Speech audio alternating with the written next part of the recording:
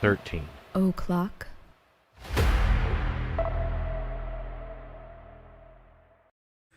Kaleidoscope of crazy. Hi, everybody. Yeah. That's a very apt description of the show. A kaleidoscope of crazy. Yeah. A kaleidoscope of drunk Yeah. crazy. Would Yeah, we're not also drunk yet. Be an apt description. Yeah, we're still Yeah. fairly sober. Yeah, we were drunk here last time we were on here. Yeah. Yeah. Well, last time was the Beetlejuice show. We didn't have Yeah. time to Oh, get not too that drunk one. Yeah, on that. yeah, It was yeah. the One- sidetracks one before that. Yeah. Well, like I said, it's always fun on Friday because Yeah. I know we're not going anyplace. so Yeah, it's on like, Friday we get fucked up. Yeah, so we could do it. You know what I mean? I kind of like to get fucked up on the Wednesday night shows too, but it's like sometimes I have to, I have to work tomorrow, but I don't have to work like early, so it's not like too bad. But, and this topic in particular, as I was telling Tom, I've been wanting to do this one for a long time, and I'm glad it finally won in the poll because this is a particular area of interest to me, and I am really into evolutionary biology and natural history and stuff like that. I was telling Thomas that probably a third of the books on my shelf in my massive book collection are about that. And many years ago, I was really into, all these people like coming out with books like debunking creationists and stuff like that. It was like always something like was really interesting to me. I haven't been keeping up with it as much as I used to, like years ago. So it was kind of like good to get back into it again because it's like a lot of fun to dunk on them. I'm really excited to do this topic, and I'm looking forward to getting kind of drunk and getting probably pretty salty about it because this kind of shit, in the way, like remember when we did the Flat Earth show? Yeah. And I probably got a little not cranky, but like I said, a little salty about those people. I get even more salty about creationists. Flat Earthers, I think most of them are probably just like trolling. Creationists are actually have tried to like push their shit like into public schools and stuff like that, and it's just that kind of shit just like makes me mad. Like I said, you can believe whatever stupid crap you want, but keep it out of homeschool your kids, send them to private school, teach them whatever stupid shit you want. But it's just like when you start trying to impose that ridiculous nonsense on normal people, then I'm gonna get upset about it.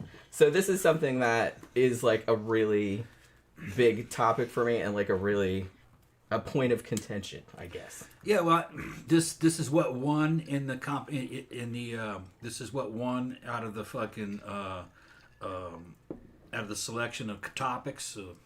This is what the subscribers wanted. To me, or the what was I going to say? Not subscribers, but the or the people that actually pay patrons and YouTube members. Because I put the poll up in both places. Yeah. To me, this is kind of like old hat. I grew up with all this stuff, but if you guys want to see I wish it was old hat, but it's still going on. Yeah, unfortunately, I don't understand it. Me neither. I came up in Christian private schools and stuff. I'm a cultural Christian. I don't believe in any of it. I'm a Christian mythicist. I don't think any of it is historical, But it only means something in terms of, mythology, really, and how Christianity was supposed to work. Now, what they're doing with this? Why would you want to take a story out of Genesis and why would you want to make that literal? The creation stories. It beats me. That's not the way those stories were written. They weren't meant to be taken literally. They're kind of like poems, really. But the reason why they're doing that is because for them to say, well, this is just a poem and it's a metaphor. They're just telling a story. If they approach it that way, then they could say, well, all this other stuff is just stories also. So for them to be fundamentalists, they have to everything has to be literal. Yeah. So, when they say the earth was created in 7 days, they literally mean 7 days. I mean, technically 6 days. Yeah, 6, and then on the 7th he rested. The God rested. Drinking a beer, watching the Super Bowl. Looking at what he had done. Whatever he's doing. But that's really the only reason why you'd want any of this stuff to be literal, is so you can make other stuff literal. When the source material varies, between Old Testament and New Testament, but the New Testament was written in a religious motif from the very beginning. It's not written as a history book. There's no dates included. That was written in a time when Roman writings and Greek writings would read like a modern book. You know what I mean? Read like it was written yesterday. The New Testament was written as a religious document from day one. To compare with other religious documents that were around, religion was big business in Rome. And the Old Testament stuff, in this case, you're talking about the book of Genesis. In Genesis, most things are told to you twice, which means that there was more than one source material, and it was woven together. Like the creation stories and the flood stories are kind of told twice. Yeah, there's definitely two creations. There's definitely two, yeah. And it's because it was kind of committee was going, well, shit, this is the greatest hits album. You got to include this version. They're like, yeah, great. But this one's kind of like and this one. Yeah, you can't put this story out. Yeah, but they're both so good. So what they did is they cut them apart. So, there'd be a paragraph from the first story and a paragraph from the second story and then a paragraph from the first story and a paragraph from the second. So it's trading off. You could take every other paragraph and pull it out and make a whole new story. But it'd be the same story told twice, just with a slightly different spin on it. All the way down to how many animals were in the ark. That's told twice. So even just the way the thing has been put together and constructed and woven together, it's not literal. Well, they're telling you a story. That's obvious to normal people. It's the greatest hits of your ancestors. That's all it is. It's the ancestors of the Jews, and it's not as old as people think it is. When the Old Testament was put together, probably 200 BC. Now it came from stuff that was older than that. The Epic of Gilgamesh is in there. The flood story is the Epic of Gilgamesh, just not written as well. If you go back and read the Epic of Gilgamesh, it's even better. Yeah, I read that in school. Yeah. And they included that because they thought that actually happened.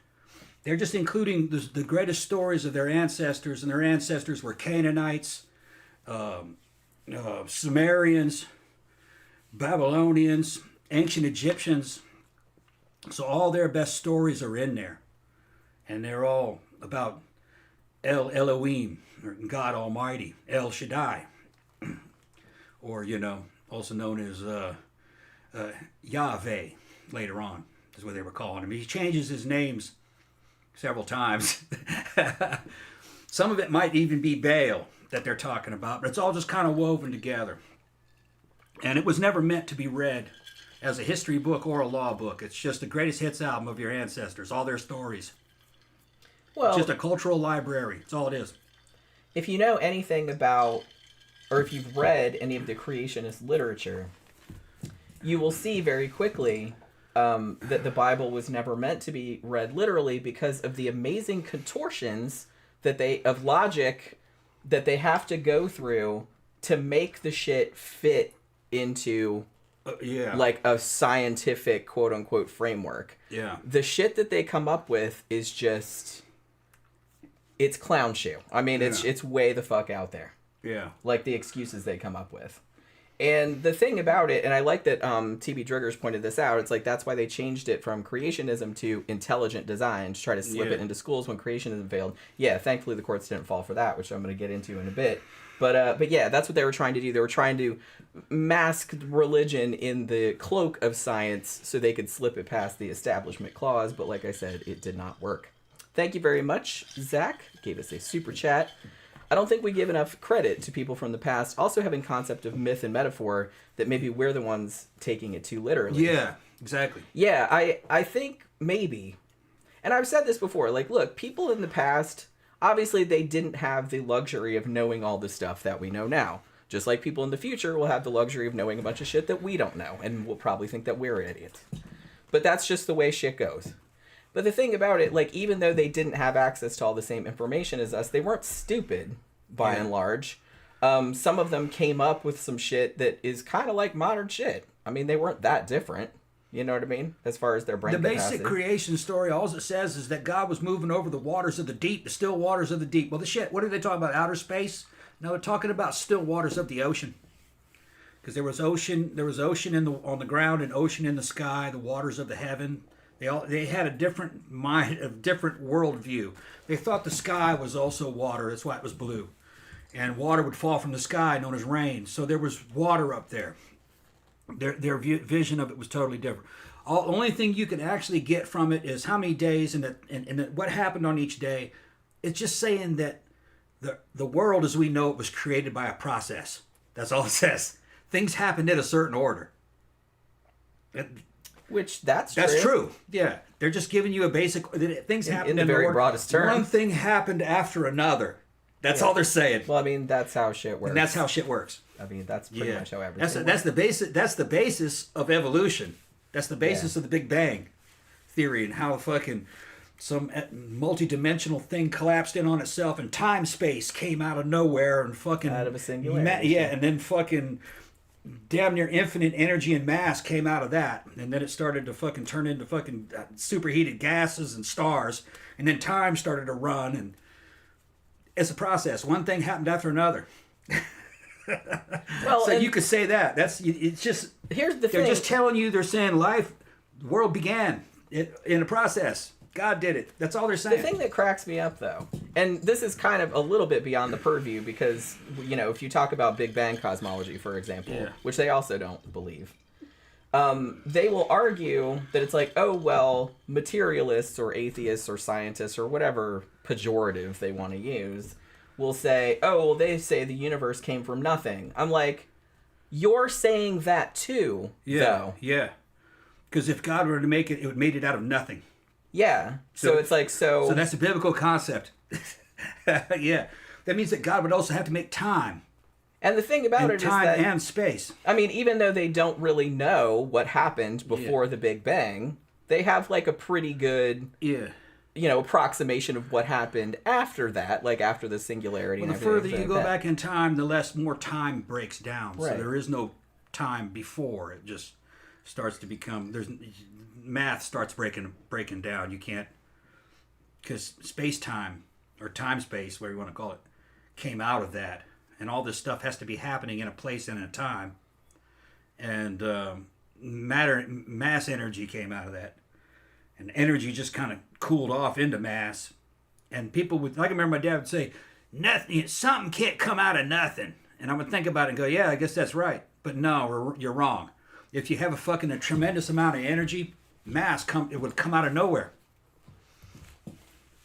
Yeah, and the mass thing and energy about are the different sides of the same coin. Like I said, and I'm not saying if that's possible, because like I said, I don't know what was around before the Big Bang. Scientists don't know what was around before the Big Bang. Yeah. So it's possible that something could come out of nothing. But what I'm saying is that creationists will criticize scientists for talking about the Big Bang, and then they'll say, well, something can't come out of nothing, but that's exactly what they're proposing, that God just poofed everything into existence by magic.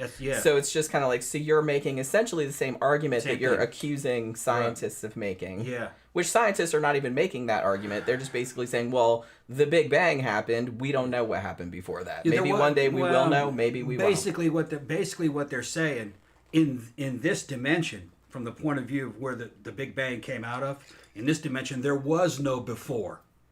Yeah, that's there was kind no of time my understanding of that. Yeah, and as you the further you go backwards in time, the more slowly in time you go, because there's no time to go back into. Yeah. You go infinitely down another little corner of being halfway to there, and then halfway there, and then halfway there, but never actually getting there at the time in which it happened, because there's no time there. The time isn't flowing. And time and space was a product of it. It wasn't there before it. Well, and just because our brains are not evolved enough to understand that concept doesn't mean that it's not true. Right. So I'm just saying it just seems like a little bit hypocritical. Right. For them to criticize that in particular, like I said, even though that doesn't really have anything to do with evolution. God making the universe out of nothing is the same as the Big Bang, where the universe came out of nothingness. Because I guess absolute zero and nothingness, no time, no space, no energy, no mass. That might be very volatile. That might be an impossible singularity. It might collapse. And the thing about it is that there might have been like a whole other fucking universe that happened before the Big Bang, and it just kind of collapsed in on itself and then collapsed back out. We don't know. Well, it wouldn't be before, because time would be recycled every time. Well, but you know what I mean. Yeah, you know what I mean. Yeah. From our There'd be an infinite number of them, and you couldn't put them in any order. Right, that's what I'm saying. Because they're all in their own little time pocket. Yeah, because I've seen that proposed too, that there was like, an unlimited amount of like bubble universes, and it's entirely possible too that it like they always existed. Yeah. Which, like I said, is again a concept that human brains can't really, we can't wrap our minds around it. But that doesn't mean that that's not what happens. All we know is the universe is big. There's a shit ton of galaxies. It's expanding and it's accelerating. Yes. It came from somewhere, and it's inflating. So you say, well, where did it happen? It happened everywhere. It's just that it's adding more space. The concept of location in that context is not really relevant. Everywhere you point is where the center of the universe used to be a long time ago. It's just that it's expanded out of there in 3 dimensions. And it's dragging matter and mass and universe and galaxies along with it as it expands. It's bizarre. And some of that shit's so far away, it's reaching the speed of light. The further away you look, the further away something is, the more space is being added in between here and there. And if you look out far enough, the furthest thing you see is moving away from you at the speed of light in every direction. So that means that's far away. Well, and another thing too is that another thing that I see a lot of creationists bring up is that the fine-tuning argument, right? Where they're saying, isn't it funny how all of these constants, like in the universe, are specifically like targeted for life and stuff like that? But the thing that they seem to neglect is that most of the universe doesn't have any life in it. Yeah. And is not conducive to life. Life is only going to happen where it can happen. Yeah. Right. So it's almost kind of like they're kind of getting it backwards. Right. I kind of feel like life's only going to evolve where it's possible to evolve. Yeah. And most of the places in the universe, it's not possible because it's just empty. Empty space and stars. So it's like if they posit a supernatural magical wizard that made the universe and made it for humans, why did it make it like that? Like most of it, we can't live in it. Yeah, that's a big waste of space. Exactly. Big waste of time and energy. Is what I'm saying. So it's just, again, it just seems like a very provincial mindset. Kind of a holdover from an earlier era where we thought we were the center of the universe and humans thought they were the top of the evolutionary ladder, if they even believed in evolution. But it's like they thought they were better. We're not an animal. We're not part of the animal kingdom. They were something else. They had souls and blah, blah, blah, which we now know is not really the case. Well, you might have a soul. Yeah, I mean, I don't believe that, but yeah. Well, the quantum soul theory. Yeah. And two of the best scientists in all of, like, physics, what's his name? Roger Penrose. Penrose, yeah, Roger. And then the other guy, fucking Stuart Hameroff. They said that a soul might be possible with quantum physics. But again, that's a scientific concept. Yeah, that's not a religious or a supernatural concept. But they might have known. They might have surmised, it's just the life energy, the thing that gives you your point of view, the thing that allows you to experience qualia, the feeling of existence, the feelings of things, shit, you give yourself fucking anesthesia and all that will go away. You'll just be an automaton. I'll be talking to Jen. I was talking to Jen. She was under anesthesia. I talked to her for a half hour. And I didn't know it, but she wasn't even there. She was just a robot. She didn't remember any of it. No. So she wasn't even sentient. Yeah. And like I said, I've had that happen too, where I was woken up in the middle of the night and said shit, and then the next day they were like, hey, you said this and that. I'm like, I don't remember that. Yeah. So I must have been like half asleep still. I believe there's a soul. Just not necessarily the same soul they're talking about in the Bible. Right. Well, and here's the thing. When we talk about creationism, there's different kinds of creationism. Yeah. Generally, what we're going to be talking about is young Earth creationism, because that's like, the easiest to pick on. Because those are people that literally think everything in Genesis, the creation story is literally true. The Earth is only 6,000 years old. God created everything, all the animals the way they're pretty much the way they are now. We'll kind of get into the nuances of that later. And they created humans are special creation. They're not really animals or related to the other animals or anything like that. So it's they believe all of that is literally true. Now, you also have your old Earth creationists who also take the Bible mostly literally, but they are willing to say, oh, well, maybe the 6 days of creation means X million years or whatever. So they're willing to entertain the concept of deep time or geological time, right? Because, I mean, the evidence for that is pretty overwhelming, so I guess they were just kind of like, okay, I guess you got me there. Now, then you also have creationists that actually accept evolution pretty much as it is, but think that a god set it into motion or kind of like watches over it. Which, like I said, I don't have an issue with those because if you still accept the science, and you just think, oh, well, God gave it a little push or God started it. I mean, you can't prove or disprove that. And if you still want to believe in God and also believe in evolution, that's a way you can do that. Because, like I said, that can't be proven or disproven. You got to give the Christians credit where credit's due, though. They basically invented Western science. Sir Isaac Newton was a devout Christian, and he basically invented calculus and physics. Evolution is a Christian concept. You had... No, that's not true. Oh, yes, it is. I'm going to tell you how it is. Because you had friars and monks in the Catholic Church breeding flowers together, and they discovered that you could control the color of the flowers. And they also knew about animals, breeding certain animals to get certain results. And the dudes that were doing this were saying that we don't know how this happens, but this is how God does it. That's the same. No, the reason I said that that's not true is because that there were ancient Greeks like Empedocles, who were talking about evolutionary concepts long time way before that. Christianity. Right. But it's not a Christian concept at all. I just wanted to it's observable. It's an observable thing, and the Christians knew about it also. Right. I don't know if they got it from the Greeks, but in the case that I was talking about, the guys that were breeding animals and breeding flowers, they could predict what result they would get. They kept meticulous records. Yeah. And they just didn't know by what mechanism this happened. Well, even but this is the Darwin way didn't know God's that, yeah. creatures work. Yeah. So they thought they that were was just fascinating. going. Well, like I said, if you do animal husbandry, or like you said, if you're in a botany or something like that, evolution is an observable phenomenon. Phenomenon, right? Yeah. And so it would be weird if ancient people who were much closer to the land by necessity, if they didn't notice that. Yeah. And many of them did notice that. Yeah. They just didn't really think about it too much, or they were just like, well, we don't really know why this happens, but they noticed heritability. Yeah. They noticed variation within species. They noticed all of that. So it's not like new. My understanding, though, the commentary in the records and the writings that they left is that they were astounded. They said, this is the hand of God you're seeing. This is how God's creatures works. This is how God does it. Which is what they would have thought. That's what they would have thought. Because that's kind of like evolution. They're saying that evolution is how God makes things. Yeah. That's basically what that says.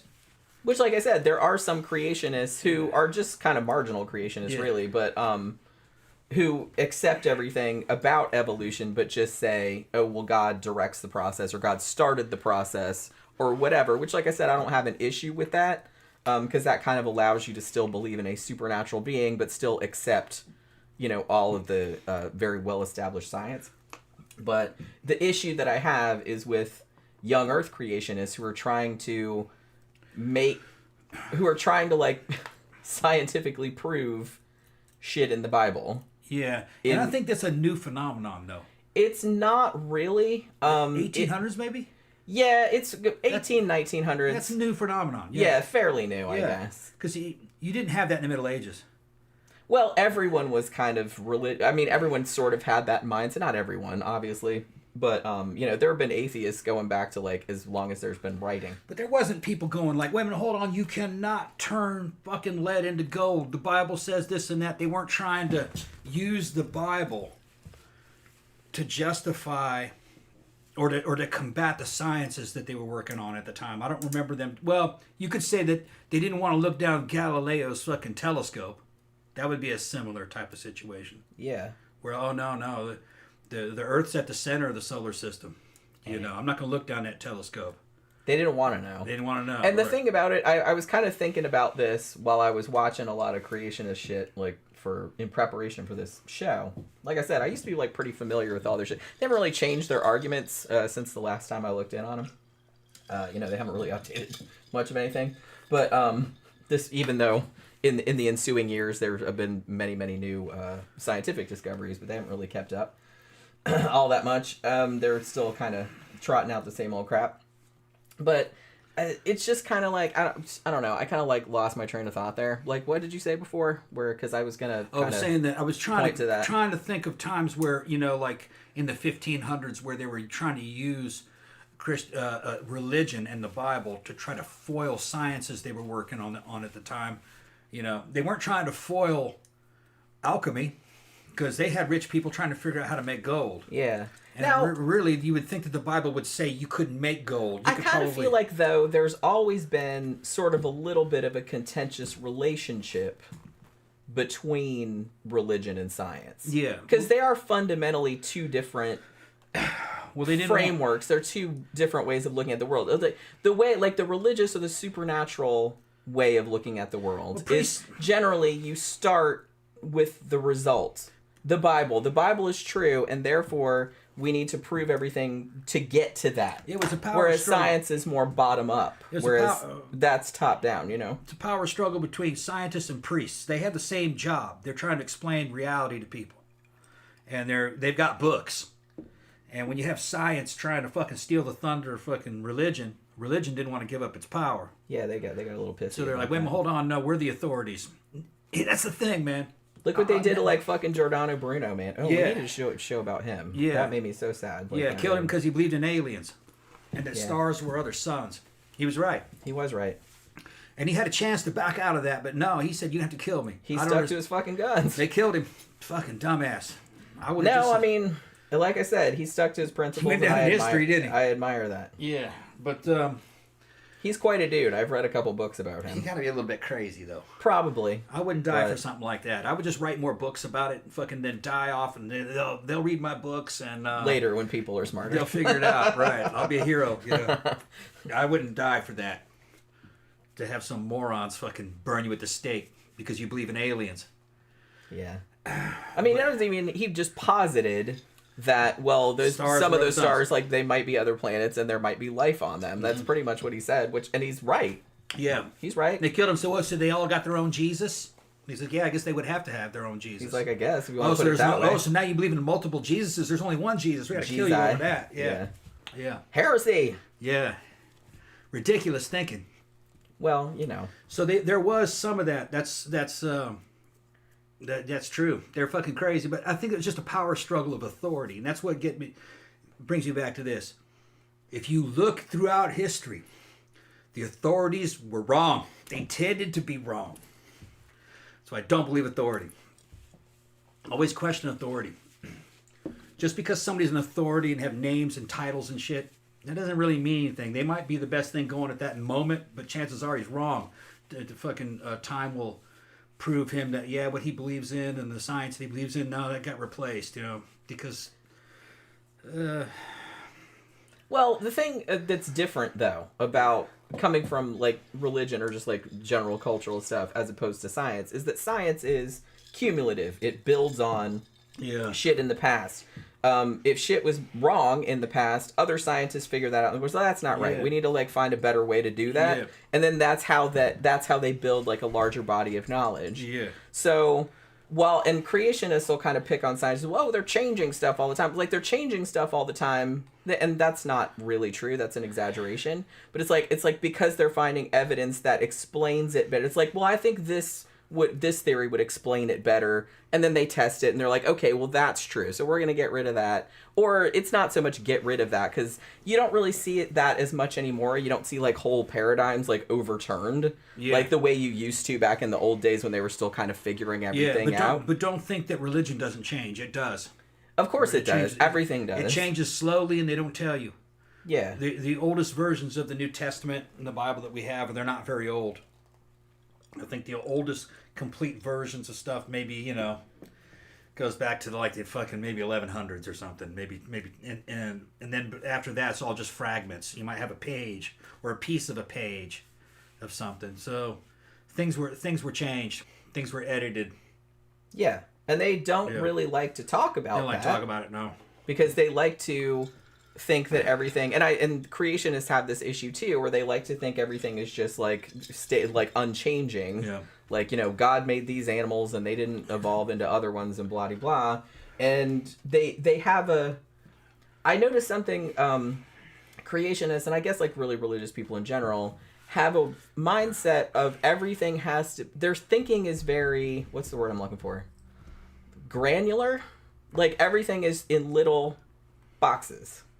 Like they don't really have a concept of like spectrums or, I mean, nature, the boundaries between things are very, very fuzzy. Even the nature, even the boundary between life and non-life is fuzzy. It's a spectrum. And I think that they really want everything to just be in little discrete boxes, little discrete categories. And when I get into creationist thinking, and I'll get into this one fundamental thing that no creationist I've ever seen or read anything by, this very fundamental thing that they don't seem to understand, and they all seem to misunderstand in the same way, I think is a product of that kind of thinking. Because they don't seem to be able to think in spectrums or think in fuzzy boundaries or anything like that. They're just very like this. It's very binary. Yeah. And they don't really seem to be, and that seems, I don't know if they can get over that. And it's not just Christianity either. A lot of other religions are like that. Islam's like that, evidently. Everything I've been able to find about it. It also changed that time, I remember reading something about the Germans. I think it was in the 1950s, I think. The Germans went to Mecca, and it might have been before that. It might have been the 30s, 20s or 30s. They had photography. The imams that were down there in Mecca showed these German scholars the oldest version of the Quran that they had. They opened it up, and the Germans took pictures of several of the pages. They couldn't read it, though. It looked like it's Aramaic. And they took it back to Germany and tried to decipher what they had, and it looked, they said they didn't recognize it at all. They said it looked more like a New Testament, So the Quran evidently changed, too, over time. Well, everything, it would be weird if it didn't. Yeah. Because it's human-made. It's human-made, and they're changing myths things. Change over time. Yeah. TB Drigger says, fun fact, most textbooks in schools are authored by a Christian who believes evolution is just another tool for God. He even took the side of evolution against creation in Kitzmiller versus Dover. Yeah, I remember reading about that guy because I don't know if you've read the book The Devil in Dover, which is about that court case. I have that book over there. It's really good if you haven't read it. But interestingly, I was kind of thinking about this the other day because I found, while I was researching this, I found a channel on YouTube called Clint's Reptiles. And the dude is an evolutionary biologist, and he, all of his stuff isn't debunking creationists, but he does do like a lot of debunking creationist videos where he like show clips from like creationist videos, usually from Answers in Genesis or, one of the big creationist organizations.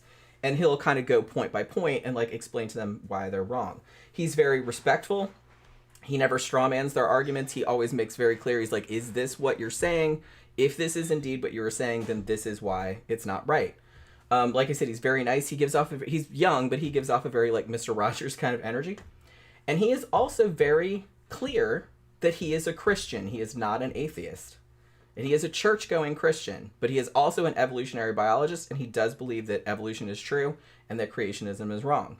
And I was wondering if maybe, because he brought up, he said that some atheist had got on his case for kind of announcing that or making a big deal about telling people that. And he said, the reason that I tell people that I'm a Christian is because I kind of feel like some people who hold creationist beliefs will take criticisms of their beliefs better coming from someone in their tribe, someone that they know is not an atheist.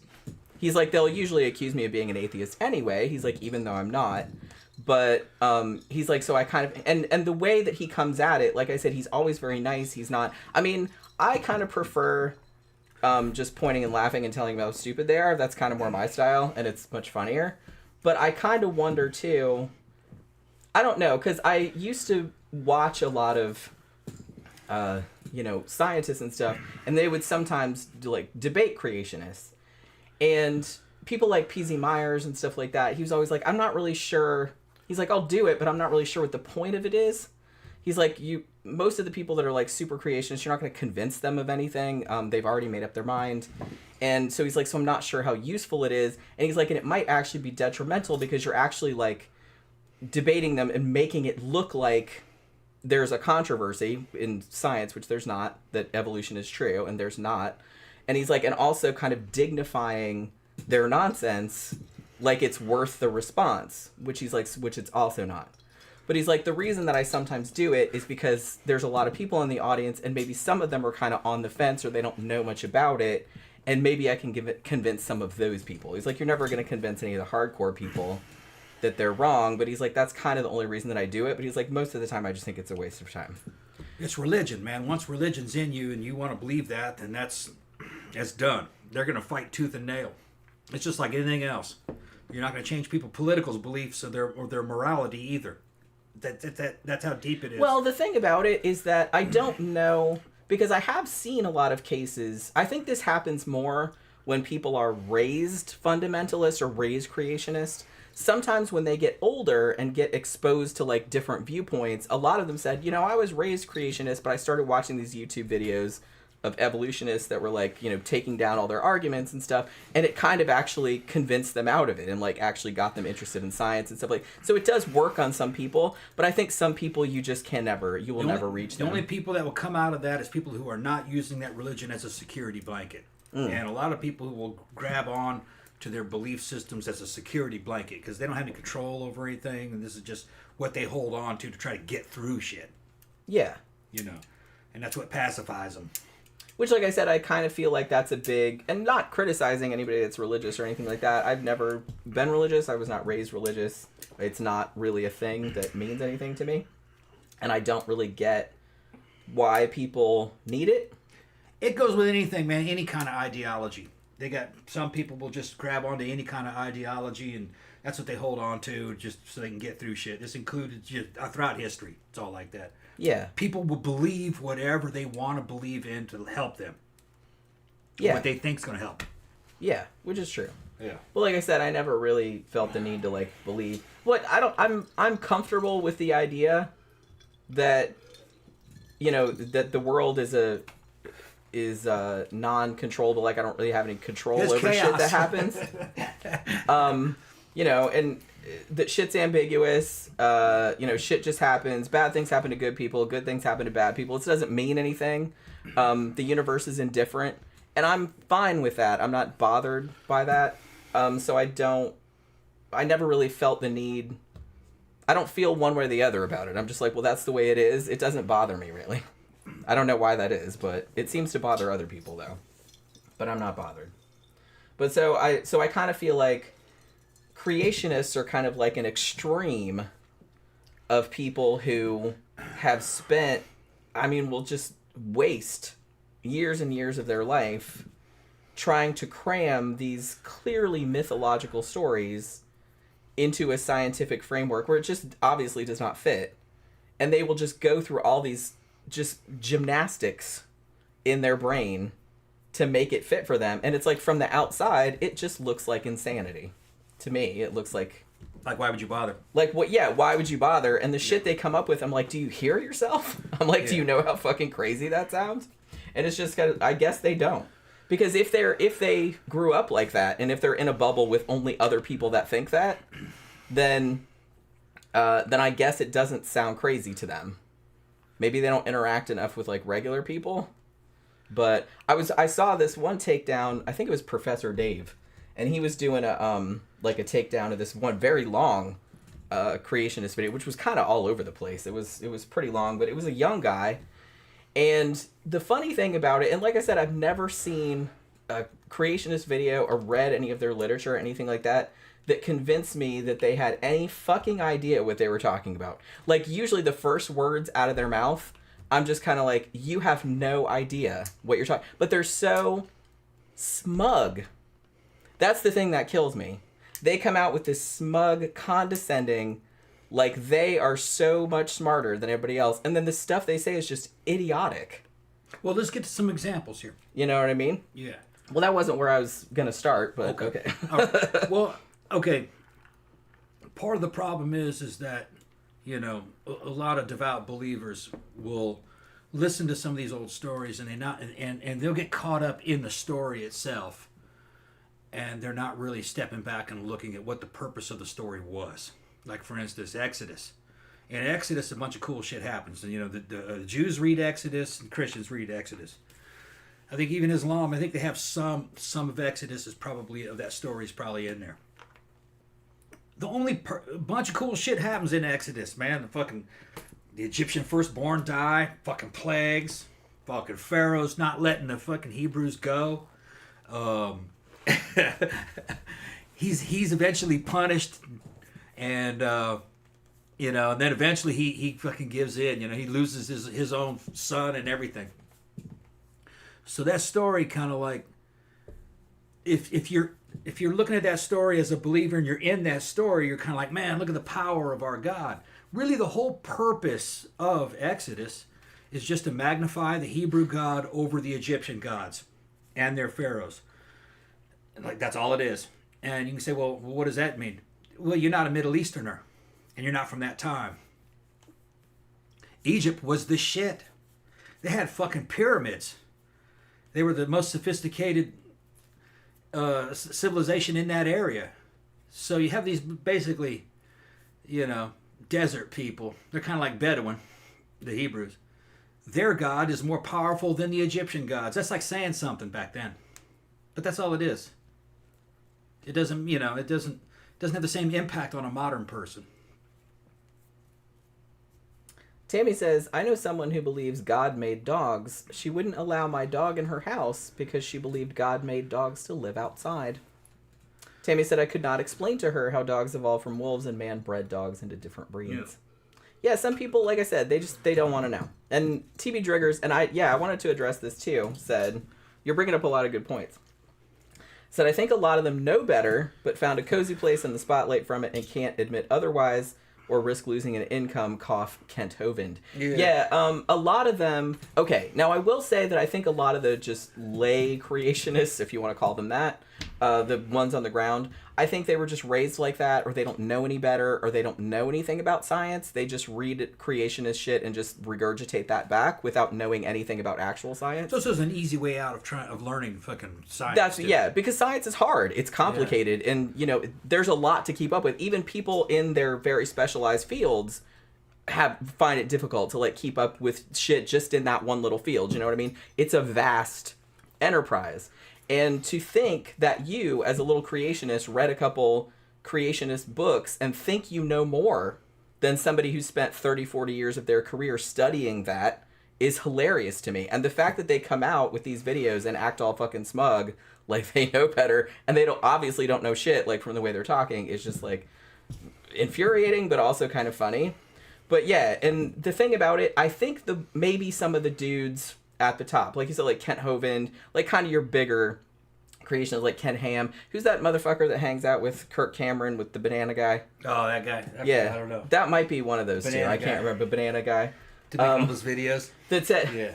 Yeah, their big thing, why we call him Banana Man, is one of his big arguments was like, oh, well, God made bananas to fit exactly like into the human hand and stuff like that. I'm like, because... And it's got a wrapper and look at shape perfectly. You know. Made bananas through essentially like not genetic engineering, but... Breeding. They bred them. Breeding, selective breeding. Yeah, the original banana is only about 2.5 inches long and it's kind of straight. Yeah, and it doesn't really taste all that good. And No, some of them taste good. In Brazil, they had them. Yeah. They kind of taste like a cross between... They had the same texture as a banana, but they kind of tasted a little bit like a sweet apple. That's why I think it's so funny that they specifically chose a banana, which is very well known to be selectively bred for human consumption. Yeah. Now that one I'm telling you about, that Brazilian one, that may not be the original banana. It's just closer to the original. I can't remember what the original plant was, like the one that grows in the wild. Yeah. Like I know for sure that like corn on the cob and stuff like that, that's also selectively bred by humans. Corn was wheat. That came from that came from like something called, I think it was called teosinte or something like that. And it was selectively bred over a very long period of time. Like a giant wheat. Yeah, pretty much is what it looked like. Yeah. So most of the food that we eat today, like the plants and stuff, are selectively bred. Well, the animals too.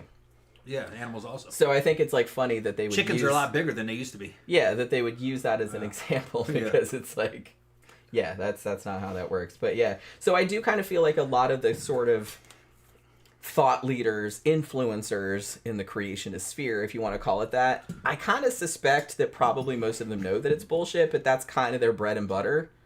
And I don't know. So I think maybe some of them probably do really believe it, but some of them I think are just like grifting. Yeah. You know, I think they know it's crap, but it works, and the rubes buy the shit up. Yeah. So they're just like whatever. Yeah, I think some of them know. Oh, for sure. Yeah, they're thinking too much about it, which means they have all the information. And then I wonder sometimes they're too. just trying to argue it out like a way a lawyer would. I wonder sometimes too if they sometimes troll and be like, "I'm gonna come up with this really ridiculous shit and say this and see if they'll believe it." Yeah. Oh my god, they did. Yeah, for some of you people who are not in the United States, Christianity and religion is totally different here than it is in, say, old Europe or in other places of the world. Because of the U.S. Constitution, you had a freedom of religion, and really the state could not have its own religion. So religion became kind of like a competitive marketplace. Okay, you have a shit ton of different versions of Christianity, all competing. You had the Southern Baptist churches, fucking different kinds of Protestant churches, and the Catholic Church, and then spin-offs of the Catholic churches, and then a bunch of little cults and stuff.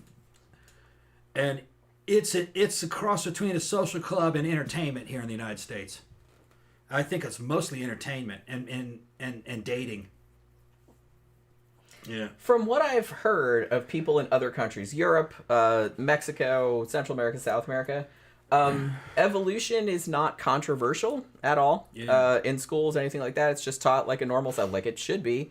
But for whatever reason in the United States, there's some kind of fucking controversy about it, and it's because of religion. It's because of... Well, we had the Bible Belt. A minor, like a subset. And I don't know... I mean, there's a lot of them, more than there should be. I'm sure it's like a minority, but they're very loud and they're very active. Yeah. And they will insert themselves on school boards, get evolution taken out of textbooks. They will do all of that kind of stuff. They will take shit all the way to the Supreme Court if they need to. Yeah, that was mostly happening in the Bible Belt, though, here in the South. And a lot of that's kind of... It's changed a lot over the generations. In my grandparents' generation, they were fucking fervent. And for them, it was more tribal. They just did not want to be told what to do. They wanted Southern culture and Southern culture only, and that involved the Baptists and Presbyterians and shit like that, you know. And they didn't want any kind of Northern Yankee scientific philosophies about bullshit. They wanted religion. They were fundamentalists. And they didn't take it that seriously, though. That's the weirdest thing. They drank like crazy. They had children out of wedlock. They didn't really... It was just a way of keeping... It's kind of like a form of xenophobia, really. My family's from that area, you know. I know the thinking. And like I said, virtue signaling. Yeah, also. Virtue signaling and shit like that. And it was just kind of this very... a lot of it was just because of the backlash from losing the Civil War. Most of it was just being about pig-headed and just fucking being defiant and saying no. They wanted to fight the federal government through the legal system by any means they could. Even if they didn't have to. Even if they didn't have to. Even if there was no reason. It was just digging in their heels. Yeah. Which is very toddler-like behavior. Yeah. Well, it was very tribal here. And they just liked to lash out. Like I said, this is almost kind of like... If there was a North Korea in North America, it would be the Bible Belt. It was kind of like our version of North Korea. Yeah. Like I said, I think it's improved. Yeah, a lot. Yeah. But it's still out there, sadly. Yeah. I think there's still... It's not quite as bad as it was. Well, there was still going on. There was court cases still in the 90s and the 2000s. It seems like it's kind of chilled out, but there's still a lot... because when I was looking at all the YouTube videos of like debunking creationists, I was also getting a bunch of creationist ones like in the recommendations, like in the suggestions, and there's a lot of them, and it's like younger people Yeah. too. And like I said, your big kind of creationist organizations like ICR, like the Institute for Creation Research, Discovery Institute, which atheists affectionately call the Disco Toot, you know, and Answers in Genesis, they're all still around, and they all have their own YouTube channels, and they put out videos all the time. So there's still a not insubstantial portion of the population that still believes this shit, and maybe the block isn't as powerful as they used to be, but they're still around. You know what I mean? The shame is, well, like I said, a lot of it had to do with just a culture war. All right, that was in the United States. That's what it mostly was. Although some of those people really believe shit, and they wanted to take it literally, which is kind of a shame, because the beauty of the story of Genesis really is how sci-fi it is and how fucking bizarre it is, but it's also very epic. It's a cool story. If you want to know what the real story was, just to see Darren Aronofsky's Noah. That's basically what the story was. And they took made some by an atheist. They took some of the stuff from the Apocrypha and put that in there, you know, or the, what was it? No, the story of Jubilees is in there with Tubal Cain, and it's like something out of fucking, you know, Prometheus or Alien, and that's really what they're talking about. Yeah, and it's much better when you read it that way. You know, there were Watchers. You know, they're talking about the Watchers. They were the people that were fucking chained. You know, Watchers that were chained into the earth. You know, the fallen angels for disobeying, and mankind had fucking created cities and had spoiled the earth, and they were starting to eat meat and shit. And they were making too much goddamn noise, and they had to be fucking snuffed out. Yeah, gods. And the waters of the earth opened up. They even showed the waters of the earth opened up, which that plainly says that the water came out of the ground. I think it came up. It actually opened up out of the sky too, didn't it? It was the waters of the earth and the sky opened up. Yeah, and that's really what the story was. I don't know why you'd want to try to make it into a rule book. Like I said, it just seems like a fool's errand is what it seems like. But they've devoted so much time to it, and I'm just like, well, I don't want to tell you how to spend your time, but so, you know. Well, hello there says, monkeys crawled out of the sea and evolved into us. It's not that complicated. That is like little sarcasm thing. Yeah. Yeah.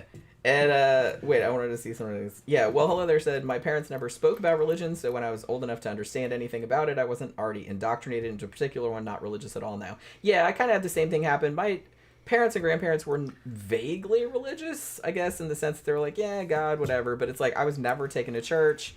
It wasn't really anything that we talked about. Yeah. I didn't even really know any religious people. Like, there was a kid that I knew at school who was a Jehovah's Witness, and he was really nice, but he didn't talk about his religion or anything. It was his parents mostly. I don't think he was that into it. And I knew one girl that was religious, and she was kind of weird. But it's just like, other than that, it just wasn't discussed.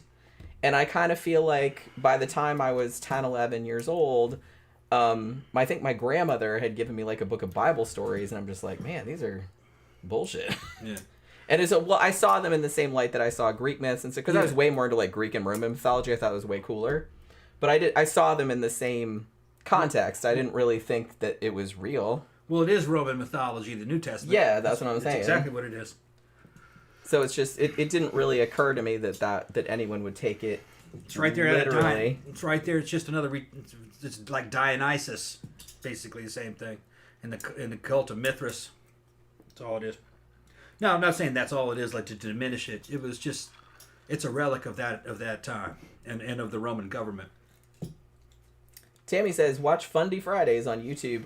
Religion is still trying to run our government. Yeah, that is a great channel, actually. I really like her. Yeah, I haven't seen like a lot of her newer ones, but I watch them every now and then when they pop up. The fundamentalists are dreaming, though. They're tripping. They're never gonna be what they were. Well, there's not enough of them. There's not enough of them. Like I said, they're very noisy and irritating. Well, it's virtue signaling. It's virtue signaling. But I don't think there's enough of them to really marshal. That's not. Now, this is completely unrelated, but Camp Guy brought this up, and I wanted to maybe comment on this. He says, off topic, but I just saw Back to the Future on a big screen HD TV, and the whole movie looked different. You could see every setup and every scene. It was like a stage play. What you need to do is change the setting on your television. Yeah. There are different settings. The frame rate. Yeah, there are different settings on the TV, because we watched a movie. Who was that Kurt Russell movie? Yeah, Soldier. It looks like shit. And it looked like a stage play. Yeah. And then we found out, it's like, why the fuck does it look like that? It looks terrible. And the reason is we had it on the setting that they usually have it on, like For sports. for sports. For sports, yeah. Because it's a different setting, it's a different frame rate, it's just a whole different thing. Everything looks cheap on that shit. And everything, yeah. So everything looks like that, like it looks like a soap opera or like a stage play, like you said, like a movie. And because we were in Mellow Mushroom, the pizza place, and they have like a whole bunch of TVs like behind the bar, and mostly they have sports on, but every now and then one of the TVs will have a movie on. And the movie looks like a stage play. And it's because they have all of the TV settings for the sports setting. I don't know what the setting is called. I think it's different on every TV. But that's why you have to change the setting to like a cinematic setting or whatever it is they call it. Like, look it up on Google, like whatever TV you have, like it'll tell you. Yeah. But yeah, we had the same issue. Yeah, it was driving me crazy. I was like, what the fuck is wrong with this? Yeah. Damn, when you look at this shit on HD, this shit sucks. Yeah, it looks awful. Yeah, and it wasn't because it was HD. It's got a different fucking motion frame rate, motion cap, something. I don't remember. Yeah, it's what it is, motion smoothing or motion smoothing. I think that's what it's called. You want to get rid of motion smoothing. Yeah, you have to turn that off. Yeah. Or turn it on or turn it off. Turn it off. One of those two things. Motion smoothing makes everything look like a black backdrop, cheesy play. Like I said, it looks good for like sports and things like that, but for movies it looks like ass. Yeah. So yeah, you have to go in there and change it. But yeah, that is a known issue. We looked it up too because we had the same thing happen. All right, so let me get, like I said, this will probably be. I'm not an expert on this subject, but I have read a lot about this, and it's something that I'm kind of really interested in and I'm like really passionate about, but I'm just going to say this is probably going to be all over the fucking place. I do have like, it's sort of organized, like the notes, but you know, we'll just see how it goes. I'm just going to kind of get into shit. I wanted to go a little bit into, just very briefly, of the kind of history of the evolution creationism debate.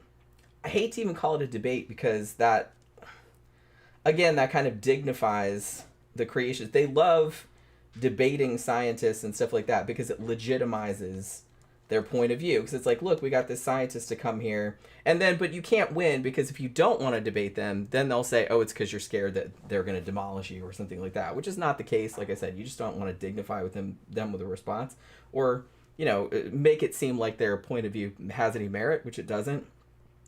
But you know, so the thing about it is that there's kind of a long history of them trying to insinuate their way into various, particularly, and this is mostly like United States based, at least as far as the 20th century goes.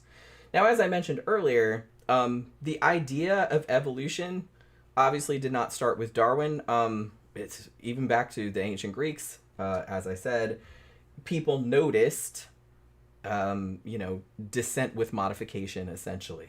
You know, you would see that an animal would have a baby. It's like it kind of looks like both of its parents. People understood that. You could see it. It's observable. So it's not like a crazy idea. And like over time, you would see these changes, you know, either amplifying or whatever have you. So people noticed it going back to ancient Greece. They just didn't really know why that happened. They didn't have any idea like what the mechanism was. Obviously, they didn't understand genetics or DNA or anything like that. Neither did Darwin, but he still figured it out. But you didn't really get into talking about what we understand as evolution today until probably like 18th, 19th centuries. Now, one of the first proponents of evolution was Jean-Baptiste Lamarck. Now, Lamarckian evolution, he was so close. He kind of got it right in the sense that he understood that organisms could change in response to their environments. However, he thought that this could happen in an individual organism in its lifetime. The example that is usually given when you're talking about Lamarckian evolution is that he would posit, for example, that a giraffe, was trying to reach a fruit on a tree and couldn't reach it, but the more he strained his neck, his body would say, oh, well, we need a longer neck, and his neck would grow, like that individual. You know what I mean? And then, like, as he passed on, so he was kind of, I mean, obviously that doesn't happen, but he was kind of on the right track. You know what I mean? So it's just, the idea was out there, is what I'm saying. Darwin did not come in, it wasn't in a vacuum. No idea ever is. Now, Charles Darwin came up with the idea very famously when he was on a very long voyage on the HMS Beagle. And he was the naturalist on there. He was very young. I think he was only in his early 20s at that point. And not really, he came from a very wealthy family. So he was kind of adrift in life and was actually kind of thinking about going into the priesthood, which is kind of funny. But then he ends up getting this offer to go on this ship. He was like the third choice, and the other two couldn't go. So he ended up going. And I think they were on there for like 5 years. All the observations that he made kind of convinced him of this. Now, the hilarious thing about it, I don't know if it's hilarious, but I always thought it was kind of funny, was that he started kind of baking all these ideas into what would eventually become the very famous On the Origin of Species, which came out in 1859. Now, he stewed on this stuff for I think it was 20 years, and he hadn't published it.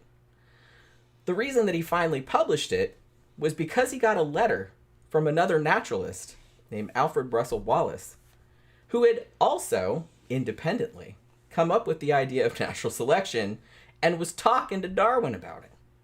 And Darwin was like, well, shit, that's my idea. He's like, I better fucking finish this book and put it out or I'm going to get fucking scooped. You know what I mean?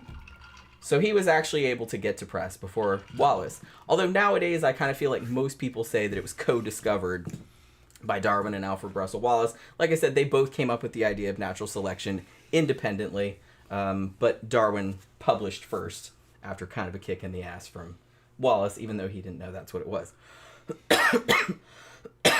Sorry, I'm kind of like a coughing fit. I'm gonna try. We've both been sick a little bit. Yeah, I'm trying not to cough through the whole fucking thing, but you know what I mean. So he publishes On the Origin of Species in 1859, which, like I said, is probably, well, not probably, definitely one of the most important scientific texts ever written, and much of it is still relevant today. Like the idea that he came up with natural selection, descent with modification, all of the shit, and he amassed a huge amount of data. And he didn't even have access to all of the fossil stuff that we have nowadays, genetics. He didn't know anything about DNA, nothing like that. But he still made this very, very compelling argument with all of this data. So compelling was it that really the scientific community, they all read it and they were just kind of like, well, duh. Right, yeah. Why didn't we think of that? They were mad that they didn't think of it. And pretty much most of the scientific community accepted it. They're like, oh, that makes total sense because it explained everything. Yeah, I read it. That they had observed. So did I. It's all just about birds. And I have those islands. Yeah, well, that's kind of where that's all the observations that he was making. Yeah. And yeah, it just kind of crossed over. You knew what he was talking about. Uh-huh. You said, okay, well, if it applies to those birds, it applies to us too. Well, like I said, everything. Over the centuries, these observations had been made, but nobody had a mechanism. The thing that he came up with was... They didn't know about the DNA molecule. Well, he didn't either. Yeah. That was later. The mechanism that he came up with was natural selection. Yeah. Nobody had ever really thought of that. It seems obvious now, but back then it wasn't. But once everybody heard it, they were like, oh, well, obviously, that's what it is. Natural selection is just the environment acting as an animal breeder. That's all it is. Yeah. That's all it is. Just like a person would. Just like a person would be. But it's not intelligent. Right. No, it's not intelligent as you know it. It's selecting for what succeeds.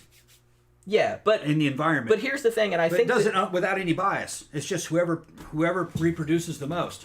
Yeah, and I think this is another thing, and I see creationists making this mistake a lot. I guess because they're so used to attributing things to an intelligence, as in a creator. They will make the assumption, and sometimes it's an unstated assumption, but it's an assumption nonetheless, that evolution has a goal in mind, and it does not. Evolution does not think, oh, well, I'm going to, this population, I'm going to make them have redder feathers or something like that. It doesn't think. It's a mechanism. Well, it's not a creator. It just so happens statistically that perhaps the bird with the redder feathers leaves more offspring, and so then that keeps going. But like I said, there's no goal. Well, concepts like goals and intelligence and everything. Those are human concepts, and that's just philosophy can also talk. Okay, what I'm trying to say is that when you look at natural selection and what's happening there, it's kind of a lot like Nietzsche's description of the will. Okay, the will is about growth, and life is growing. It grows the way it can. All right. Now it might go down a certain direction, and you say, "Well, that's beneficial." Yeah, the horns got bigger. The horns got bigger on that deer, so they can attract more mates. You know, it looks bigger, so it gets more mates, and now there's more.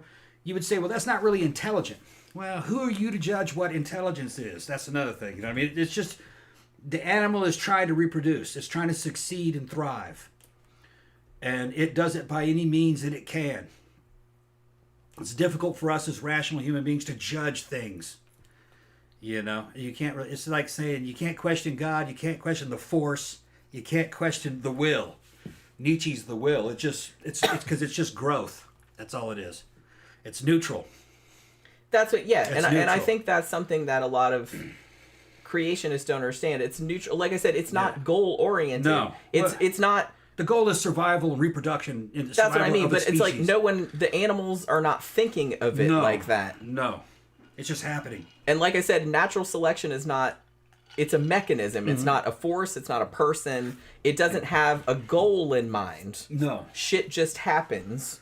And statistically, if you have this particular feature that is perhaps more adaptive than this other feature, or not having that feature, then you will statistically leave more offspring, which will mean that your shit is like carried on, and maybe this part isn't, this branch isn't. That's all it is. I kind of feel like there's a weird misconception that, and I think even some religious people that got on the evolution train early thought that meant, oh, well, humans are like the pinnacle of evolution. No. I'm like, humans are not, we're just There is no pinnacle. There's no pinnacle. There's no such thing. It's not a mountain. No. It's a tree. Yeah. Like it's a bush with a bunch of little branches on it. And we're just one little branch over here on the little primate branch, like branching off of that. And there's like a bajillion other ones. We're not special. The best way to look at it is don't moralize it. Yeah. Everything is growth. It's just growth. The species is growing. Everything is trying to grow.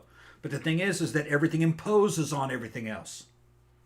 So one thing's trying to grow and there's another species trying to eat it. So, but everything is just a version of growth.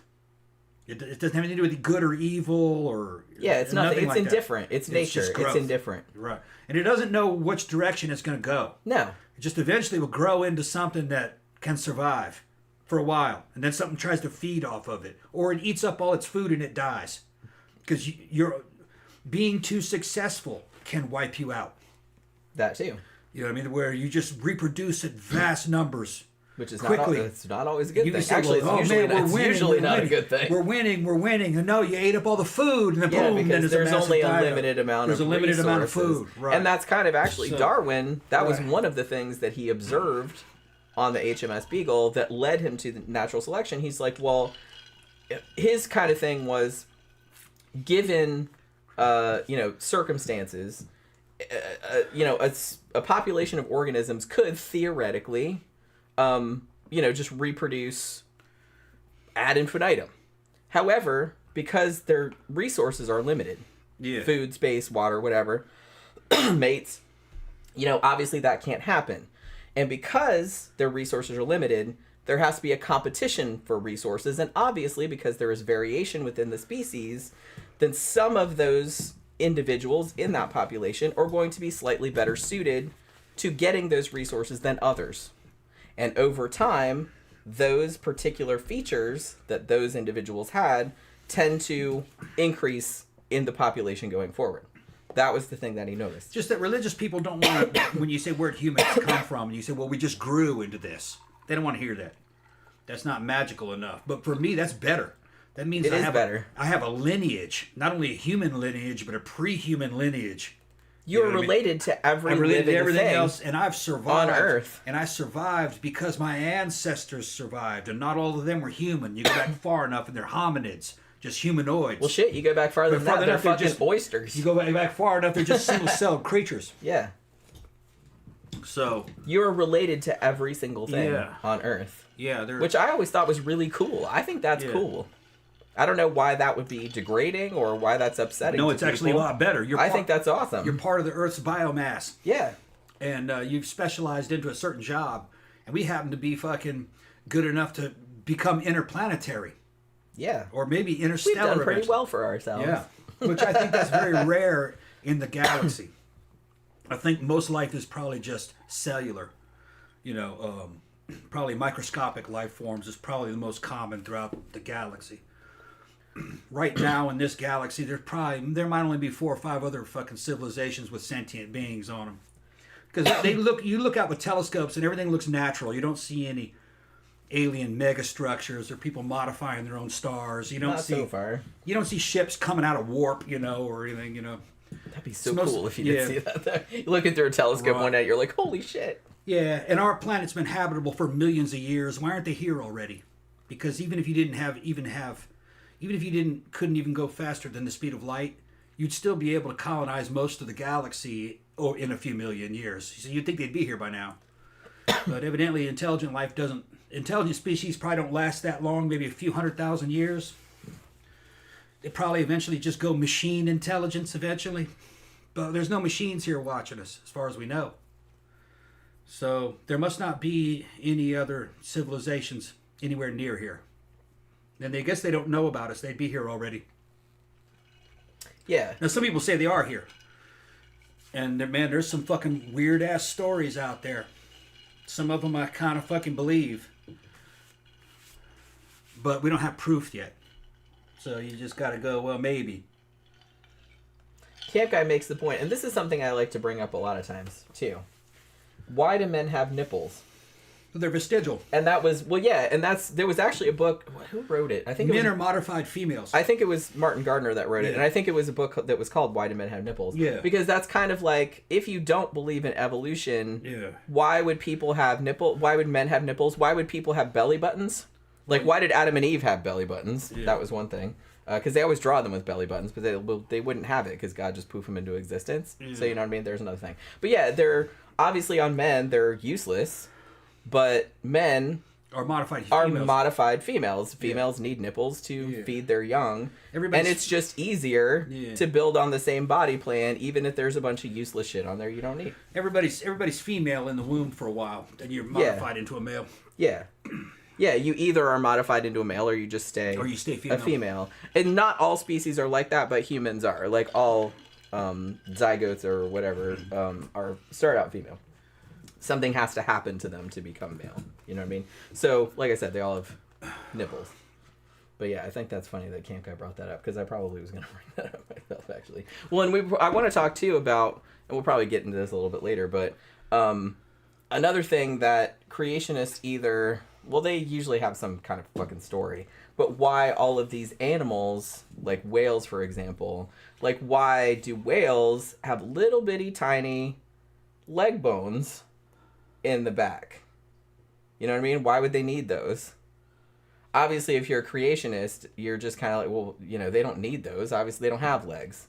But they used to. They evolved, or, their ancestor was something that had legs. It was a land animal. Yeah. And they still have vestigial bones back there. Why do animals with flippers still have 5 fingers in there? You know what I mean? Why isn't it just like a bone thing or something like that? It's 5 fingers, like a hand, but it's just modified into a flipper. Humans, animals in general, we're just kind of like a kludge together, because evolution works on what's there. Yeah. You know what I mean? It's like there's some shit they don't use anymore. It just kind of fades away, but it just kind of hangs out there. Like I said, humans have appendixes. We don't need those. Yeah. But it's like at one time we needed it, but we don't need it anymore, but it's still there. It's just easier to make it, and it's just useless. Most of our DNA is crap. It doesn't do anything. My girl SideQuest is in there talking about mythology.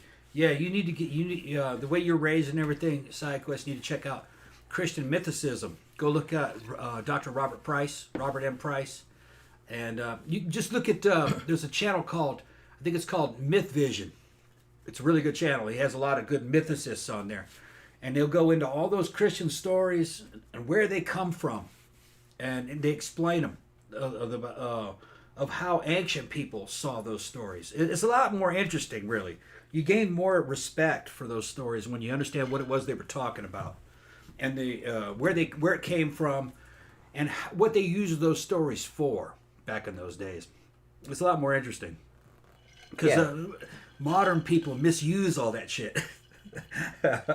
Yeah, TB Trigger says, why would we have shared genetics with other animals if we're specially designed and created? Why reuse material for a special creation? Yeah. But it makes sense in terms of evolution. Like I said, why is most of our DNA useless? Why do we have 80% same genetics as like a dog? Why would that happen? And like he said too, they can't explain like atavisms. Like I said, like a whale's back legs.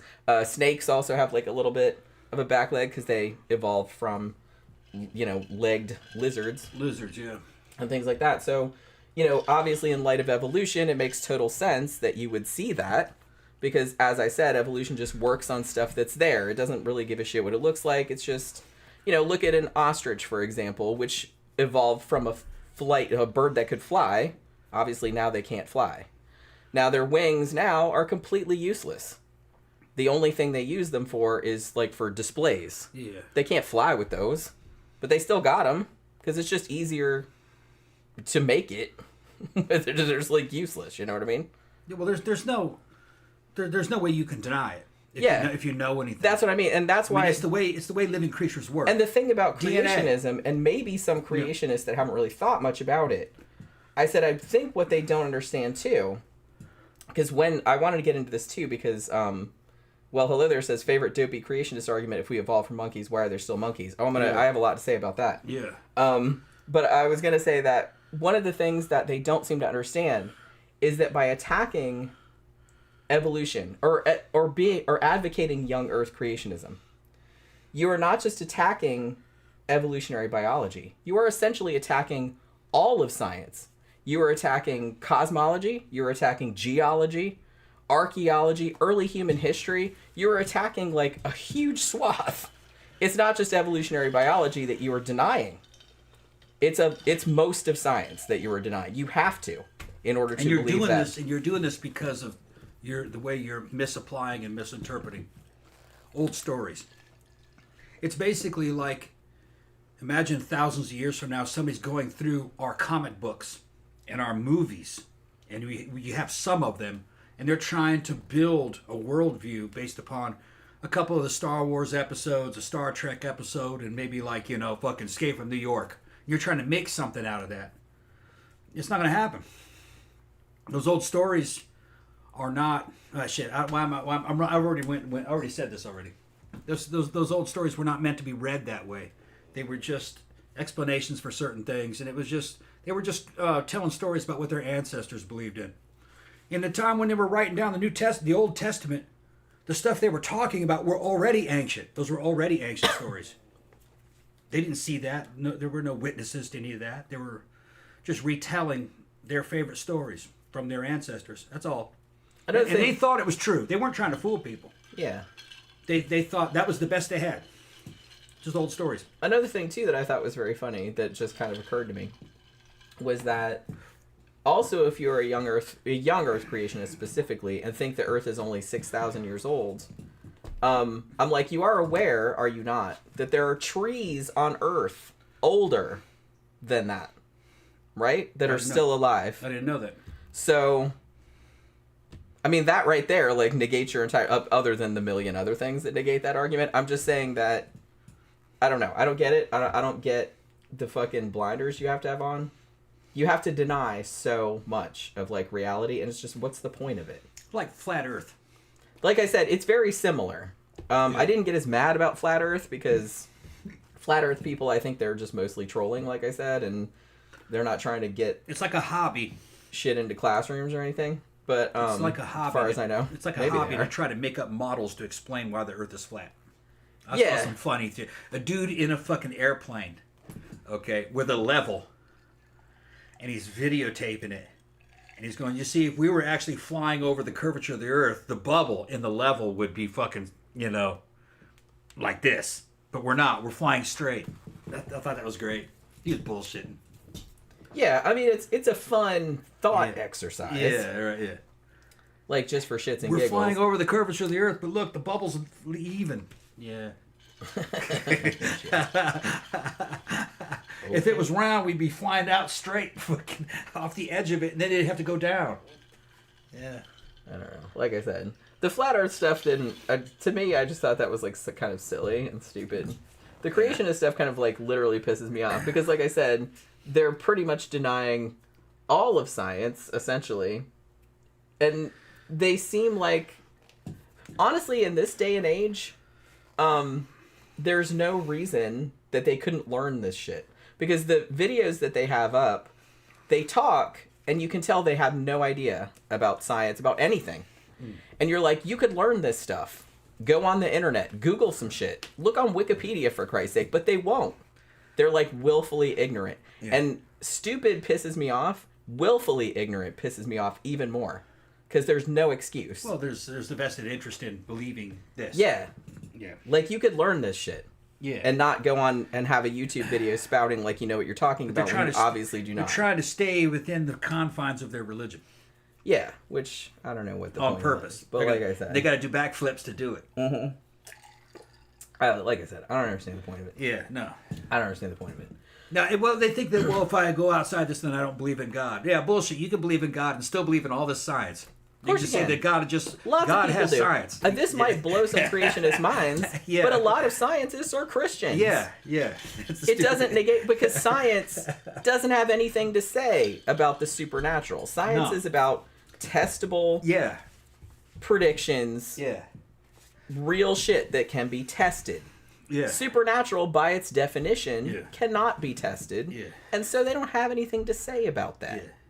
Like, if you want to believe, like I said, if you want to believe, if you want to be like a theistic evolutionist, because they have a lot of those, they're just like, oh, well, I believe in evolution as, you know, as understood, but, you know, I think God started the process. No issue.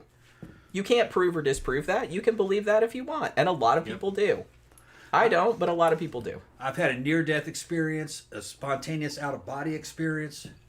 I believe in souls. I believe in an afterlife. I believe in realms of heavens and hells, because I saw stuff like that. I believe in a God, but not necessarily the one that he was in the Garden of Eden. It's more like the Force. That's supernatural shit. But I can kind of think that maybe what it was is it had something to do with the quantum. You know, it was something to do with quantum physics. It was like a quantum universe, a universe of fucking thought. It very much was like an ultra-realistic experience. Like a hallucination that was so vivid that it was better than reality. So I'm not afraid of death. And you can say, well, that's supernatural shit. Maybe not. Maybe science could explain that. I don't really care, you know.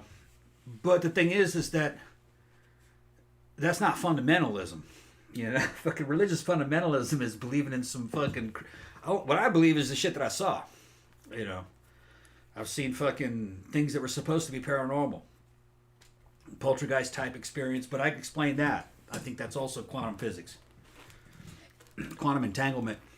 Well, the interesting thing to me is that creationists, as time has gone on, it does seem to me that as scientific knowledge progresses, they have to, by necessity, like, change their tactics. Like, for example, back in the 50s and 60s, before they really knew too much about genetics or anything like that, they kind of posited that, much like it says in the Bible, that species were, like, immutable. Like, God made them like that, and that's just the way they were. However, as more and more evidence began piling on, now creationists will say, a lot of them will say now, oh, they believe in microevolution, as in small adaptations, which you would be stupid to deny that. Yeah, because you can see breed that dogs, happening. you can breed dogs. You can see that happening in the lab. Fruit Right, yeah. flies, like all kinds of different things. You can see that happening. Right. How do you explain dog breeds? Right, and stuff like that. So it's like so they've had to keep chipping away at their beliefs and saying, okay, well, we believe in that, but like, so they'll say, we believe in microevolution, but not macroevolution. As in, we think that species can adapt a little bit, like within their kinds, which is a word they use, which is not a scientific word, but that's the word they use because it's in the Bible, which doesn't have a definition, really. I might talk about that later. But so they'll say that, but they don't believe in macroevolution, as in species evolving into other species. Even though that argument is basically saying, well, I believe that a faucet can drip, but I don't believe that that faucet can eventually fill up a swimming pool given enough time. Right, yeah. Because microevolution, to add up to that. It adds over time. That's kind of like saying I believe in inches, but not miles. Right. That's kind of what you're saying. You're right. Well, see, another thing is, when you look at the details of how evolution works, not only is there kind of genetic drift and natural selection going on, there's also mass extinction, and that's like the main force is all of a sudden there's a mass extinction and a bunch of shit dies because it no longer fits in with the new environment. Not everything, but a large percentage. Yeah, and that's what pushes things down a direction that you didn't expect. Because there's open niches now, right. so like a lot when the dinosaur died out, that was the wrap. Mammals took over. Yeah, if the dinosaur, then, if that asteroid hadn't hit, we would not be here. Right. I think I can say that with some authority. Right. And that's like the main mechanism for evolution. That's one of the main things. Mass extinction. Evolutionary bottlenecks. Like shit changes. Now every fucking, say if shit changed in the environment, now all of a sudden every human being has to be a certain size and a certain strength to pass this test. That'll change the human fucking species forever. Periods like that, mass extinctions, which generally, it's not a sudden thing. It usually, they say it's sudden in geological terms, but that usually means several million years. It takes on a couple 100,000 years. It takes a while. 1,000 years. Yeah. But that's usually a time when you see really rapid diversification. Yeah. Obviously, as all of these empty niches in nature and all of these animals are rapidly evolving to fill them. All of a sudden they can get bigger now because there's nothing trying to eat them. Because there's no, right, exactly. And that's exactly what happened when the dinosaurs eventually died off, and then the mammals, which had previously been very, very small, were able to get larger and fill up all those empty niches that previously taken up by the dinosaurs. A mammal couldn't get big, they'd get eaten. So because they were all little. Their all defense was to be small. They were like little mousies and stuff. The size of a mouse or a rat, they could hide. And that's how they lived. And but when the dinosaurs are gone, they did that. Their size wasn't limited. Now they could get as big as a man, and nothing would eat them, or bigger. They rapidly became like the size of a cow or a bull. Yeah, and I will note too, and I guess this is a good time to bring this up because we're talking about periods of rapid speciation. One thing, and I kind of remember when this happened, because I remember creationists making more of this than they should have, or misinterpreting it, which they do a lot, and they also misquote scientists, quote mine, they do all that kind of stuff, which is really dishonest. But I remember in particular, if you've ever read any Stephen Jay Gould, very, very famous paleontologist, I've read probably most or all of his books over my time, and Niles Eldredge, they proposed something called punctuated equilibrium. And this was I don't know if it was contravention, but they were just kind of saying, well, we think that evolution happens, there's long periods of stasis, not complete stasis, the species aren't staying exactly the same, but they're not changing all that much if their environments aren't changing. And then there's periods of rapid change, and I'm not talking about in a couple of days or whatever, I'm talking about geologically a short period of time. They're still not real sure. It's probably a combination of those two things.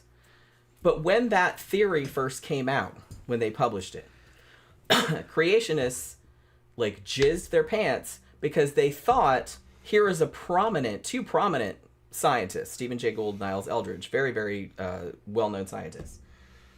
they sold it as, here are two evolutionists saying that evolution doesn't happen or arguing against evolution, and they even misquoted Stephen Jay Gould or took quotes out of context, like from his books, to make it look like he was doubting evolution. They know what they're doing, is what I'm saying. It's like, it's very dishonest. At least at the top, they know what they're doing. But Stephen Jay Gould and Niles Eldredge were not arguing. They knew evolution happened. They were just arguing about the rate. They're saying, well, maybe it's not like steady. Maybe it's just kind of like long periods where nothing much happens, and then there's a short period where a bunch of shit happens, and then not much happens. You know what I mean? And that's not controversial. They weren't arguing over whether it happened. They were just arguing about how quickly it happened. The fossil record's very incomplete. There isn't a lot. It's there. You can see that there is changes, but there's a lot of that shit missing. But in the big picture, there was definitely evolution happening as far as that fossil record says. And the thing about it is that even though fossilization is very rare... It's too rare, yeah. In spite of that fact, there is still a treasure trove of fossilized... And I don't think that creationists know that. Because I have seen creationists straight up go on shows and shit like that, and they will say shit like...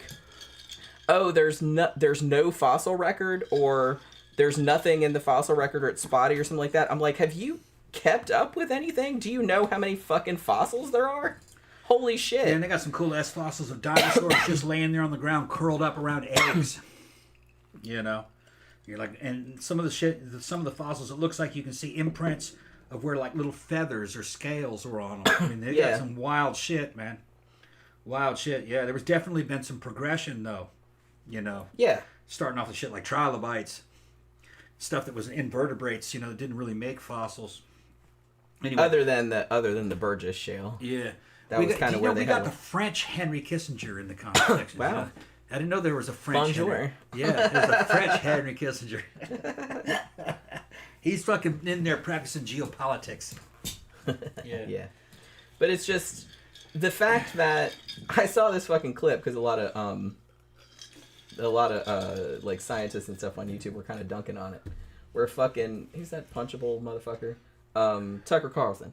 Yeah. He was on Joe Rogan, and he straight up said, "Oh, we've given up on evolution, right? It's not true." Wait, and he said that shit? Yeah, and then he said, "There's no fossil record." I'm like, "Are you fucking high right now?" Yeah, he must be smoking crack. If you said that, you fucking? I was like, I already knew the dude was a moron. I'm like, oh my god, he's an even bigger moron than I thought.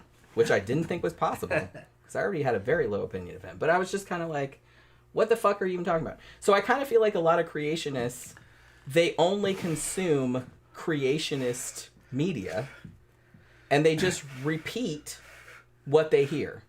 They don't know anything about actual science, how many fossils there actually are, because the fact that they keep making the same arguments that have been refuted over and over and over again over the past 20, 30 years just goes to show that they don't have any interest in learning anything.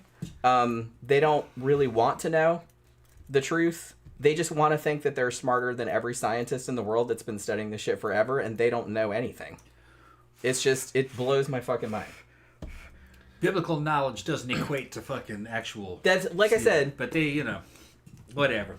You've read the Bible and watched a couple creationist videos, and suddenly you know more about evolutionary biology than, like, every scientist that ever lived? I don't think so. Well, they know more about it than even guys that actually really study the Bible. Like, Dr. Price would come in there and go, no, fucking the Bible doesn't really make any comments on anything like evolution. That's not the subject matter. It's not a scientific fucking document. It's a religious document. Yeah. And it was made to be religious from day one. From day fucking one. So why are you going to that? Why are you going there for religion, for science? That was never the intent. It was never the intent for any of those stories. No, of course not. Yeah, TB Trigger says it's the same principle when we were talking about filling up empty niches. Same principle why invasive species can thrive. They're not facing the normal predators to keep them in check, like from their normal habitats, and can more rapidly reproduce unchecked. Yeah, that's exactly what happens, and that's exactly what evolutionary theory would predict. And TB Trigger says, and I wanted to point this out too, So thank you for like bringing up all these points, because you're like reminding me of all this stuff that I want to talk about. It's like they only know the famous ones, like the famous fossils, like Lucy, which I've actually seen, the real one, like in the museum. They love to talk about Lucy, and just that it's like, oh well, she's just incomplete. That's just an ape, but they don't talk about like the hundreds of other Australopithecus afarensis fossils that we have. They think that that's the only one that there is because that's the only one that they know. But there's like a whole bunch of other ones. Yeah, I don't think they're complete though. They're just bones. Well, yeah, I mean, honestly, it's very rare that you get a complete fossil of anything. But they have so many. They got is the what I'm bones saying. of them, yeah. They have so many, and You the might fact find a that they have so forearm. many, Right. I don't think the creationists realize the breadth of how many fossils that they have, and how many lineages are essentially like pretty well established because of all the fossils that they have. Yeah, some of them are partial. Some of them it's just a skull. Some of them stuff like that. But it's not like they just have like 5 bones and they just extrapolated this whole big story about it. That's obviously bullshit. No. For to get a complete or a fairly complete fossil, you have to have a dead body that's basically buried whole, and then it decomposes. And usually, like in very specific circumstances, like a mud bog or something like that. And that's not what usually happens to any of them creatures. Usually they die in the field, and then they're left behind by their own kind, and then the animals come in and scavenge them rapidly. So they scatter the bones out. So yeah, there's a lot of hominid bones, skulls, fucking vertebrae, arms, legs, pieces of the arms and legs. And they can identify what goes to what, you know. But they're not all the same individual. But, so yeah, they have a lot of bones of all that stuff. It's just it's kind of rare to get a complete one.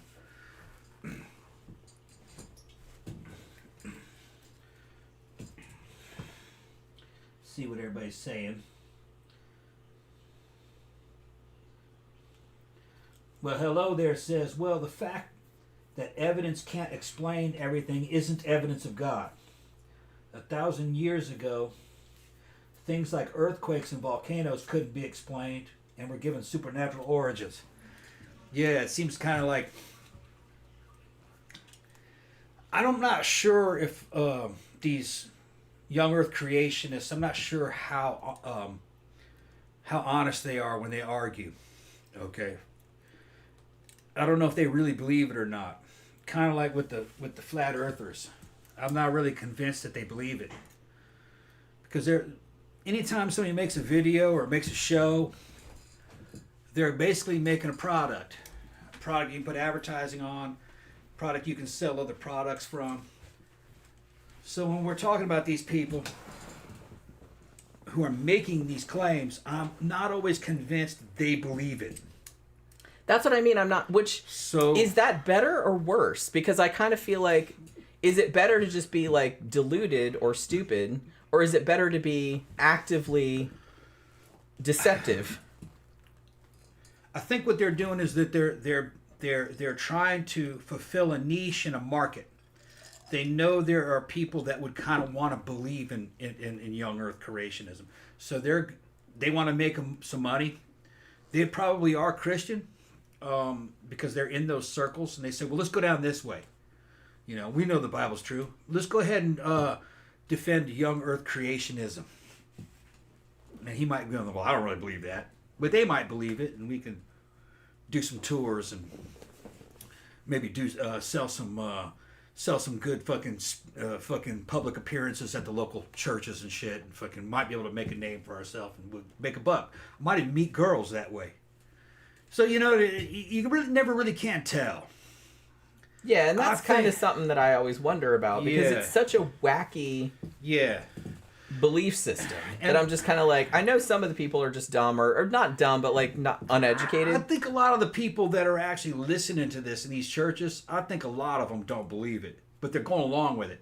Like peer pressure, and it's virtue signaling. They're just signaling that, yeah, we belong to this tribe. All right. This is what we believe, and I'm looking for a woman. You know what I mean? Where my next girlfriend's coming from? You know, it's that kind of shit. I want a creationist. It's more like we gonna make a creationist baby. I think it's more of a social club stuff. It's just social club Although stuff. some people are dumb enough to believe this stuff in real life. Yeah, some people might not know. But I kind of have a weird feeling that they know. Kind of like I have a weird feeling that Scientologists know that a lot of what they're doing is bullshit. But they're trying to swim in that shark infested pool, and they're trying to get a one up on their peers and gain rank in that system. And I think a lot of stuff's like that. Like corporate cultures are like that. They don't really believe in it. They're just trying to get ahead. I'm just really glad I had no interest in any of that kind of hierarchical kind of thing. Keeps you out of a lot of trouble. I think that's what it is. And the guy goes, man, if I go in here and I can really put on a good creationist tale and shit, I might get laid. You know, it's money and sex. That kind of is the main motivator of fucking all this shit. Dudes become corporate tycoons for money and sex and status. Are creationist women more likely to put out than they might be? Non-creationists? You might have this fucking we don't know. Somebody needs to do a study on that. Well, Maybe look, I'll get a grant. No, I think it's a given that church women are fucking. They're pretty wild, okay? Because they can be forgiven of their sins. Yeah, they're wild. Yeah. So I think that's. Yeah. I mean, look at all the churches that got busted where the most fucking fire and brimstone fucking Southern Baptist preacher gets caught with the fucking gay prostitutes. You know, it's that kind of shit. That was happening a lot. Like I said, the more they protest something. Yeah, and he was the one that was going, they're going to hell and damnation and all that shit. And he's in there fucking sucking so much dick. It ain't even fucking funny. Yeah, every time I hear some preacher or something going on about homosexuals or porn or something like that, I'm like, check that dude's hard drive. Yeah. No one's that fucking obsessed with it unless they're like super into it. Like if it's just like a regular thing, you don't like fucking make your whole life about it. You know what I mean? Yeah, talking about fossils, and I guess in particular we're talking about hominin fossils. TB Trigger says, most aren't complete, no, but collectively we have full skeletons many times over. So even if most aren't complete as a collective, we can get an idea of what they were and what their physiology was. The cool thing to me is that when I was growing up, I mean, they pretty much knew about, Lucy, Australopithecus afarensis. They knew about Neanderthals. They knew about like a couple of other ones. But since then, like in my lifetime, they've like found so many other human relatives that, holy crap, there's just like no way. Yeah, and we're not necessarily the pinnacle of hominids either. We're just the one that survived. Some of those Neanderthal skeletons, you look at those skulls, they had big brains. They may have been more intelligent than a modern Well, they know that modern humans interbred with Neanderthals because it's in our DNA. Yeah. A Neanderthal may have been more intelligent than it was a very long time ago. Right. But it was after we left Africa because Africans do not have that, but the populations that left Africa do. Yeah. And a lot of those other hominids were good enough to fucking make some badass shit, and they may have had a civilization, but it wouldn't have survived. It was too long ago. Like Homo erectus had a pretty good sized brain on it, or it wasn't as big as ours, but that doesn't really matter. I mean, birds don't have very big brains either, and they have a lot of powerful computing power in them. Yeah, I mean, it's generally true that if you have a large brain for your body size, then that usually equates to intelligence, but not always. It's not like a one-to-one. Now, a lot of them, they have wear marks on their teeth where they were stripping leather and doing things with their teeth. But, you can find human skeletons with those wear marks, too. So it wasn't just, so they weren't that primitive. They were... And we don't know. The fossil record has big gaps in it of thousands of years. There could have been a point there where there might have been some Homo erectus that had a city and maybe like a local economy, and you just don't know. None of that would have survived. They'd been working with wood. Wood and stone had been gone by now. Yeah, I mean, like I said, there's a lot of things we'll probably never know, which is kind of sad. But I kind of think fucking things like Homo erectus probably could have been like on a par of fucking Vikings or Native Americans, about like that probably. I don't think they were that different. Like I said, I don't think they were either. Okay, so let's see, where was I? Okay, Oh, Camp Guy said Cumberland Cavern on the Middle Tennessee Mountain Plateau has fish and ocean fossils inside the cave. That's pretty cool. Tammy says, as somebody who moved to the Bible Belt 12 years ago, these religious nuts truly believe in the Bible word for word. I could never openly admit to being an atheist. Who said that? Tammy said? Yeah. Yeah, I grew up in Florida, and I remember being in college. What class was I in? So I think it was an English class. And somebody in the class, it wasn't the teacher, but one of the students said something like they couldn't believe that anybody could not believe in God. And I'm just sitting over there going, hi. You know what I mean? And everybody's like, yeah, for real. And I was just like, oh shit, I'm in trouble. I'm gonna get fucking burned at the stake. But yeah, it's and that was Florida. So yeah. Well, shit, I was fucking growing up a lot of times in fucking Mississippi. All right, around the Heidelberg. They were religious there too, but I don't really think they. Just by looking at the behavior of them, especially the young ones, they were fucking wild. I don't think they really cared. I think it was virtue signaling, you know. TV Dreyer said a lot of what makes us human are actually ape pseudogenes. If we didn't get dysfunctional genes for our jaw muscles, we likely couldn't have grown larger brains. We're basically broken apes. Yeah, and the thing about it is that I think mostly what bothers creationists, why they go on this whole rigmarole about trying to deny all of science to fit everything into the Bible, is that they don't like that we have common ancestors with apes, or essentially that humans are apes. A type of ape. We are apes. Yeah. And they don't like that because they want to be special. And they're looking down on chimpanzees and gorillas and orangutans, which you hadn't met a gorilla. Gorilla would fuck you up. And here's the thing. They're pretty cool, actually. You just watch them. We are closest genetically, obviously. Most people know this, to chimpanzees and bonobos. Yeah. And the fact that not only are we 98.8% similar, I think, like the DNA or something like that, but the fact that even like the shit junk DNA is the same, I would think that would be enough evidence right there, but apparently it's not. Like, why would God create a chimpanzee with all the same fucking DNA that we have, even the useless shit that doesn't do anything? They're going to say that DNA doesn't mean anything. That was something that was just made up. That's what they're going to say. That's kind of their answer for everything. That's what the religious mind would say. That's all made up. It's just kind of like if you come out and say, you know, here's this tree. Like I said, you say the Earth is 6,000 years old. We found this tree that's 8,000 years old.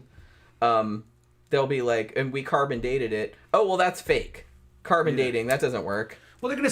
It'll work if it comes up with some religious artifact that was the date they wanted it. They'll believe it then. But if it comes up with something they don't like, then they'll say it's fake. I've heard fucking Southerners say that outer space wasn't real. Okay, that was something that was made up. So go figure. Like I said, I kind of feel like a lot of the younger creationists or people that were raised in it, I kind of give them more leeway because maybe they just weren't exposed, so they don't know what they don't know. You know what I mean? Yeah. The fact that they make these YouTube videos with this smug, condescending tone that they have, where they think they're smarter than scientists when they obviously don't know jack shit about what they're talking about, which is obvious to every normal person. Yeah. And the fact that they say it so definitively and snottily, and it's just like, that's very funny to me. Yeah. But I think that's just because... Well, that's a good technique. They really don't know anything. Yeah. They really don't. When you're on the defensive and you're losing, that's a very good technique. Is just to put on an air of superiority and pity. You know, and that's you don't know what you're talking about. Oh, this is terrible. That's what they do. That doesn't work on me though. It just irritates the fuck out of me. Yeah. I'm just like, shut up. You don't know. Yeah, everybody does it though. You know what the fuck you're talking about. You can just. It's just like no. It's just funny to me that, and it's very obvious, like I said, that they have no idea what they're talking about because they say the dumbest shit imaginable. But they say it like so. They say it like so smugly. It's just like so funny to me. So yeah, I don't really know why Jen gets upset about it. To me, I just find it amusing.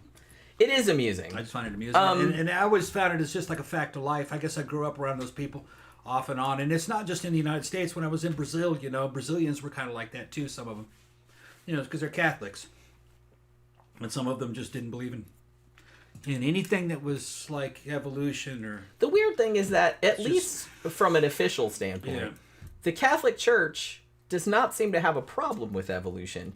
Catholics don't care what the Catholic Church says, though. Well, no, I'm just saying that's why I made the caveat officially. Yeah. The Catholic Church, as in the Pope, I don't know about the new Pope, but like the older popes have said they don't have a problem with evolution, that's obviously what happened. Yeah. And it's just kind of like, oh, maybe God guided the process or whatever. So they didn't seem to have an issue with it. Like I said, Catholics on the ground, that's a different... that wasn't what I was talking about. Yeah. I was talking about officially the Catholic Church does not have a problem with evolution.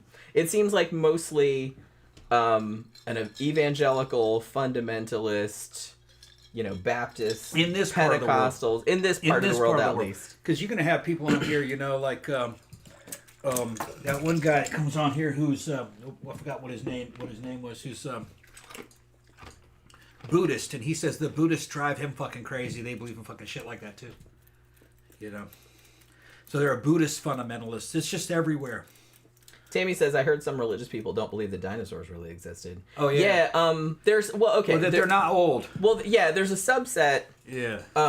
Some believe that dinosaurs didn't exist. Ooh, thank you very much. We got a very generous super chat from Titanic Discussions. Thank you very much. Greetings, everyone. I believe evolution makes more scientific sense. Well, yeah.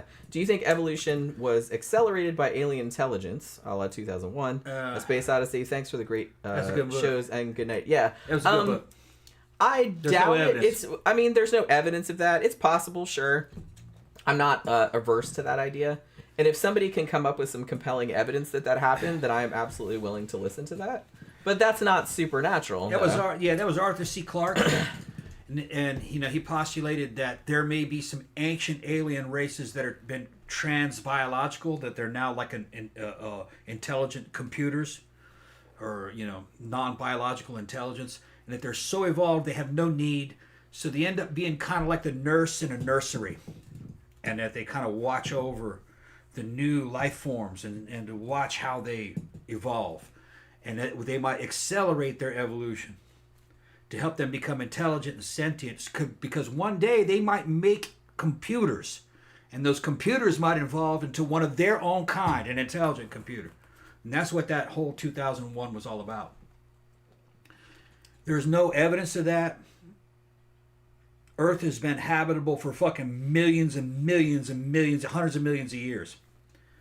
If aliens wanted to come and tinker around with things, they'd have been here a long time ago. It would have accelerated, been a lot faster, probably. So I would say no. I kind of doubt it. I don't even think they know we're here or care. Probably not. They probably don't even care. If they're aliens, which I'm not disputing, because there probably are someplace, I kind of feel like they probably wouldn't give a crap. They wouldn't care. Us. It'd be the same as you riding on a bicycle, going by on the sidewalk, and you're passing a bunch of ants. You don't give a shit about ants. You're riding your bicycle. That's the way they would be.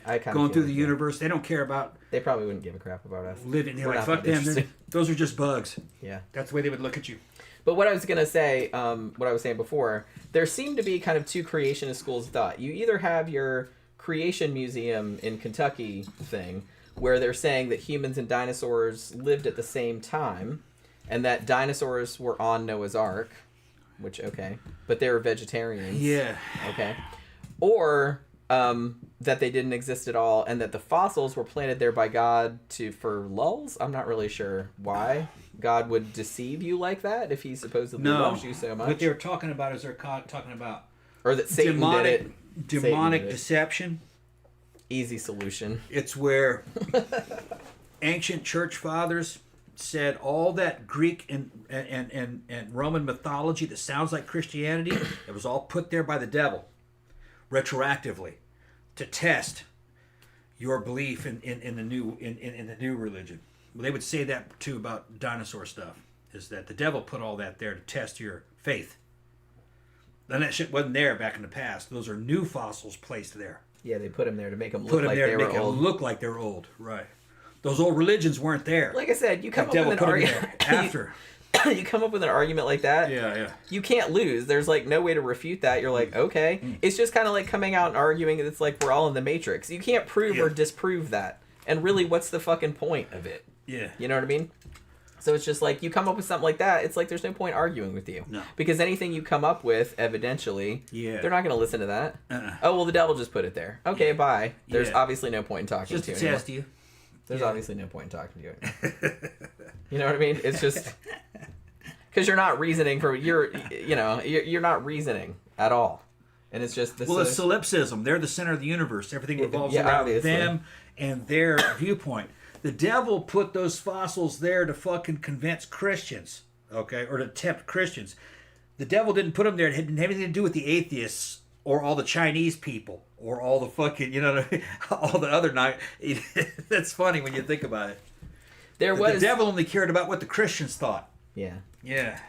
Recently, there was, speaking of the dinosaur thing, recently there was kind of a bit of a brouhaha where, again, creationists once again jizzed their pants, which somebody laughed that I said that before. I'll give you another that they found a dinosaur, or the remains of a dinosaur, that still had some remnants of soft tissue, in some of the bones, which should have, in theory, been impossible after all of this time.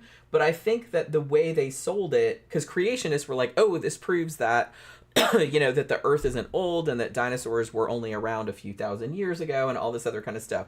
But the way they sold it was that they found this dinosaur that had all its bone marrow intact and stuff like that, and that's not what they found. They said they did find some that had some traces of some shit still in there, but it was really, really hardy molecules that can last a long time. They didn't find, it wasn't all squishy in there or nothing like that. But that's kind of the way they sold it, because they were trying to, their agenda is that dinosaurs were around at the same time as people, which I think is very funny. Because like I said, sometimes if you have the creationists that don't deny that dinosaurs existed altogether, which I think a lot of them don't, but there is a contingent that does. But I've seen Noah's Ark illustrations, in creationist literature, that very clearly had dinosaurs in there. Here you go. I don't know how they kept those dinosaurs from eating the other animals on the Ark, or indeed how they kept any of the other animals from eating the other animals. It says in fucking Noah, Darren Aronofsky's Noah, Noah had a special thing, some special herbs that God showed, magic, which put him to sleep. Magic. So they got smaller. So they went into stasis like an alien. They went into stasis and they got smaller. Oh, he had a shrink ray. That was awesome. That way you could stack them in there. If you have magic, you can do anything. Yeah. Like I said, if your explanation for something is magic, there's no point talking to you.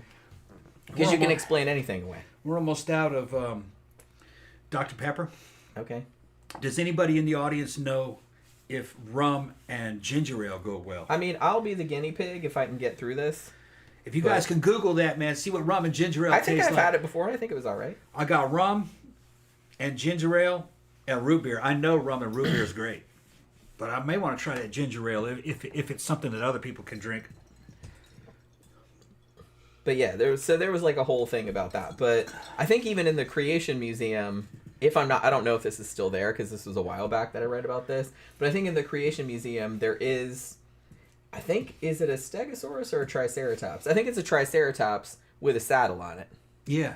That you can sit on and it's a photo photo op. Rode around on it. Yeah. Because obviously it was just because ancient humans it was just like the fucking Flintstones. Yeah.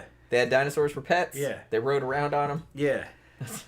It's just dinosaurs didn't eat people. Land of the fucking lost. Yeah. Yeah. Here's another thing, and I love a channel Guts at Gibbon. She brought this up, and she was saying, there's no mention in the Bible of Noah taking any plants on the ark. And she said, now, if the sea covered the whole entire earth for a year, which is presumably salt water, that would kill all the plants. Yeah. And so she's like, so when all the animals, the herbivores, got off the ship, what are they supposed to eat? There were no plants. And she's like, and she made the point too. She's like, the reason that they knew the flood was over was that a dove came with an olive branch in its mouth. So an olive tree survived? How'd that happen? Yeah. And she noted too, she's like, if the whole entire earth was covered with presumably salt water because it was the ocean or the sea or whatever. Yeah. She's like, when that kind of went back down, she's like, well, then where'd all the fresh water come from? She's like, if that really did happen, then what you would see nowadays is all around the earth, it'd be fresh water at the top and salt water at the bottom. Yeah. Oh, and that's not what you see. My Buddhist showed up. Kaysen. I think Kaysen Lee was the Buddhist guy, if I remember correctly. Isn't that right, Kaysen? Aren't you Buddhist? You were saying that the fucking Buddhists would drive you crazy with their fundamentalism. And then we got SideQuest. She's back. She said that ginger ale's not awful with it, but she'd rather have root beer. I'm pretty sure I've had ginger ale with it before. I'll drink and like whatever. It's whatever mix. I'll drink the root. We'll drink it with the root beer because I know the root. I mean, the root beer is good. The root beer rum fucking that goes together. Titanic well. Discussion said my friend used to make gin and root beer. It was surprisingly good. Gin went with root beer. Damn, it didn't sound like that would work. Now I'm kind of curious. Yeah, those two flavors don't seem like they would go together. That's some weird shit. But there. now I kind of You want would to try think it. that ginger ale and gin might work good. Because They both have that kind of like fucking aromatic kind of. Yeah, Hugo said rum and ginger ale is a popular cocktail that can be found in many places. Yeah, Drink's origins are unclear. It's likely the sailors were the first to contribute rum and ginger ale. Kaysen confirmed that he's the Buddhist. Give me a Buddhist story about fucking write that down in there. A fundamentalist Buddhist story. What you looking at? That's where I am on that. Oh, you still got a long way. Okay, go ahead. Well, there says religion is a failure of imagination. Yeah, I agree.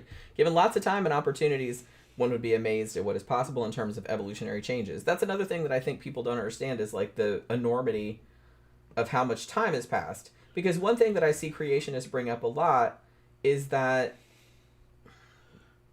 they kind of expect shit to happen like right away. Like an egg will like a chicken egg will hatch and it's a duck, or something like that. It's like that's not how it works, and that's like not what evolutionists are saying. They're not saying that something can evolve into something else. Like I will get into that like a little bit because there's one very fundamental thing that I wanted to get into that it seems that no creationist I've ever heard has ever really understood. It's kind of related to that. Hugo says that rum and ginger ale is good. It is popular. Okay, thanks. Hugo. Yeah, I said that already. Okay. But yeah, okay, so when Darwin first published On the Origin of Species, as I said, most of the scientific community were on board pretty much immediately because they read it and they were like, well, obviously. This is obviously lines up with what we've observed. It explains it better than anything else. So this is obviously true. So they were pretty much on board. The public, not so much. Much as when heliocentrism was kind of brought to the fore, where it was announced, well, we're not the center of the universe. Actually, we're the sun is the center of the solar system, and there's a big massive universe that doesn't really give a shit about us. The Earth is not the center of anything. We're just kind of out in the middle of nowhere, and people got really annoyed about that because everybody likes to be kind of prime place or whatever, and we're not special. And I think people were annoyed about that, and this was yet another nail in that coffin. Like now, Darwin is saying, oh, well, humans are just... I mean, he didn't talk about humans much in The Origin of Species. He did do another book later that was called The Descent of Man, where he talked about that more. But everybody knew what the implication was. They're like, you're basically placing humans in the animal kingdom, and you're saying we're just one of these other animals, and that we also evolved, and we're not any different, or we're not special. And people got that, and they were pretty annoyed by it. So he did get a lot of pushback, particularly from religious groups, not surprisingly. And it was a big controversy. So you got creationists, and it kind of, the movement kind of swelled as they were pushing back against Darwin. Now, probably, and I'm mostly focusing on the United States here, because I'm sure other shit was going on in other countries. Although, like I said, it seems... as far as other countries go, it seems like pretty much everybody in the Western world, at least, has accepted evolution without any controversy. It's pretty much the United States that's the only holdout. And what we see in the U.S., very famously in 1925, you had the Scopes monkey trial, as they called it. And this happened in Tennessee, and... there was a law on the books in Tennessee that prohibited the teaching of evolution in public schools. And Scopes was a teacher, I believe it was the ACLU or somebody like that wanted to challenge the law. So they needed somebody to be, the person that would go to trial and do it. So Scopes volunteered because they wanted to challenge the law because they thought it was unconstitutional. ACLU stands for American Civil Liberties Union. Yeah. I don't remember if it was the ACLU, but it was somebody like that. Yeah. Gang of lawyers. So they wanted to challenge this law because they thought it was unconstitutional. So like I said, Scopes volunteered to do it. Now, the trial was a huge fucking deal. Like, it was all over the fucking media at the time, everything. And it kind of brought to the fore this conflict between science and religion. Now, I think a lot of people don't know this. They made a bunch of movies about it, like Inherit the Wind and stuff like that. But I don't know if a lot of people know that Scopes actually lost. Like, he didn't go to jail or anything like that. But he was fined $100 for teaching evolution in his classroom, which was technically illegal. However, the result of that trial was kind of like, sort of spurred the scientific community to kind of get on board and be like, well, we really need to fight like against these laws. And it kind of got some public support on the side of teaching evolution in public schools. Now, up until the 50s, it was kind of hit or miss. I guess it depended on like what part of the country you were in. Interesting. I always found this really interesting. 1958. Very famously, the Soviets launched Sputnik. And the U.S. was very, very annoyed that the Soviets had beat us into space. It was a huge threat. And one of the... Yeah, it was a huge threat. So one of the things that they thought had happened was that science education in the United States was behind. So there was a huge amount of funding. Eisenhower was the president at the time, and he gave like a huge amount of funding to, beef up science education in the United States. They're beating us. You know what I mean? Obviously. So in the course of that expansion of science education, evolution kind of slowly crept its way back into the textbooks, because evolution, I'm not sure if people are aware, and it probably wasn't quite as apparent back in 1958, is essentially the unifying, aspect of all biology. Like nothing... And I think this is a quote. Who said this? Ernst Mayr, I think. Nothing in biology makes sense unless it's in the light of evolution. I'm paraphrasing. But he said something like that. So... Well, yeah, of course. Yeah. Nothing would make any sense without... That's what I mean. So that's why I say that creationists, they pick at little weaknesses. Yeah. Which, like I said, I'll get into a little bit later. They just pick at weaknesses, but they don't understand that it's like this huge edifice. It's the whole unifying... It's the foundation. It's the foundation of biology. Yeah. Is what it is. Yeah. What's the most important thing would be single-celled organisms, multicellular colonies, and then multicellular organisms. This is the weirdest thing. We're talking about human beings, and they're just a collection of cells, all specialized, working together. And a lot of your cells, you're not one thing. You're billions of things. And a lot of your cells are like bacteria and shit. And then there's stuff that's not even really. We're not even sure if that's really part of you in there living. Yeah, like you need it. You need it because if it's not there, it dies. But it's not really you, though. It's not. We're not sure that's really you. Yeah, that's the weirdest thing. And you're just a collective of all these little living creatures. It's kind of amazing. Yeah, I just thought that was so cool. Yeah, and without evolution, none of that would be possible. It would make no sense. But like I said, it's in light of evolutionary theory, it all makes sense. Yeah, right. That's the only way, because there's really no other explanation. Life probably started off as something kind of like just DNA floating around in the open water. It wasn't even DNA; it was RNA. Yeah, RNA, right. And then it starts doing shit, and then eventually it makes a cell wall around it and starts to have organelles. Because the earliest life forms did not have DNA. Somehow it starts taking in things from the outside, and it's all becoming part of that one life form. And I imagine there was a bunch of gray area in the early about what was alive and what wasn't alive in the beginning. So it had been amazing. See, I mean, you can see why I'm super interested in this stuff. And to me, I kind of feel sorry for creationists a little bit, because it's like they can't imagine, they can't see it. Well, their worldview is just so limited. Yeah. It's so limiting. It's just like, if you would just read a little bit about this shit, it's amazing. It's fucking amazing. Yeah. And it's just like, and it's so interesting, and it's just like the fact that they don't know any of this stuff, or they deny all of this stuff, is just like really sad to me. Yeah. Because it's like so fucking cool, and I don't understand like why they don't want to, I don't know. I just think it's awesome, but I don't know why they don't want to know that. But so yeah. So interestingly, because of Sputnik, science education got a lot better, like after 1958. Like a lot more money was poured into it, like in the public schools. Now, so it got better. Now, interestingly, the Supreme Court didn't really get into the mix until 1968. There was a court case called Epperson versus Arkansas, And that definitively said you can't ban the teaching of evolution in schools because your problem with it is a religious problem. So that is essentially a violation of the Establishment Clause. These are public schools. If you're not from the United States, the Establishment Clause basically means if something is publicly funded, like a public school or something like that, the government can't endorse one religion over another. It's not supposed to, in theory. Like, sometimes it still does here and there. It depends on what state you're in and shit like that.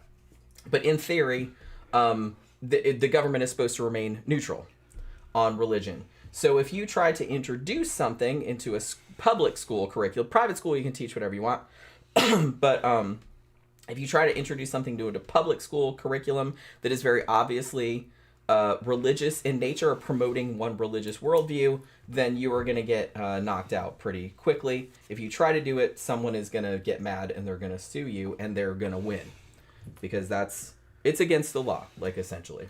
I went to a religious military academy as a kid. They taught both. You only had religion in chapel, but they taught about evolution. Yeah, see, which, like I said, yeah, I don't have an issue with that. School. I don't have any issue with private schools. I don't have an issue with homeschooling. Yeah. Any reasonable private school, even if it's Christian, is going to include both stories. Well, the thing about it, and the sad thing about it is, look, parents, if it's your kid. Yeah. Like, if you are a creationist and you want your kid to learn that, fine. I'm not happy about it, but it's like, it's not my kid. It's not mythology. My business. Yeah. But the thing about it is that in a lot of ways, you're kind of handicapping that kid. Because there's, as I said, evolution is a foundational, aspect of biology, of a lot of sciences. If you don't know anything about that, or you don't, you're going to be handicapped later on. You can't compete in science. Yeah. So the Christian fundamentalist fucking rationale would be like, well, yeah, this isn't true. Evolution isn't true, but we're going to teach it so he can pass the test and go on. Right. You know what I mean? He doesn't have to actually believe it. He has to know what the theory is. Yeah. That's probably how you could rationalize it to yourself. And then we're going to let the child decide later on. You know what I mean? A lot of them don't, though. It's yeah, just of course. That's kind of the best thing to do. You know, there's a problem when your parents are forcing an idea into a kid. Yeah. Especially once, they're old enough to learn about that kind of stuff, which is around 8th grade. Yeah. That's when you're going to start knowing about that. Like I said, I kind of feel like I'm glad that nothing was forced on me. Nothing was imposed on me. It wasn't really talked about. I could just kind of read about whatever that I was interested in. And I just came to my own conclusions. You know what I mean? So I'm kind of glad that I was brought up like that. I really think that's the best way to do it. In my Christian military academy, you had chapel, and that was all the religious instruction. But when it came to science, they talked about religion. When they talked about evolution, sorry. In science, you learned about evolution. So you learned both. Yeah. And and like I said, one doesn't preclude the other. Yeah, they didn't even know. They didn't even mention that it doesn't have to overlap. Yeah, and that was in California. They didn't even really mention that there was a conflict between the two. Because when you're reading Bible stories, you know they're Bible stories. Yeah. Really, there shouldn't be. Yeah, there's because they're two completely different realms. Yeah, right. Yeah. Like I said, the only time that you have an issue is when young Earth creationists are making scientific claims. Yeah. The Earth is only 6,000 years old. Yeah. No. Evolution didn't happen. That's obviously false. Yeah. Well, even Genesis doesn't say it's 6,000 years old. Yeah. They're surmising it's 6,000 years old based upon the story. But that's just a story. Yeah. And it's just a story that was handed down to us. And it's just a cultural relic. Right. So like I said, I don't have a problem if you just want to believe whatever stories you want to believe. But when you're making... You can't make that as history. Scientific claims or historical claims. Yeah, it's historical. Yeah. That are obviously not true and there's evidence against that, then obviously people are going to push back against it because you're just wrong. If a document does not name any dates, it cannot be historical. Yeah. No dates were given. It's mythology. It's mythology. Yeah. It's legend. Yeah. Yeah, Tammy said when religious people want religion taught in school, they only want Christianity taught. What about all the other religions? Yeah. Yeah, well, see, this is That's why... the Satanist troll. That's what I was going to say. That's why I think the Church of Satan is kind of brilliant, because every time somebody tries to get some Christian bullshit, like in public schools, they will come out and be like, well, what about us? We are also a religion. We also want our stuff taught in schools. And then the Christians shut up real quick. Because they're going to have a statue of Baphomet out there with the little children and shit. They know exactly how to do that shit. That's exactly the way you do it. Because they're like, hey, we're a religion too. All religions, right? You want to leave religion out of education. Exactly. Yeah. Like I said, religion, if your parents want to teach you that, if they want to teach you to, take you to, send you to private school, homeschool, if you just want a religious educate, that is up to you. That is your child. Like I said, you're probably handicapping them later on, but whatever. They might become a burden on society later on. In my opinion, education and religious education are two different things. I agree. That's all they are. I agree. And I'm not denigrating religion. It's just that's a different story. And here's the thing, too. Look, my atheist ass, I don't have an issue with a public school teaching a class and say comparative religion. Yeah. Where you're going to learn about all the religions. Or, for example, like I took a humanities class that talked about kind of comparative religion in the sense that where the Noah's Ark story came from, they talked about the Epic of Gilgamesh and compared the two things and stuff like that. Or classes that talk about religion as mythology or how it affected social groups or how it affected history. I don't have an issue with that at all. So I think that some Christians say it's like, oh, you can't even talk about religion in schools. That's bullshit. You can. It just talks about what they're talking about. What's illegal is not talking about religion in schools. It's advocating one religion, saying this religion is right. You have to believe this one. We're not going to talk about any of the other ones. We're not going to put it in any context or anything like that. That's what's illegal. And the reason why Jenny's saying this goes back to what I said earlier. The U.S. Constitution says that the state cannot endorse a religion because we're a secular country. So that means the state cannot force a religion down your throat. Right. And rightfully so. Which that's fair, because at the time that the Constitution was written, there was a lot more. There are many versions of Christianity in here, all competing with each other. Yeah, none of them liked each other. Right. There was Judaism and Islam and Native American religions in here, all fucking together. So the government had to be neutral, okay, as neutral as possible. So when you have a government-financed school, they cannot fucking promote a religion. It has to be neutral. Yeah. Like I said, they can still talk about religion in certain contexts. Can't promote one over the other. Like I said, you can have a comparative religions class, like comparing different belief systems. You can totally have that. That's totally legit. And they couldn't throw generic Christianity into there because America was a warring factions between 5 or 6 versions of the fucking Protestant Christianity and Catholicism. They were at constant war with each other in here, so you couldn't even put any kind of generic Christianity in there because they would all disagree with it. Yeah. So you just had to keep it out. It's just that's better. That's why Jen said it's just better. If you want a religious education, it's got to be separate from your public education. It's got to be private education. And like I said, public education, we all pay taxes into that as we should. Yeah. Because that benefits society as a whole to have an educated population. So it's just kind of like, but I don't have any beef with people that want to learn religions, or if you want to teach a religion to your kid or something like that, but not in a public school. That's for everybody. We all pay for that. Keep your fucking religion to yourself. You know what I mean? Go to private school, teach them at home, whatever. Go to church, whatever. Like, don't.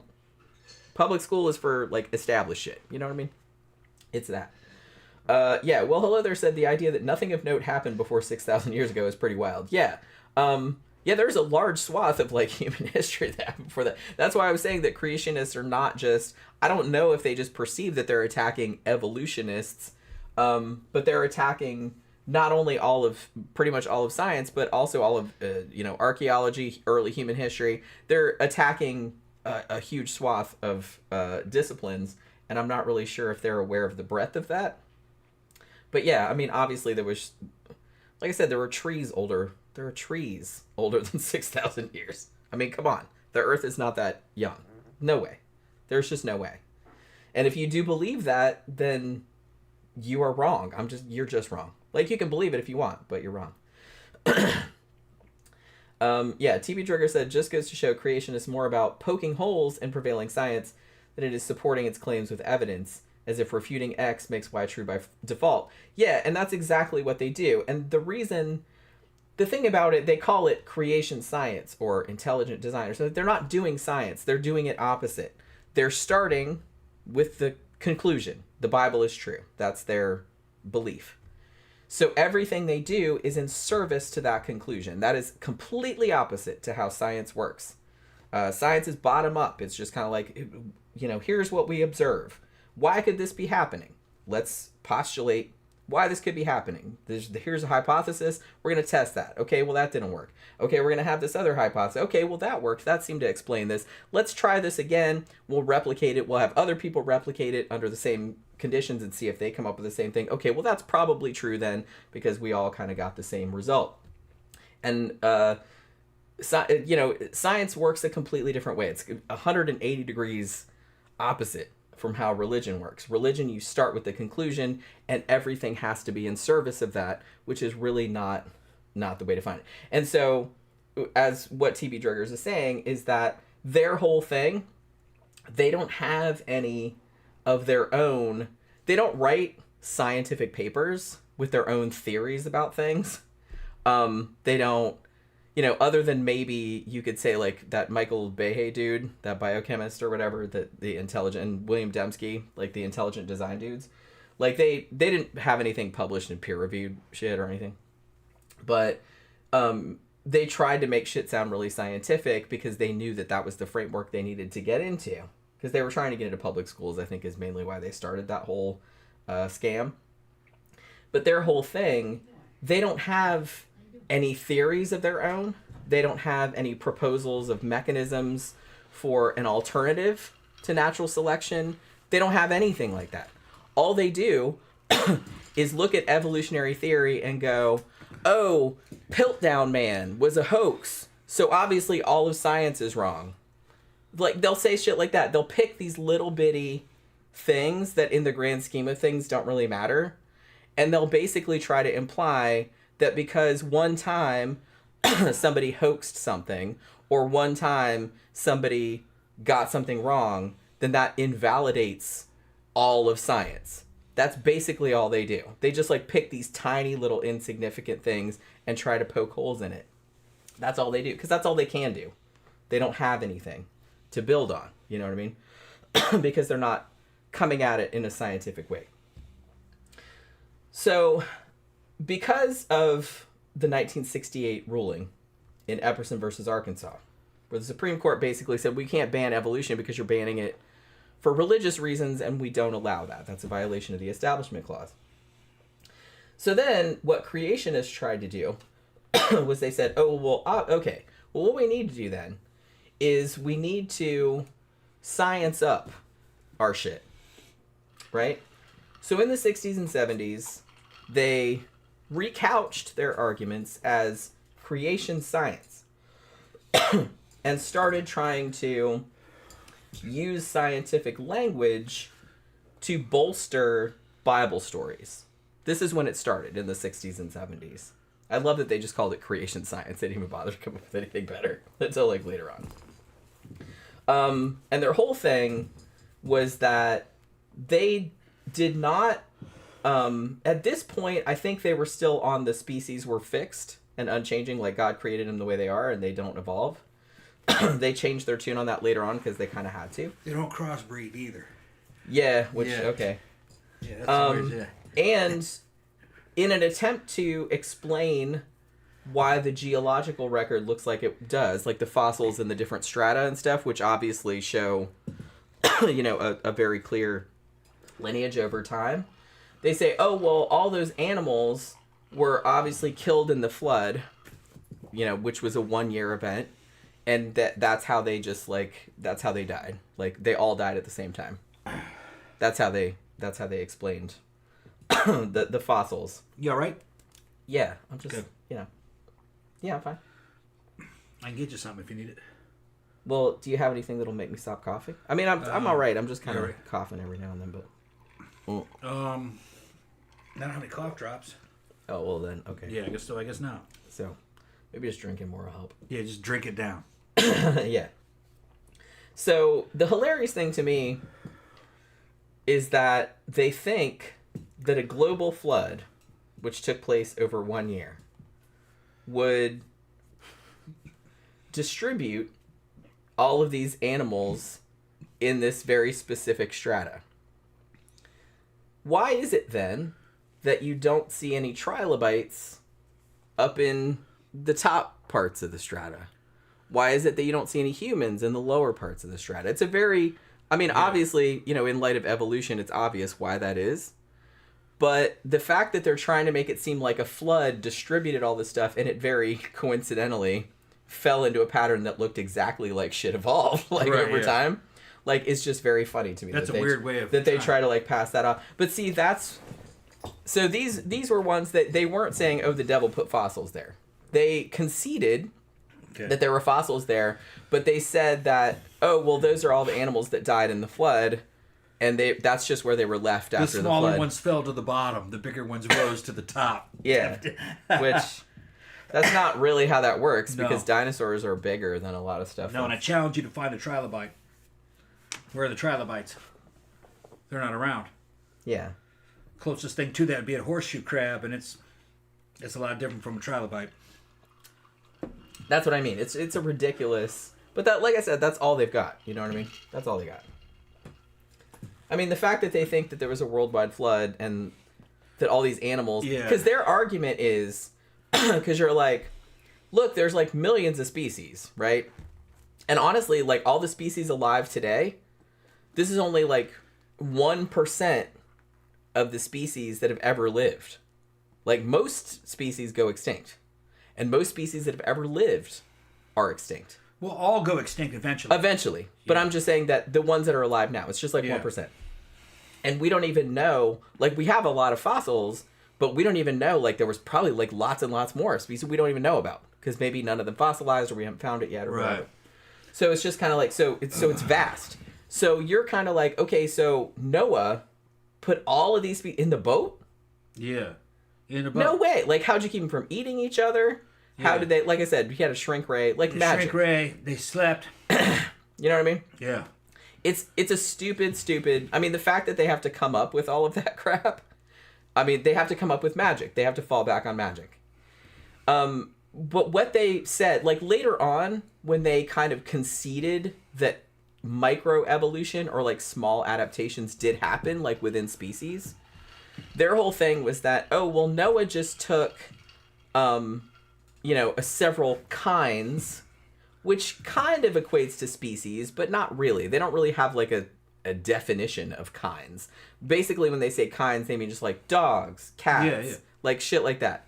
But they don't, nothing about species in a scientific sense. I think it's funny that... So, but they said those kinds were put on the boat, and then after the flood, those kinds developed into all the stuff we see today. So I'm so you do concede that some kind of adaptation or evolution happened after that, but they won't concede to the larger... That's what kills me about it. I love the kind... fucking terminology. Because that's a biblical word. It's a biblical thing. That's why they use it. That's why they say that. And if you actually kind of were to closely examine what kind means in the biblical sense, it more means race. Because they would refer to people of certain kinds. So that's they're not really different. They don't have a concept of species in the way we would. It's just it's a different type. You're a type. That's all they mean. Yeah. And species, even in a scientific sense, species has a definition. Right. But it's a fuzzy definition. No one can really... only reproduce with itself. Yeah, but there's exceptions, and like I said, nature doesn't care about our categorizations. Nature's boundaries are fuzzy. So it's you can say that horses and donkeys or mules are, donkeys are different species, which they are, mules, but they can reproduce. And they do usually the mules that they produce are not fertile, but sometimes they are. Yeah, but most of the time they're not viable. Most of the time they're not. In general, you could say horses and donkeys are two different species because they usually do not produce viable offspring. In the wild, they would not produce viable offspring. Right. To reliably enough to become another species. So they're two different species, but you can crossbreed two different species. Just that they're not viable. The crossbreed can't have sex or children with either of the species it came from. A lion and tiger can make a liger, but a liger is usually sterile. Yeah. You can't have... Yeah, that happens a lot. It can't go back. And in a normal situation of mating and fighting and living and shit, that's not reliable enough to continue a species if you can only breed back in sometimes. It's not good enough. One of the things that I love it's a different species that I read about a while back, and probably most of y'all know about this, but there's something called ring species. Do you know what that is? Mm-hmm. Where there'll be, in a specific, like, large geographic area, there'll be, like, some related species of birds.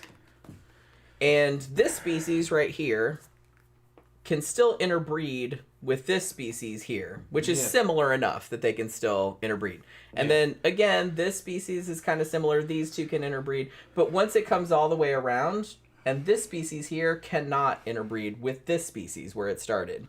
And they call that a ring species, and there's a lot of those. Yeah. I read about a lot of bird species that are like that, like just in particular areas. Yeah. And humans are the same species because it's been proven over and over again that anybody can have viable children with anybody else on the damn planet. And honestly, like all the humans alive on Earth... All humans can reproduce, right. We're genetically diverse, but not that diverse. You're not that different. Honestly, genetic diversity in Africa is higher than it is anywhere else. In the rest of the world, right. Which makes sense. They have big genetic diversity. Because that's where humans evolved. First evolved. So obviously there's going to be more genetic diversity different sizes, different colors. Everything that is... If everybody on Earth except people in Africa died off, they would still have all of the genetic diversity intact. All the genes required to make white people and Asians can all be found in Africa. Yes.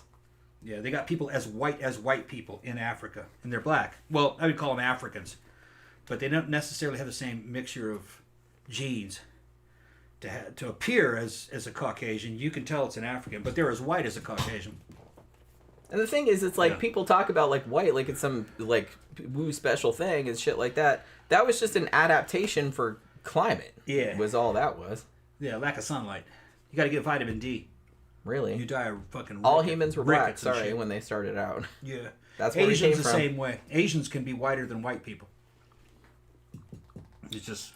SciQuest said, but couldn't you say originally humans were a ring species because we came from monkeys but couldn't breed with them? But there used to be loads of different hominids that could with each other.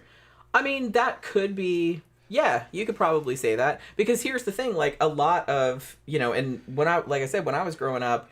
They knew about like some of the Australopithecines and they knew about Neanderthals and stuff. But since then, they found like so many other hominid species, other hominins and stuff. And the fact that I'm not really sure. I mean, anything that was Homo, like Homo habilis or anything like that, I'm assuming we could still interbreed with those.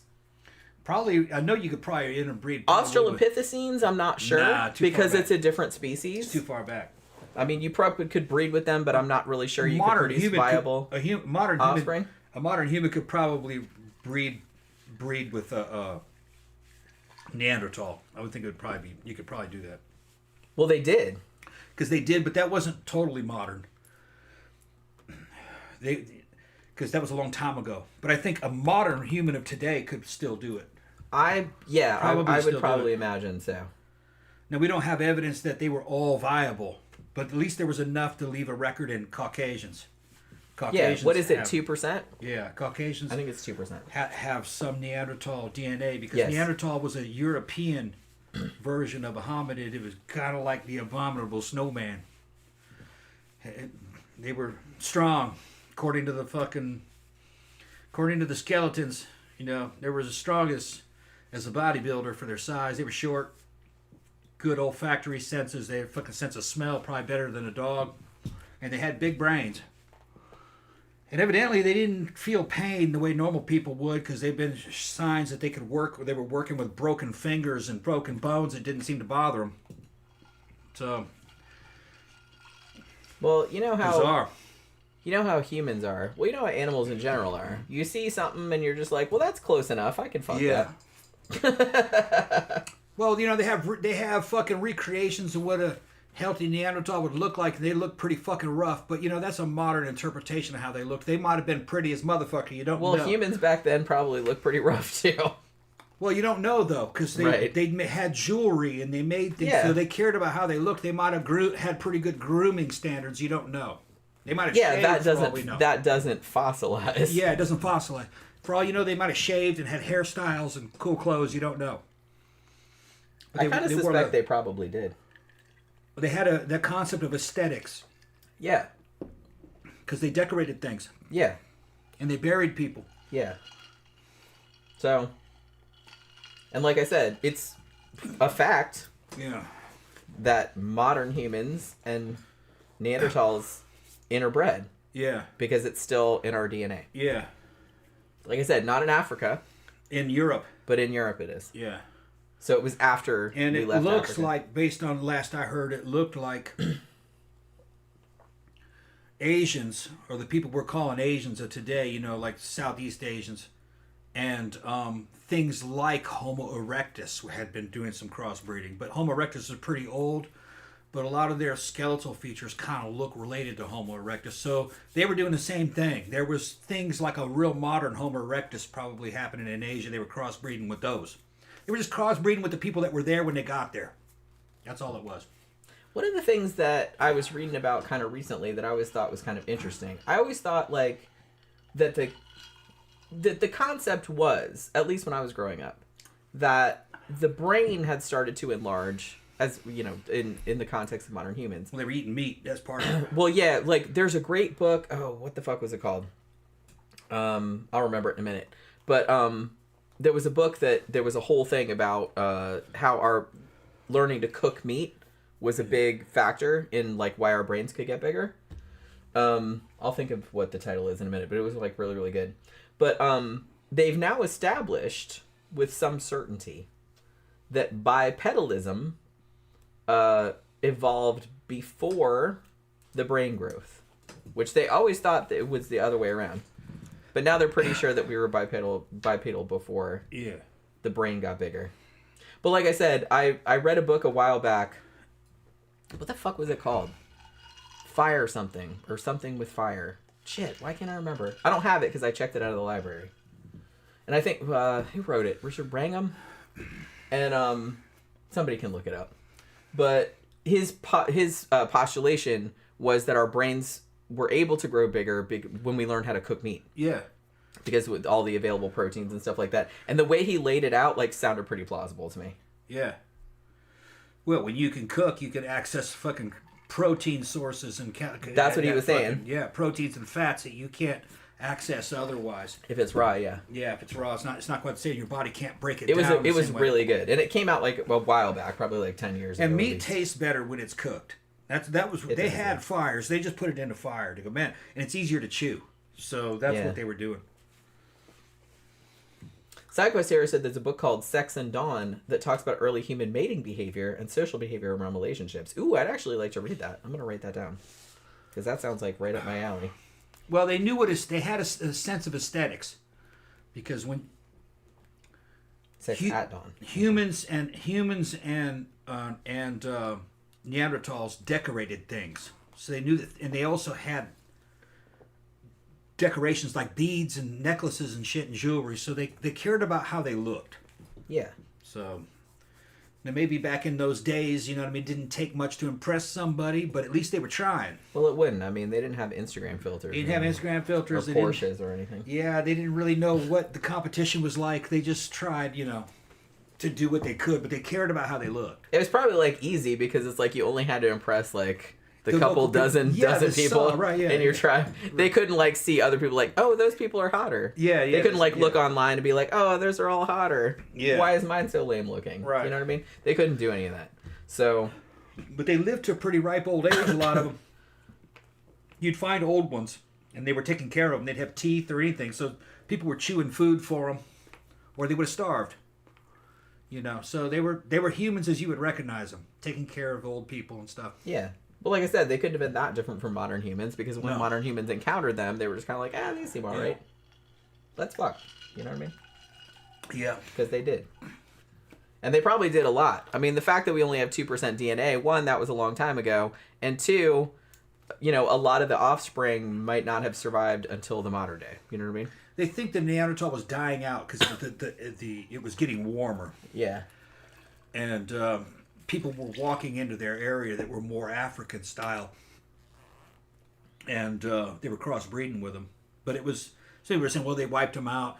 No, probably not. I think it was probably a lot more complex it's more, than that. more about ecology. I think the Neanderthal was a cold weather humanoid. And it was starting to get warmer. So the advantages that they had, the cold weather advantages that they had, didn't matter as much. It wasn't as advantageous. And and their lifestyle started to go away, and it started to go more towards farming, because the Neanderthal was a hunter. It just ate meat. There's no evidence that it farmed at all. It couldn't farm. The weather wasn't right. Yeah. So, but it had a big brain because it was eating all that damn meat and cooking it. Yeah. Which it allowed for a big brain. And they evidently had good language skills. They could talk and plan. Because the shit that they were doing, driving fucking mammoth herds over fucking cliffs and stuff, at all, because they drew it. They were drawing it on cave walls. You had to have language to do all that shit and cooperation. So they had good language skills. They weren't dumb. They were smart. Do all that stuff just by grunting. Yeah, they were talking about it, planning it out. Although I will say that some animals that do not have language are fairly good at teamwork. Yeah. So they've obviously established some kind of communication with one another. Body language and yeah. So there are other ways of communicating. Like look at like wolf packs and some apes and things like that. Neanderthal was drawing. Yeah. It's a different thing there. Right. They're drawing it out. But the point I'm trying to make is that you don't have to have language. Well, I've heard that the Caucasian gene packet that controls language that we have seems to be Neanderthal. It's different from other people, which that would make sense. Yeah, because that would help you in that environment. So that would start to rise to the top. Yeah. So the language packet that Caucasians tend to use is not the African or Asian one. It's the Neanderthal one. Yeah, I've read that also. Yeah. And honestly, like, our ability to speak is probably like a huge, if not the main, aspect of why we became I don't want to call it the dominant species. I don't know about that. But it's just kind of like why we became as successful as we became. I think that's a big factor. The Neanderthal would have lived most of its life in shelter because it was cold outside. And they would have been planning. And they would have been spending most of the time fucking talking. If they couldn't talk, they would have been driven crazy. So I believe that that's probably where all that came from. So they were probably a bunch of storytellers and talking and doing legends and shit and fucking talking about how they're going deeper into them caves and drawing paintings of what they were gonna fucking kill. And that just all kind of makes sense for that kind of lifestyle. Kind of like a big leap forward. So they would have been just talking. Because you couldn't do anything outside. It was fucking cold. Yeah. They went out there just to kill some shit, and they'd bring it back in and cook it. And they'd stay in there for fucking weeks. Shit, man. Let's go back in where it's eating warm. that bitch up for a couple of weeks. Yeah. Go back in the cave. They'd be in there fucking and talking. That sounds nice. Yeah. Well, that's kind of what helped Europeans later on with all that fucking cold weather stuff. Or they'd go crazy up there. Well, that's I mean, humans. As much as everybody likes to say, "Oh, we're always fighting each other" and stuff like that, but humans are, in aggregate, like a pretty cooperative species, and that's one of the reasons that we've been so successful is because we're cooperative. And I think a lot of that comes from our language skills, which obviously most other species do not have. You could argue that whales, dolphins, stuff like that, they also have like some kind of language and communicate with one another. But I don't know. I don't want to say it's not as complex as ours because I don't know. They could be saying all kind of shit. We don't know. So I'm just saying that I think that was probably like the cooperation was probably like the main thing that made us so successful after all this time. Because honestly, humans went through a real bad bottleneck. What was it? I want to say it was 11,000 years ago, but I could be totally wrong about that. That was just the first number that popped into my head. Where a lot of us died out But the fact that we came through that, I think was kind of a testament to, as I said, probably like cooperation. So I think that's kind of like the main thing. So I don't think like humans are inherently, we're always like competing or anything like that. We do, but I think cooperation is kind of the main thing that made us successful. So here's the thing. So creation scientists, they kind of got smacked down. Even though, I mean, they tried to go in a more scientific direction in the 60s and 70s. But honestly, like, scientists back then were even just like, nah, bro, it's like you're not really doing science. Like, you can call it creation science all you want, but it's still like myths, and you're trying to like cram science into your mythology, and that's kind of not cool. This kind of went on for a little while. The next kind of main court case in this whole evolution creation conflict, if you want to call it that, actually didn't happen until 1987. So this is not really that long ago. This is in my lifetime. I was like in high school or junior high at this time. And this is the Supreme Court case, Edwards versus Aguilard. And basically, the creation scientists were trying to get their shit taught in science class. Because they're like, look, we put science on the end of the name, so it's obviously scientific, right? Because that's what we're calling it. So they went into court and tried to pass that off. And again, the courts rightfully did not fall for it and said, again, this violates the Establishment Clause of the First Amendment. And so, no, you can't do that. So that was kind of another milestone. So after that, the creationists decided they were going to change tack a little bit. So in the 1990s, they developed something that they called intelligent design. Now, this is essentially, I've seen it called creationism in a cheap suit. I've seen it called a lot of different things. But they were really, really, if they were trying to like put like a little scientific veneer on top of creationism before, sorry, I'm just like hacking my ass off. And Tom's out here like to like talk when I'm coughing. But intelligent design, they were really trying to divorce it from religion, at least in the public perception, so they could like force their way into public schools, right? So what they did, the two guys that kind of masterminded this was an actual scientist, a biochemist named Michael Behe, and a law professor named Philip Johnson. And they had this thing called intelligent design, and they were basically, again, they didn't really have any theories of their own. Their whole thing was that they were trying to poke holes in little things about evolution. You know what I mean? One of the things they came up with was this concept called irreducible complexity. Okay. Now, they argued that some things in nature, like I said, they kind of just pick these little bitty things. Because that's all they can do, right? They don't have any foundation of their own. They would pick certain things, like a particular bacterial flagellum, for example. Sorry, I can't stop coughing. You all right? Yeah. They would She say, sounded like me a couple days back. Yeah. She's a few days behind me. I got her sick. Yeah. So they would pick these structures, and they would argue that these structures, like this particular bacterial flagellum or like the human eye or whatever, were so complex that if one piece didn't work the way it was, like the way it worked in the modern sense, then the whole thing was useless, and that there was no way that that could have evolved like piecemeal. You know what I'm saying? Now, this is obviously not true, particularly in the case of the human eye, because scientists are very aware of how the human eye evolved. And they pointed out, because this is kind of tied into another very popular creationist argument, that they're talking about a problem that they call incipient stages.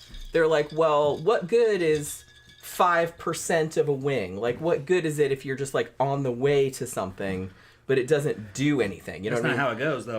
That's what I mean. So scientists were like, yeah, but here's the thing. They don't really seem to take into account that natural selection acts upon shit that's already there. It might, for example, take a part of your body that is doing something else and will kind of, over time, it'll be co-opted for another purpose. They don't really seem to understand that. Like, because here's the thing, like wings, for example, some scientists have posited, well, you know, maybe the dinosaurs, the theropod dinosaurs that eventually evolved into birds, or, you know, shared common ancestry with birds. Pretty much proven that. Like, yeah, that, I mean, birds are dinosaurs. Let's just say that. That is fact.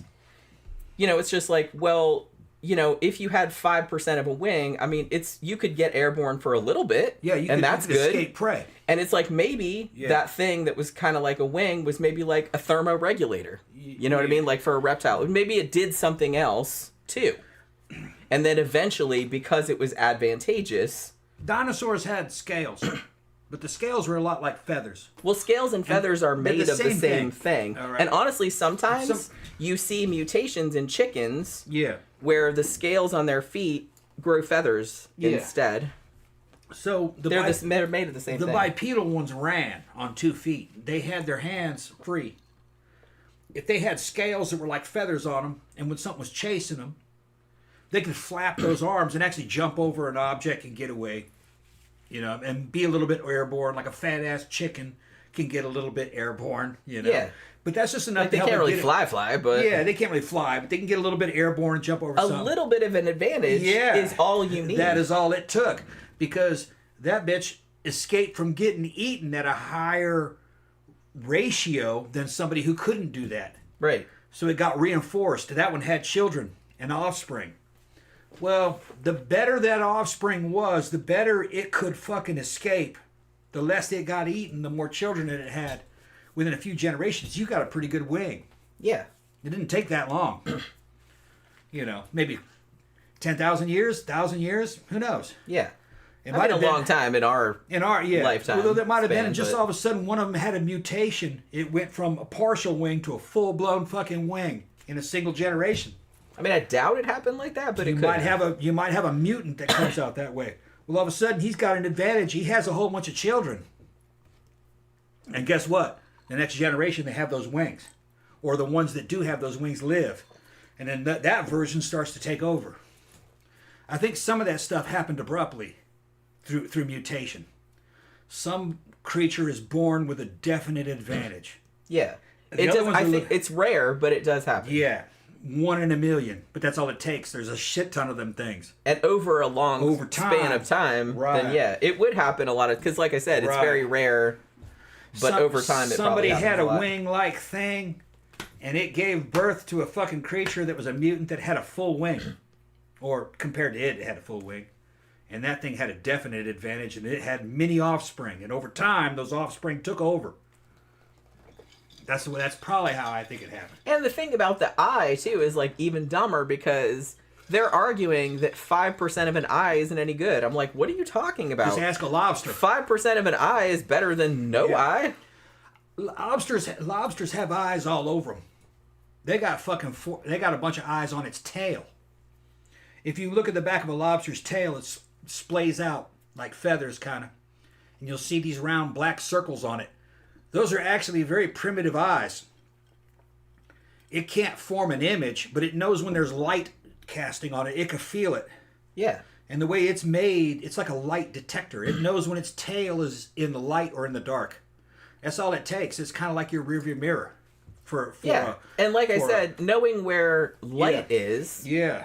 All you need, and you know, people when they talk about an eye, they're talking about a human eye, which is pretty complicated. There's all different kinds of eyes. But the thing about it is that all eyes really are like little patches of like light-sensitive cells, essentially. Skin. And that's how they started out. Mm-hmm. And obviously, if you just had a couple mutant cells that could see light on your body, that would be an advantage. Like if your other species mates did not have that. Yeah, and over time, and the thing about it is that even among living creatures today, there are lots of different kinds of eyes, primitive eyes, all the way up to ours. Yeah. They still exist. Yeah. Like we can see them. Primitive eyes still exist all over the place. Yeah. So it's like it's very easy to see how it got from that to this. Yeah, and if you have just a sensitive patch of your skin that can detect light, and then you give birth to a fucking offspring, and offspring's a little bit different, it not only does it detect light, but it detects how bright it is or how dim it is. That might be an advantage. Yeah. Or what if it could kind of make an image a little bit? It can kind of see a shape. Well, now it can recognize a prey swimming over it in the water. Yeah. Something like that, you know, or not prey. It can recognize a prey so it can eat, or it can recognize an enemy swimming over it in the water and it can hide. So just small advantages make a big difference over time. That's what I mean. I kind of feel like because I think creationists have this weird misconception, and you see this with that asshole that hangs out with Kirk Cameron, whose name I can't remember. They have this big joke about, one of the things is that when they attack evolutionists, they're attacking a straw man. Because they're saying that evolutionists think that there should be, and this was a thing that they talked about a lot, a crocoduck. And they have like a photoshopped image of like a duck body with like a crocodile head on it. And I'm like, no evolutionist is saying, and I don't want to use that term, no scientist is saying that that should exist. That's ridiculous. So the fact that you're saying that is a straw man argument. No scientist is saying that we should see a duck with a crocodile head, or that a chicken egg is going to hatch and there's a rabbit in there. Nobody is saying that. But I kind of feel like creationists think that that's what they're saying. Right. That like one species could instantaneously turn into another species. And I see a lot of them make that mistake. Yeah. And I'm like, are you really that dumb that you think that's... No scientist is saying that's not possible. That's not possible. No scientist is saying that, but a lot of them seem to think that that's what evolution means. They're just kicking up dust. Yeah, is that... That's what they're just trying to kick up. That means like a fish just walked out of the water and became like a land babe. No, that's not how it worked. That's not how it worked. Because like I said, that was one of the things I wanted to get into a little bit, but the fact that they think that it's like spontaneous, that kind of blows my mind a little bit. Because a lot of them, the way that they talk, they think that. They really do seem to think, like even when they're talking as though they're smart or something like that, they'll be like, oh, well, we never see, you know, a dog give birth to, you know, a chicken. Duh, obviously. No scientist is saying that that should ever happen. That would be fucking freaky if that fucking happened. That's never going to happen. Nobody's saying that's going to happen. And I said, just tell me you don't understand how evolution works without telling me that you don't understand how evolution works. That's basically what you're saying. You don't understand how evolution works at all. The fact that you would even think that that would be a thing that would happen, and you're making fun of scientists for thinking that when they don't think that, is just shows me that they don't know shit all about science. Nothing. So yeah, I'll get into that in a little bit. But so yeah, so intelligent design, like I said, this whole irreducible complexity thing that I would kind of get into, they got on this whole bacterial flagellum thing because there was this one flagellum, and that apparently it had this mechanism that was almost kind of like an onboard motor. And they argued that because without one, it had like all these really complex pieces to it. And they said without any one piece, it wouldn't work right. And it is very complex, you know, in their defense. But it's not irreducibly complex because there are other versions of it and simpler versions of it still extant in the animal kingdom, like that you can still see. So there's still a progression there of how that could have evolved from other things. Like I said, they seem to not understand the concept of natural selection co-opting other things that were being used for other purposes into a new purpose, because that does happen a lot. Because like I said, natural selection just works on what's there. It doesn't, I mean, there are mutations and that sometimes brings up new information, but it generally works on what's there, improves on what's there, changes what's there. It takes something that was doing something else and it's like slowly it ends up doing another thing, like it has another purpose, you know what I mean? And they don't seem to understand that either. So intelligent design came along. They tried to get their... Here's one hilarious thing, too. I remember reading this, and I don't remember where I read this. But one of the things that when intelligent design proponents went to court in 2005 in the very famous Kitzmiller versus Dover area school district. Which, like I said, if you haven't read The Devil in Dover, it's a really good book. I have it over there on my shelf somewhere. That's all about this court case. The intelligent design advocates try to get in there and argue that their shit, it's scientific. Again, it should be taught in schools and science classes as an alternative to evolution. One of the things that the prosecution, that the scientists brought to the table was a manuscript of a creationist, like a famous creationist text. And they had discovered that they had taken this creationist text that had been published previously, and somebody had gone in there and done a find and replace, and everywhere where it said creationism, they plugged in intelligent design. So it was the same book. Yeah. They just changed the wording. Yeah. And that was a very damning piece of evidence, because obviously the judge was like, well, this is the same religious shit you were trying to pull before. You just changed the word, but you didn't change anything else in the book. So that was a pretty hilarious piece of evidence there. So again, Kitzmiller versus Dover. Again, this was 2005. Again, with intelligent design, they were also shot down because the judge saw through that shit and said, this is the same creationism bullshit you tried to pull before. It's still religious. It still violates the Establishment Clause. Nothing has changed. So nice try, but no. So they lost. Now, I have to go to the bathroom again. Yeah. Well, what they're trying to do is they're just trying to prove that God made man on purpose. That's what they're trying to do. Which, of course, the evidence doesn't support that. What happened is that man arose from a quagmire of fucking things imposing on one another. And competition, and what was selected. And what you eventually have is hominids or humanoids. And we were one of the humanoids that rose to the top. It wasn't on purpose in the way that they want it to be. That doesn't mean that humans aren't special. Humans are special. But all animals are special. Fucking planet Earth is special. Life itself, very special. It's rare. Most planets don't have any life on them at all. Or the animal, and then the planets that do have life, you're going to find out later, our descendants, going to find out later that most planets that have life are going to be single-celled organisms. Multicellular organisms like us, animals and plants, that's going to be pretty rare. And then animals that can do what humans do with their minds, and what even, I can say gorillas too, what gorilla can do, that's going to be pretty rare. But I'm amazed at all times, when I look at videos on Instagram of the shit that animals can do, things that monkeys can do, elephants, cats, what raccoons can do. They can do some pretty complicated shit, man. They even have empathy. I saw a bird trying to save a turtle, trying to get it out of the road. Like, get, you're going to get run over. I mean, that's advanced thinking. Yeah.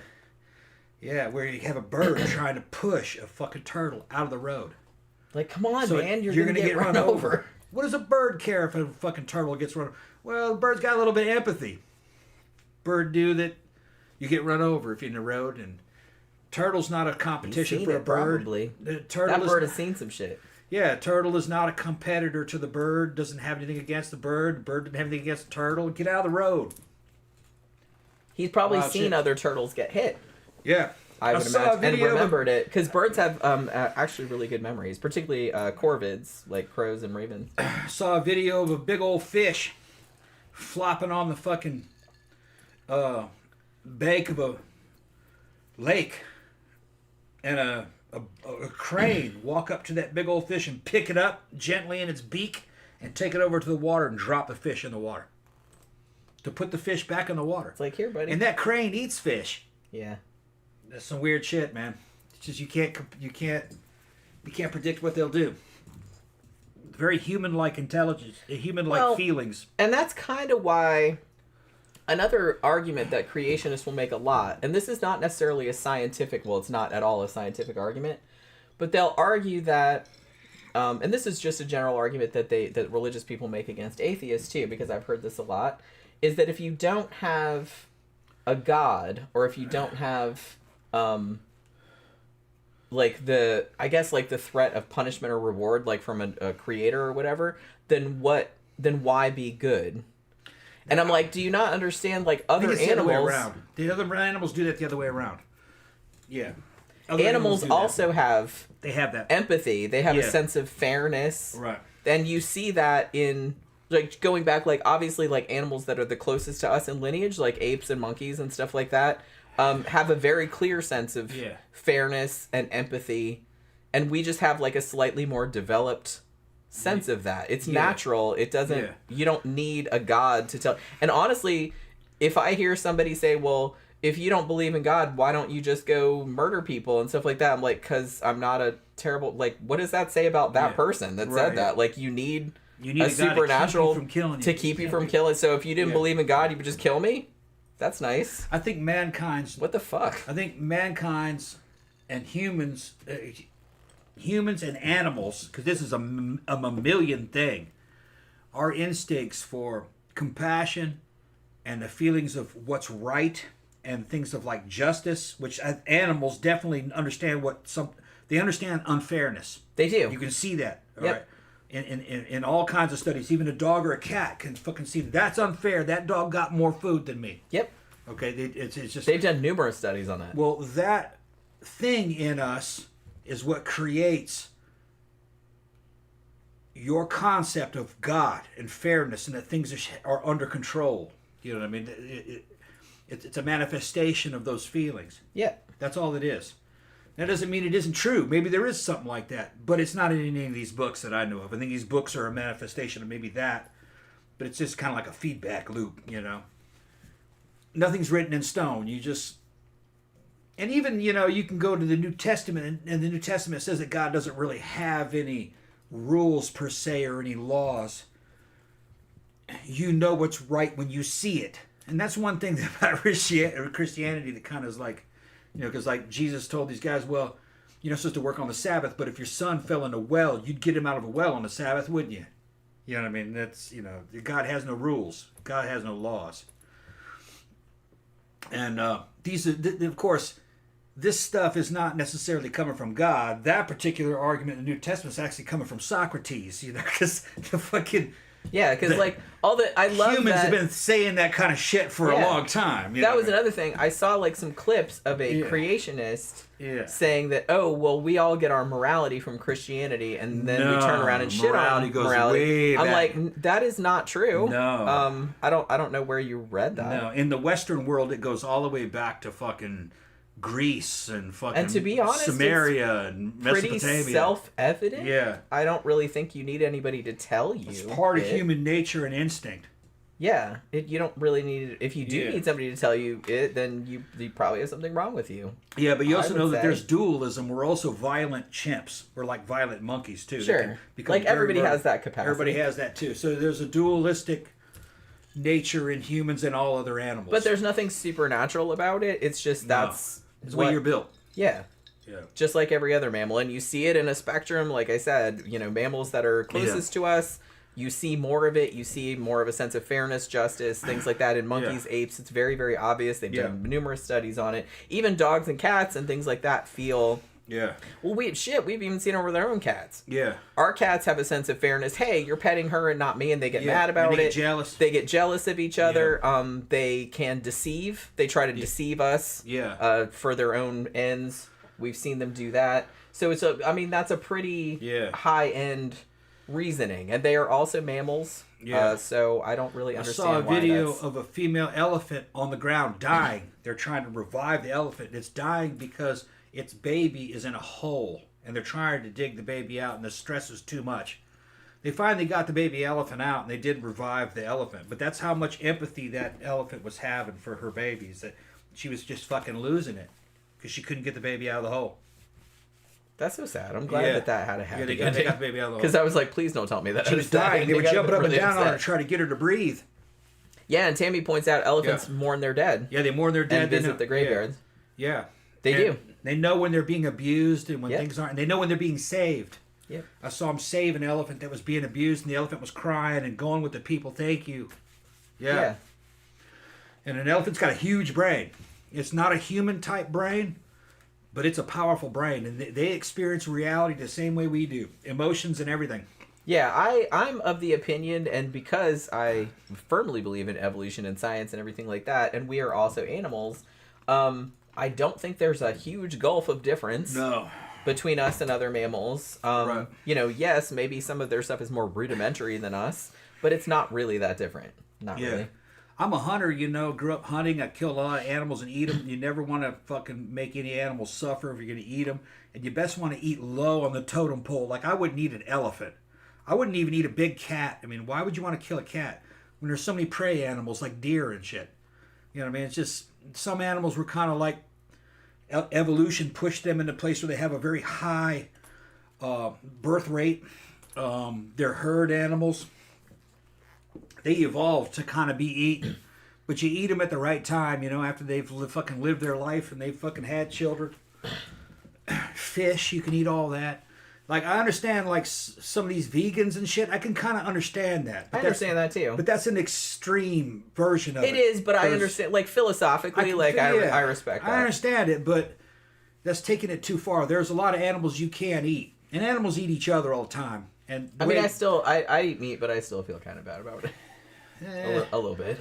When you're dealing with domestic animals that we're eating, those animals have traded off a hard life in the wild I know that. For an easy life. I know all that. In which they're executed humanely, because most animals are eaten alive in nature. But still, I'm just kind of like, if you handed me the cattle gun and I have to kill this cow for the burger, I couldn't do it. Yeah, but somebody will. I couldn't do it. You know.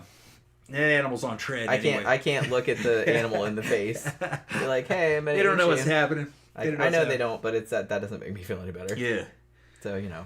Well, until they can grow that shit in the lab.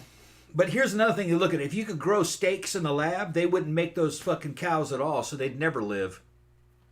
Yeah, but then if they didn't live, they wouldn't know any different. But then they wouldn't exist, though. Yeah, but like I said, at least they can live this way. If you don't exist. At least we were allowing them to live. They're not a wild animal. That's another thing. People get fucking bent out of shape. The domestic animals they're eating are not wild animals. They wouldn't exist in the wild. They're totally man-made. Well, yeah. Well, like I said, that's what we were talking about plants before. Yeah, well, Hello There said, the idea that scientists are conspiring to prop up evolution is dumb. That's a good one. When you realize they are human and would love nothing more than to disprove a long-accepted theory if there's evidence. Yeah, and creationists are kind of like, they're kind of like a lot of conspiracy theorists where they're just like, well, you know, people don't listen to us because they're afraid of our ideas, or they don't want to debate us, or they know we're right and they don't want to say, or big science is conspiring, they get money from this, that, and the other, and it's just kind of like, it's all excuses. I don't know if deep down they know that they're full of shit and they just like are trying to make themselves feel better. I'm not really entirely sure. But I want to get into a little, this has gone on like way longer than I thought, and I didn't even get into most of the shit that I wanted to get into. But I wanted to get into a couple of, and these are like pretty rudimentary, like I said, but the thing about creationists is that they will come up with these arguments, and I hadn't read that much about creationists, like what they were up to, like probably for the past, I don't know, 10 years at least. So I was kind of like trying to get a read on what they were talking about nowadays. And I was kind of surprised that they hadn't really changed their tune much, even though all of their arguments have been debunked like numerous times, but they're still harping on a lot of them. Like sometimes they'll come at you with like some slightly different stuff, but it's really like variations of the same thing. Like a lot of them are still arguing. One of the main things they like to argue about, and this is just stupid because it's just semantics, is that a lot of them will say, oh, well, evolution, it's just a theory, right? So it's not a fact. So that obviously means we can poke holes in it, or it's not, no one's sure about it or anything like that. And as many, many, many people have told them, the word theory does not mean the same thing in a scientific context as it means in a colloquial context. In a colloquial context, when you say theory, you're just like, oh, hypothesis. You know, this is, I'm kind of guessing this, or this is my hypothesis about this. In science, theory is pretty much the highest thing that it can be. That means that this has been rigorously tested. It's gone through everything, and like as far as we know, with all of the data and evidence that we have nowadays, this is the explanation. It can't go any higher than that. Yes, there is a law, but that doesn't explain the same, because a theory is kind of like an amalgamation of like laws, evidence, all kind of different stuff into this big framework. And once you get to the point of theory, and especially something that is a theory that's still good, like from Darwin's day, because a lot of the stuff that was in An Origin of Species, that shit's still legit. Then nobody's disproved any of that. It's just gotten better and like expanded. Because I think a lot of creationists for a time were kind of like, oh, well, this proves Darwin wrong, or that proves Darwin. No, it doesn't. It just expanded on his, because he didn't know anything about DNA or genetics or anything like that. Once that was discovered, it was added on to that and just like made it stronger. You know what I mean? Yeah. And I don't think that creationists really got that memo, it seems. But yeah, so evolutionary theory is honestly stronger than ever. Like I said, there is no other competing theory. There is nothing that explains everything the way that it explains everything. Nothing else makes sense except in that context. There's no other option. There really isn't. I mean, if you can think of something else and have evidence to back it up, then science will listen to you. But if you just come in and say magic, no one's gonna listen to you. No, and if you're hell bent on God, like God made all this, then you can say, okay, yeah, God made all this, but this is how He made it. Yeah, and like I said, I don't have any issue with that. I don't have an issue with that. I can't understand why. And a lot of scientists have that viewpoint. I think people would be shocked to know a lot of scientists are Christians. Yeah, that's what they believe. One of the fucking greatest scientists of all times who was a Christian would have been Isaac Newton. And if you were to show all this shit to Isaac Newton, because he didn't have access to this information, he would go, okay, yeah, then that's how God made living creatures. That's how it was done. That's how they would think of it. That's how he would do it. He would go, okay, so that was the mechanism God used. Which, like I said, that's a totally fair... Like I said, I don't agree with that.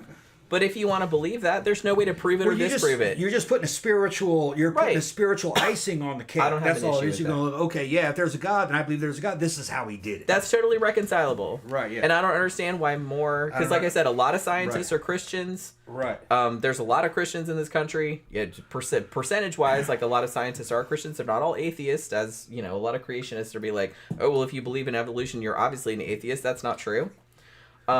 But that's how they reconcile it. Yeah. Yeah, if you were to show all this stuff to Newton, it would just confirm God to him. It would just it wouldn't disprove God. He'd go, oh no, well then shit, then that means God actually exists. Yeah, because this is how He did it. I mean, to me, I feel like God is an unnecessary concept. But I know not everybody feels like that, and there is like still room for it. It's funny to me that over the years, how am I going to put this? The space for God has gotten smaller and smaller. Like, as we've discovered more things. Like I said, even in the realm of creationism, like, initially they're like, oh, species don't change. But when that became overwhelmingly obvious that they do, creationists, like, added that in. But they're like, okay, well, stuff just changes, like, within species, but not, like, across species. Like, it can't go into another species, or it can't be made into another species. God is a spiritual concept, though. Yeah, it doesn't have anything to do with science. It doesn't have to do with science. Like I said, you can't prove or disprove the supernatural. That's not even what science is doing. Right. They're just trying to establish, like, they deal in testable, falsifiable claims. That's it. They don't have anything to do with supernatural shit. If you just come in and say a wizard did it, okay, there's really nothing we can test there. Right. Science has nothing to say about that. In my experience and my knowledge on all this stuff, that a truly spiritual, religious person would not fight science. He would just say, science confirms my belief. That's what. Yeah, and like I said, that's what they would do. Yeah, I don't have an issue with that. They would just go, now I understand how it was done. You know, this fucking. You'd think that would make it even cooler. Yeah, exactly. Fucking Newton would go, this just magnifies God's glory. Yeah, look at this shit. Wow. It's amazing. He's smarter than all of us. That's how he would interpret that. Sure. I mean, he was trying to figure out alchemy. He couldn't make heads or tail of it, but he really believed alchemy was a thing. It wasn't. In his defense, you're right. That kind of seemed like it was a viable thing back in the day. Sort of. He knew it was something. He just didn't realize that what he was talking about was chemistry. Yeah. But he was getting there. Yeah. But it's hard to understand chemistry if you don't know what atoms and molecules are. Yeah. And there was no way to prove all that shit. He was just doing... He was good at dealing with numbers because they knew what numbers were. And from that, he could do calculus and physics. Like I said, it's one of these days... Like, Isaac Newton was a fascinating person. Yeah. And religious as fuck. He was, yeah. Very a lot of scientists were. Yeah. You know, that's what a lot of people don't realize. Bona fide genius, one of the greatest of all mankind when it came to science. He was a man of logic, pure logic in his mind, logic. But he was a Christian. And you know, which he believed in spiritual stuff. He said this had to be here for a reason. You know, and his reason was to figure it out. But like I said, that type of mindset, had you showed him evolution, he just would have said, okay, yeah, this confirms my belief in God. Now I understand how God did it. This is God's secret. That's how he would have fucking immediately said it. Right. He wasn't dumb, he was smart. But that didn't, you know what I mean? He was real smart. And, but that wasn't going to give him to, he wasn't going to say, well, this is all for nothing. He wasn't like that. He was a spiritual guy. He was like, this is all for a reason. Yeah. He just now has a new way of looking at what that reason is. So another thing that a lot of creationists will bring up, because obviously they haven't read any scientific literature in several decades, is that there are no transitional fossils.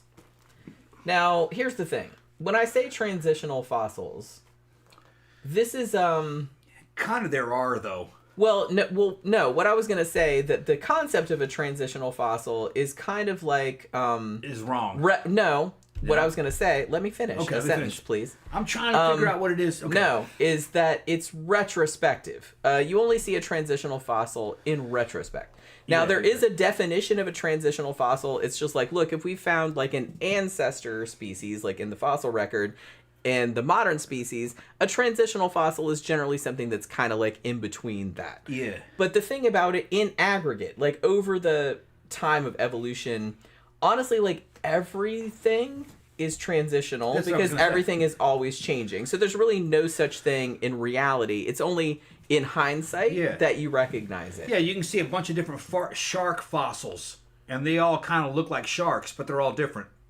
They're all kind of transitional. And but the stupid thing about it is that, you know, other than idiots like Tucker Carlson, who says there is no fossil record, which I don't know what the fuck he's I gotta verify that. He said there's no fossil record. Yeah, I saw it. He said it right out of his stupid punchable face. And so, so there's the fossil record. Yeah, no shit. Okay. Like I said, I was like, wow, he's an even bigger moron than I thought. But yeah, so the fact that they say there are no transitional fossils. Here's the thing. I was reading this book. Oh, I want to say, like, this book. I had a couple books here. I have a lot more books than this, you guys. But I wanted to recommend these two specifically. This one right here, it's a couple years old, but I think there's a newer version of this. But this one's from 2005 or something like that. This is Evolution versus Creation. This is really good because it's Eugenie Scott. And she wrote this as kind of like a one-stop shop. This covers scientific, political, legal, like everything about this conflict, if you want to call it that, like all in one book, and it's really good. It's like really comprehensive. And another one that I wanted to recommend, and I've read this one a million times, is this isn't just about evolution versus creationism, but it has a lot of shit about that in it, is Why People Believe Weird Things by Michael Shermer. This is actually kind of just generally about just critical thinking and logical fallacies, but he has a couple, 2 or 3 chapters in here about evolution versus creationism. And in one of these chapters, Michael Shermer talks about debating, I think it was Duane Gish, after whom the famous Gish Gallop is named, and was talking about debating him. And the thing about debating creationists, which some scientists will do sometimes, is that they usually just kind of give the same arguments and don't really listen to anything you say. They're just more worried about winning, like I said, than establishing truth or anything like that. But he's like, one thing that I noticed when he was debating him, yeah, he did say was that he asked, he's like, just show me one transitional fossil. Now, Shermer says, I had examples. I had slides of several that I showed him. But he didn't really seem to acknowledge that. And he's like, and another thing that they'll do too is that if you show them one transitional fossil, then they'll be like, okay, well, where's the transition between that one and the older one? Like, there's another gap. Like, where's the transitional fossil between the... So it's like, so now you have two gaps that you have to fill up with. So it's like they don't really want... they're just trying to fuck with you, I think. Like, they don't want to know. And you show them... They ask you for just one transitional fossil. You show them a bunch. And for some reason, those aren't good enough. And they're like, oh, well, now there's a gap between that one and that one, so show me a transition between this one and this one. And you know what I mean? It's a whole thing. But the argument that there are no transitional fossils is completely fucking ridiculous. There are a lot. A lot. One of the most famous ones, which actually was known in Darwin's day, is Archaeopteryx. Now, if evolution was true, and birds evolved from dinosaurs, or, you know, from a subset of dinosaurs, theropods, then you would expect to see like kind of a halfway point between something that had dinosaur features and also bird features. And you do see that, Archaeopteryx. There are several very nice fossils of that. So that's a very good transitional fossil, like I said, that was known in Darwin's day. But they found a bunch since then, one of the most famous of which was Tiktaalik. Now, this was interesting because this was a fossil, and I read the book. Neil Shubin wrote a book called Your Inner Fish that was all about the discovery of this, because he was on the team that discovered it. And there was a whole thing where, well, we need like a more transitional fossil between, animals in the sea and land mammals. Like, we want more of that transition. And so they thought to themselves, if evolutionary theory is true, and this is another thing that makes a theory good, is if you can make predictions and they turn out to be correct. So in this case, they're like, okay, well, there should be an animal that lived around 375 million years ago that looked kind of like this, with this feature, that feature, that was kind of halfway between aquatic animals and land animals, and should be located about this area, because that's where, you know, during the Devonian period or whatever it was, that's where the sea was, or whatever, because obviously, like, shit was a lot different back then. So they went to that area where they thought it was most likely to find that. It took them 5 years, but they found one, Tiktaalik. And it was almost exactly what they thought it would be. Like, it had pretty much the same combination of factors between a sea animal and a land animal. And it was almost like a perfect combination of those two things. And they had predicted not only what it would look like, but what strata it would be in and where it would probably be located. Like I said, it took them 5 years to find it, but they did find one. So the fact that they used evolutionary theory to predict that, and then they found that exactly where they thought it would be, should be a big thing that shows that evolutionary theory is real, because they use that to make predictions, right? Yeah.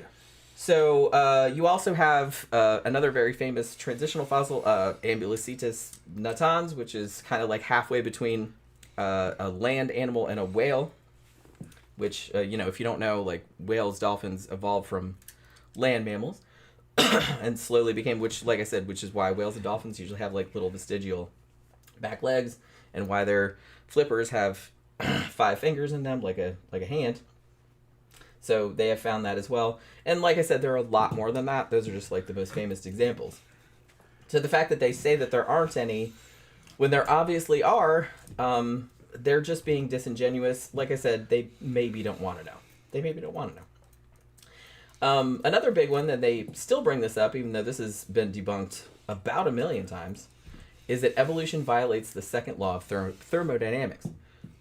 Which goes to show that they don't really understand What the fuck is he talking what the second law of thermodynamics is. So they argue that because the second law of thermodynamics basically states that the total entropy of an isolated system will always increase, that evolution is therefore impossible, because it's like the opposite of entropy, right? It's more complexity. What they are neglecting, though, is that this only applies to closed systems, which don't have a constant input of energy or output of energy.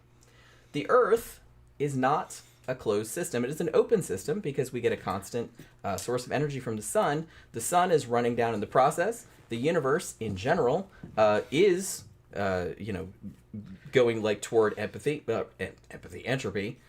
in general.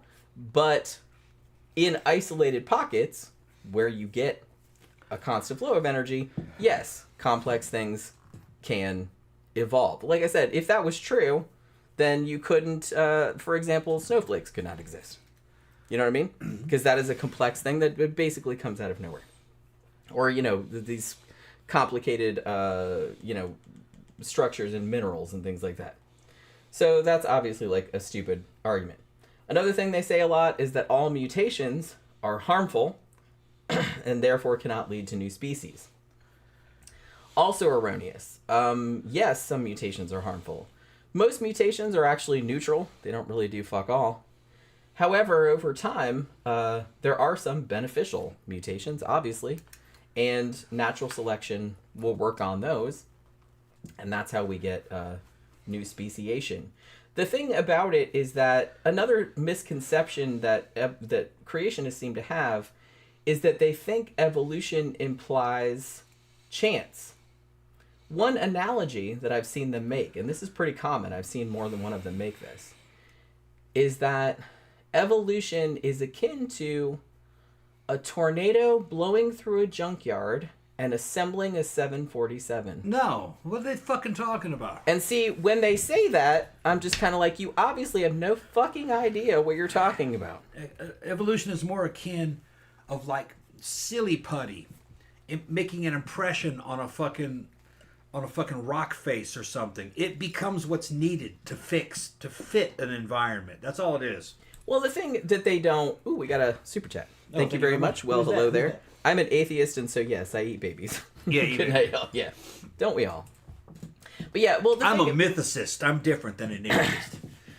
I don't believe in any religions, but I like those myths. Yeah. The thing about it is that the fact that they would even make that argument shows that they don't understand it. I saw like a hilarious... They don't want to understand it. I saw a hilarious, like, somebody commented under a thing that said, oh, this whole, like, baking thing, that doesn't exist. Like, a whole cake thing, it doesn't exist. I put all the ingredients for a cake into the oven for 10 seconds and nothing happened. You know what I mean? Yeah. It's kind of like that. They're kind of arguing that a complex organism just pops out of nowhere, which obviously would be absurd. But that's not what scientists are arguing. The thing that happens is that little bitty changes, little mutations, like I said, most of them are neutral. They don't do anything.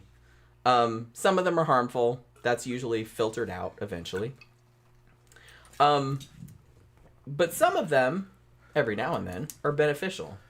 That's something that natural selection can work with. And that can be amplified. So it's not chance. It's chance the first mutation, but after that, it is not chance anymore. There's not chance at all. Everything, all the traits that are being selected in any species are the traits that allow that creature to get food and to get mates. That's all it is. It's very simple. And statistically, if they reproduce more... They eat and they reproduce. Yeah. That's all it is. That's why birds have beautiful feathers. That's why male birds putting on the damn display. Okay? And even though sometimes the fucking getting the mates part is detrimental to survival, all them brightly colored fucking feathers that get your ass killed. But it doesn't matter. The girls like it, and you're fucking knocking them down. You're making more children than you are being killed. Yeah, it's all a trade-off. It's all a trade-off. Because like I said, because there are some birds, since we're bringing that up. Yeah, birds that male birds that are so ornate. Yeah. That they can barely walk, or they can't really fly, or they can't evade predators. Or they're so gaudy that they can't evade predators, but they still look like that because sexual selection is stronger because they left more offspring. Yeah. And so that was selected for. The females are going, look at that dude. Look at the... He's fabulous. all that shit he's doing is detrimental to his survival. And yet he's still walking around. So he must be the shit. Yeah, he is fucking styling. You know what I mean? So they go for that one. Yeah. Over the plain one. You know? And that gets reinforced in the damn gene pool. I mean, sexual selection is a whole... It's a big part of other thing. And that, it's like a very significant... That's why girls, human females, have boobs and ass and fucking tiny waist and shit. That doesn't really happen in other hominids unless that monkey or ape female is pregnant and fucking has, engorged boobs and fucking, So everything about what makes a human female attractive to a guy is it's a sexual display. It looks like pregnancy. So you're attracting, and I'm just saying that's one of the things. You know what I mean? And that's an expensive feature biologically to have big full breasts, big boobs. It takes a lot of calories to produce that. So she must be good. She's getting food. You know what I mean? She's ready to, she's fertile. So that's what they're going after. And all the other animals are exactly the same way. Now, I got to say one thing. I fact-checked the Tucker Carlson quote. And Jen had it wrong. He didn't say that there was no fossil record. He did, I saw it. No. What he said he said there was no evidence for evolution based on the fossil record. Then Elon Musk jumped on him and said, hell no, you crazy. There's a lot of evidence for a fossil. I saw the video, bro. I just read it, what he said. I saw the video. He said there was no of him evidence. On Joe Rogan. Said there was no, on Joe Rogan. He said there was no evidence of evolution. But he's wrong. Yeah, no shit, he's wrong. Yeah, he's wrong. And also he's a moron. Yeah. It's religion. Yeah. Religion. Rot your brain. Yeah. Religion. I didn't get into a lot of the shit that I wanted to get into. I had a million other things.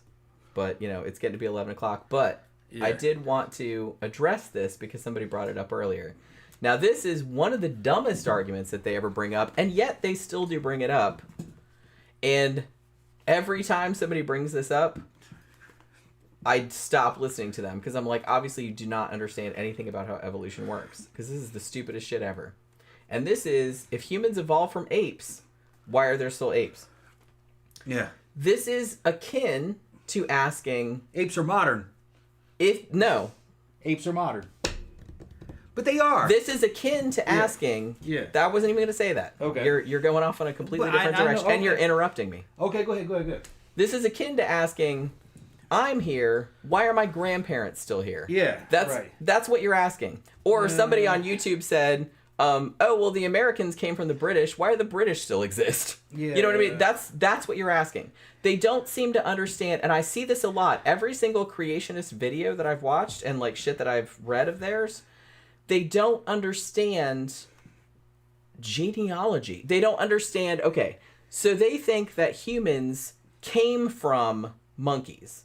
So because they think in this very granular little boxy kind of way, they think that humans, because we came from monkeys, monkeys should not be here anymore.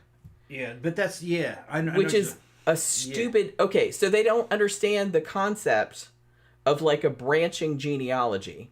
Yeah. Which seems to me like a very easy... It's genealogy. People understand that. People understand nested folders on a computer. Yeah. It's kind of the same thing. And I don't understand why they don't understand that because it's a very, very simple concept.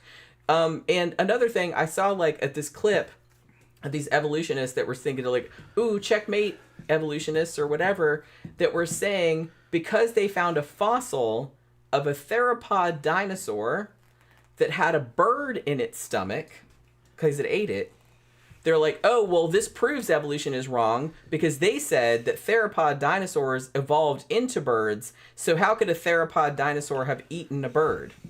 I'm like, do you not understand the concept of just because something branched off from something, they can exist at the same time? Do you understand that? A lot of hominid species existed at the same time. Okay. Now, let me go back and defend what I said. Humans did not descend from the modern apes. that you know today. Humans and hominids did not come from chimpanzees, gorillas, orangutans. And that's what they're arguing. But that's not what That's not correct. The hominids descended from an ancient version of them. It was a common ancestor. It's a common ancestry. You're right. It's a common the chimpanzee, ancestry. But the time that the hominids, which gave rise to man, the time in which the hominids broke off from the apes, chimpanzees, gorillas, and orangutans had not yet existed. Those apes that you know are modern. Those are modern versions. They're not the ancient because everything versions. evolved. So Jen stopped me like I was not telling the truth. But because that wasn't the point that I was making The yet. point I was saying is that we did not come from the apes that you know. Those are modern. They weren't around back in those days. They evolved the same time that we did. You know They're just as evolved as us. Parallel. They evolved in a different direction. Those are fucking forest creatures that eat fucking mostly bark and trees. You know, a chimp or fucking a gorilla will fucking just tear it.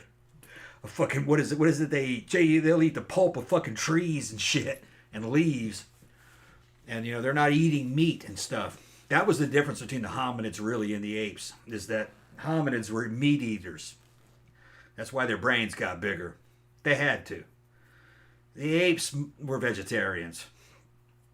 That was a big difference. Although not totally vegetarian. They ate meat too, but just not as much. They weren't hunting. They weren't hunting in the way the hominids were hunting. They hunted down little monkeys and shit and ate them.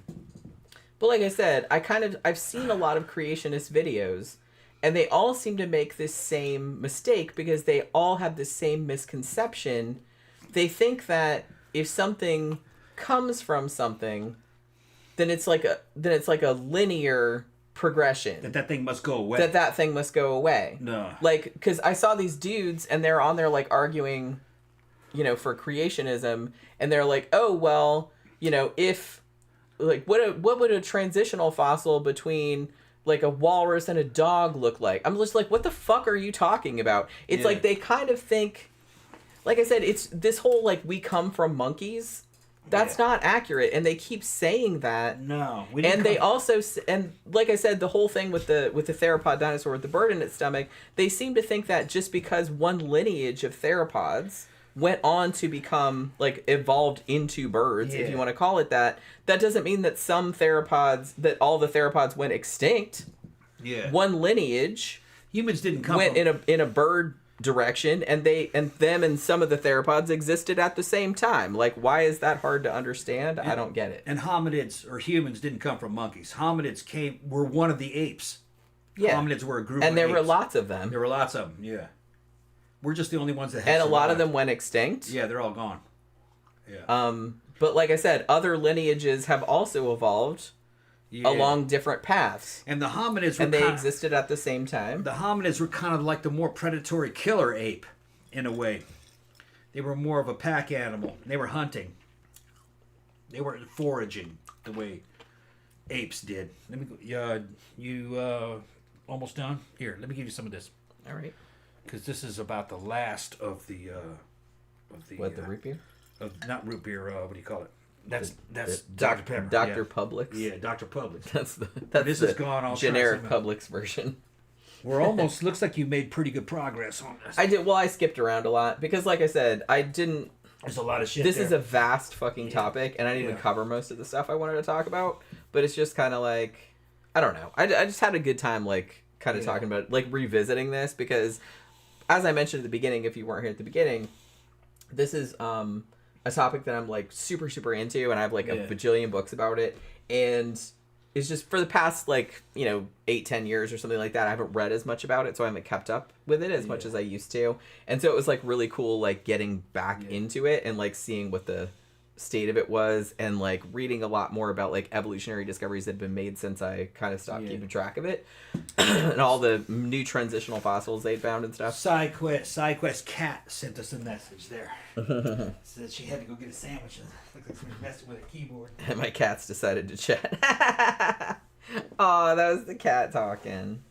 That'd be so cute if, like, Pookie comes up and, like, sits on my laptop sometimes. Not this one, but the other one. She hasn't done that in a while, though. Usually I try to close it before, because otherwise she'll fuck all the buttons up.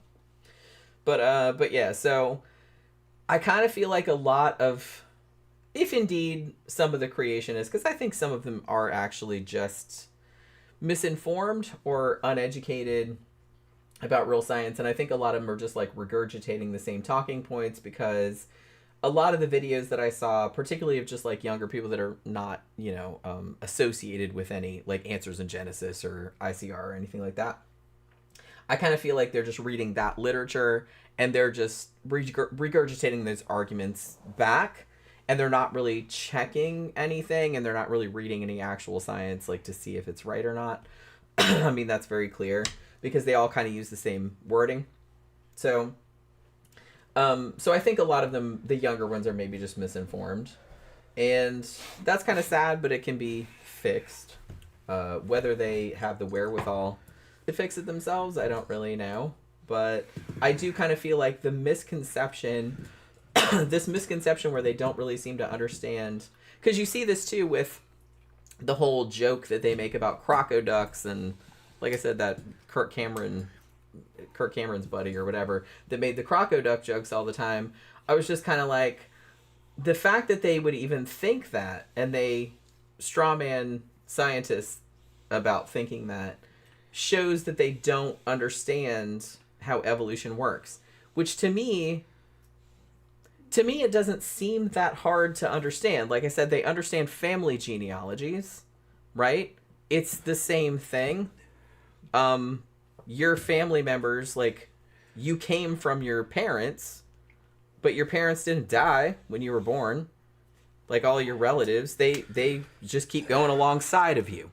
It's kind of the same thing. You're assuming that they want to understand. I don't think they do. I think a lot of them don't. It's like trolling. That was kind of the... I don't even know if it's trolling. I just think they don't want to know. I think they don't want to know. That would question the faith. Yeah. And I was kind of thinking about that earlier when I was watching some of this stuff. I said, I don't think they want to know. You're projecting your natural curiosity and your own will to know the truth onto them. They don't want to know their truth. Yeah, I think they may be afraid of it. They want a more comfortable delusion, I guess you could say, It's more comfortable to them. It's weird to me, though? Yeah. I guess because I wasn't raised religious, so it's like, I don't really have any dog in that fight. So I'm just kind of like, I don't understand what would be more comforting about an omniscient dude watching my every fucking move and judging everything I did. There's nothing comforting about that. Here's another thing that you're jumping on. You're assuming that they were raised religiously. I kind of have a feeling that a lot of them were not raised religiously, that they were raised with really nothing in particular, and then they latch onto that as an identity. I mean, maybe. Because a lot of people that I know that were raised religiously ended up not believing in a lot of that stuff when they got older. They're like, fuck this because shit. They were like, that was like their very basic mode. You know what I mean? And then they got older. They're like, yeah, there's not much to this. This is shit my parents believed. You know what I mean? I guess it depends on the family dynamic. Yeah. I think a lot of them were people that didn't really have much of anything, and it was a scene they got into. Yeah. Yeah. That's like why I said, and it seems like, to me... I don't get mad at them because I just I'm not mad, it's just... I don't take it seriously. I'm kind of baffled by it. Well, it just kind of seems like the creationist thing, it just seems like a big circle jerk to me. They all watch the same videos. They're just in a bubble, like I guess a lot of people are. And so they only hear things that reinforce their beliefs, and they just repeat things back to each other, and they just get that reinforced. Well, it's like a self-generating delusion. delusion. And they never go outside of that. It's a self-generating delusion, kind of like Scientology. Like how you could seriously go on a video and say there are no transitional fossils when there are like bajillions. And then I don't understand how you can say that with a straight face. And then there's some of them that will say like, well, I'm going to get a lawyer together and make a lawsuit. We're going to fucking change the laws and make it fit my thing. And I think that is more of a fucking, more like a virtue signal to their tribe. You know what I mean? That I'm going to stand up and fucking, I'm going to do, and I'm going to get laid. You know, everybody's going to see what a good person I am, what a good believer I am, my faith. And that's what they're doing. You know what I mean? It's bullshit. Bro, the more I learn about humans, the more I think I'm probably not from this planet. Yeah, it's bullshit. I don't think I'm from here, you guys. Religious fervor is always bullshit. It is. It's always bullshit. Yeah. It's always people that really don't have much, and they don't have much. Or they're covering up for something else. Yeah. Like they're covering up what horrible people they are. When you look at our ancestors that were highly religious, and the more devoutly religious they were, the kind of like the less they had, and that was kind of like that was their identity. and it was pre-social media, pre-internet. You know what I mean? So their internet was going to church. You know, that's where they met everybody. And I think it was important in that era. You know, it kind of like, I think it kept people from, I think it kept people marrying early and making children and getting a high population, which eventually led to an industrial revolution and eventually led to a modern world. It kept them under kind of a thumb.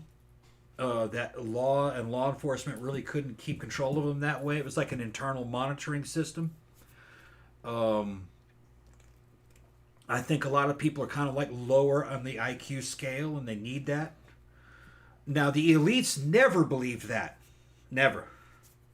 Rich people, educated people, intelligent people, you can go back to the Roman era, and elite people were atheists. They didn't believe in any of those Roman religions. Nope. They liked them, and they used them to keep people under control, but they didn't believe in them. No. And so there are atheist writings going back to ancient times. Yeah. They knew that they were traditions, and they liked the traditions. That's what was holding Rome together, and this is very much a Western thing. And that wasn't so much that, like in China. They were using Confucianism to do it, which was similar. But it's just the way the West was. You know, you use religions to hold people together, to hold a society together, because most of them are just rabble. You know, dumb. They need all that shit. The people that ran the society really didn't. They just saw those as tools, really. Some of the stuff I remember reading is that maybe they thought they were based on people in the past. Like, what was it called? Like, some of the Greeks thought that Zeus and Hera were based upon, like, old kings and queens, and that, like, you know, that this mythology may have been based on, like, an old aristocracy that once existed. But no, it's not true. All that shit was just made up out of whole cloth over time. Yeah, I mean, everything doesn't have to be based on reality. Oh. Like, people have imaginations. They can just make shit up.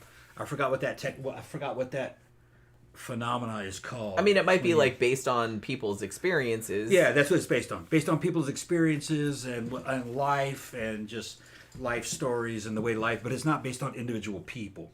Yeah, sometimes it is, but not usually. Like it doesn't have to be. Moses and Jesus have the same birth stories, so that tells you right there. Those people didn't exist. They're archetypes. Okay. You know, all that shit is just, it was a mechanism to tell stories to people and to keep them united in a common culture. But, yeah, it's wild. I don't know why you want to impose that on the modern world. I don't really get that either. Like I said, in this day and age, you don't really need it. There's really no excuse. No. For being that willfully ignorant. I mean, the information is out there if you would care to learn about it. And like I said, it's pretty awesome. Like, maybe you should look into it instead of just spouting off, oh, there are no transitional fossils. Why don't you look up? There's a lot of transitional fossils. Why don't you look that up? It's actually really interesting. Yeah. You might learn something. The megalodon was a transitional fossil. Like I said, technically, everything is transitional because everything is constantly changing. Right. Like I said, they're only transitional in hindsight. Yeah. You know, there's a very specific definition of what means like transitional fossil. But like I said, science is very aware that everything is constantly in transition. Yeah. So it's like it doesn't really mean anything. It only means something just in light of what fossils we found. Well, I think there's a natural human inclination to believe in a concept called progress, where things start here and then they go through the line that you wanted them to go in, and then they arrive to now. Well, like I said, if that was a plan. I think that's why some creationists have the misconception that evolution, if it exists, is goal-oriented, or that evolution means to do this or that and the other, which is not the case. Yeah, it's indifferent. It's just a mechanism. Yeah, and there's really been no progress as you would know it. It's just that things have changed to fit the environment. And one of the things that changed is that humans and the hominids got very intelligent. That's the only really main change. We got really intelligent. We changed. Not that intelligent, clearly. And more intelligent than the other animals. Yeah. We had machines, and we can make machines, and we can go to other fucking planets if we want to. And that's never happened before. The other animals couldn't do that. That we know of, yeah. Yeah, it's that we know of. The Earth is old enough where it may have happened before. I checked that out with some other scientists. That's what I was saying. Say, yeah, this could have happened before. Like, there's no evidence of it, but that doesn't mean that it There's no evidence, but the thing is that the plate tectonics and everything, the surface of the Earth the Earth is old enough and has been habitable long enough to where the Earth's surface could have been reset 2 or 3 times. I mean, the Earth is 4.5 billion years old, That's how old this planet is. So there may have been all kinds of shit. Kinds of shit that happened. These UFOs and shit that people are seeing, they might be from Earth, but from a billion years ago, coming back to check. I mean, you never know. You don't know. You don't know. Like I said, I'll reserve judgment because there's no. But I'm not. That's not without the realms of possibility. Yeah. I mean, if somebody comes up with some good evidence for that, I'll listen to it. Well, if a billion years ago there was a technological fucking society that's long gone, everything erased. They became sentient and then went transhuman, or they became non-biological, and then they went out of space as living fucking robots. They would eventually say, well, hey, one of the habitable planets we know of is the one we came from a billion years ago. Let's see what's going on down there. Oh, look, new life forms. Wow, neat. Wow, yeah, okay. This place is still producing life. And humans are not evolved to think about deep time. Well, we don't experience it because our lifespans are so short. So it's kind of hard for us to conceive it. Like how long a time that is. Right. So some of these, if there's a possibility that some of these big flying triangle UFOs and shit that people have seen, that I kind of believe that people did see it. Although I have another explanation. We talked about Jenny. I told Jenny a couple days ago. There may have been a U.S. military project that explained that big triangle over the Phoenix lights things. But let's just say that wasn't some kind of extraterrestrial or alien fucking thing. There's a good chance that was from here. From a billion years ago. Coming back to see. How's Earth doing? Oh, it's doing good. Okay. Let's get the fuck out of here. You just don't know. There's that, because deep time is a powerful fucking concept. Yeah. We're not really used to thinking along that time. Those times. Yeah, and I think that is another thing, because I like our brains didn't really evolve to conceive of a time period that vast. Yeah. So it's like you don't understand like how fucking long that is. Yeah. Like how much could happen in that time period. So I think that's another shortcoming that creationists have, is that they don't understand. They're thinking of things in terms of like a human lifespan, or like even maybe like just human history lifespan, like 6,000 years or whatever it is, where they're saying it's just kind of like, well, I don't see anything happening in my lifetime or quickly or something like that. But I was like, do you understand like how long a million years is, a billion years is? Do you understand how much shit could happen? Even like tiny little changes could accumulate in that time period, so you'd end up with something completely different at the end. Yeah. Like, and they don't really seem to grasp that. Yeah, and the experts I've been listening to on fucking channel called Event Horizon, all right, and these are fucking smart motherfuckers. They've said that the Earth has been habitable for a lot longer than our fossil record. You know what I mean? Yeah. Like, our fossil record goes back, so many hundreds of millions of years, but the Earth was fucking habitable even before that. Yeah. Well, honestly, so like no telling what could life happen. Didn't really evolve until very recently. Late. I mean, well, until later. Like, the Earth was around with nothing on it for a couple billion years. Yeah, but it was habitable for a lot of that time. So they're saying a lot of shit could have happened there.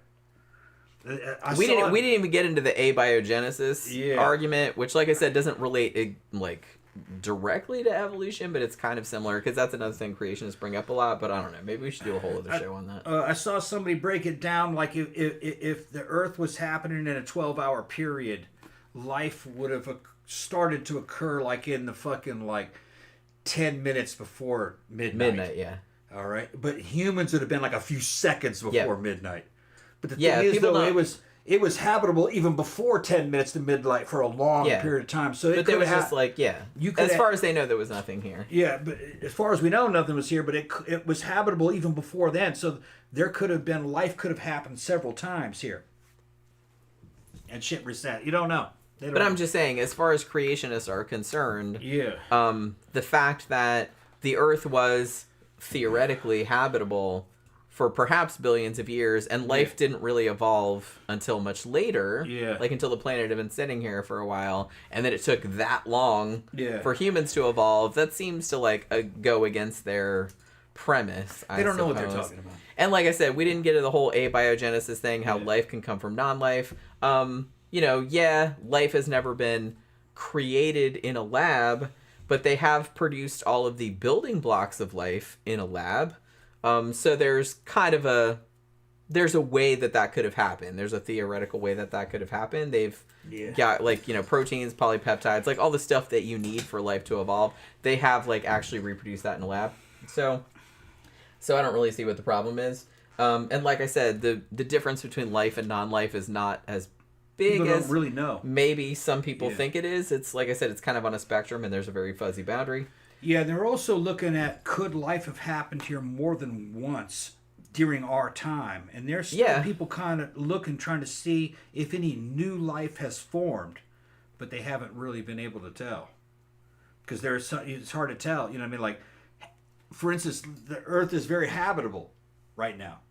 So why couldn't something evolve out of nothing right now? Some kind of fucking single-celled organism. Maybe it does. Or primitive. We're just not there to see it. They're just trying to look for it, and they're not really sure. There may be stuff here also on the Earth that might be alien, and we don't know. Yeah, there's a lot of things that are single-celled possible. organisms. They say that might... But so far, everything they've found has DNA. Yeah. Which, like I said, I don't think that people realize, but the first life that evolved here did not have DNA. Yeah. That developed a little bit later. And there are also some other people that are trying to figure out some of these mineral deposits and shit might be a very primitive form of life, like a silicone type of life. They don't know. I read a whole book about a clay-based kind of quasi-life. Right. Which was kind of interesting. I can't remember what the name of the book was, though. So we've been on for about 4 hours. So it's like 11:30. SideQuest Hero said, "You're trying to logic with people who believe in magical Sky Daddy. You can't make it make sense." Nah. Oh, I know. Yeah. I know that. It's just for me. It's just very frustrating. But I don't know. I don't know if frustrating is the word.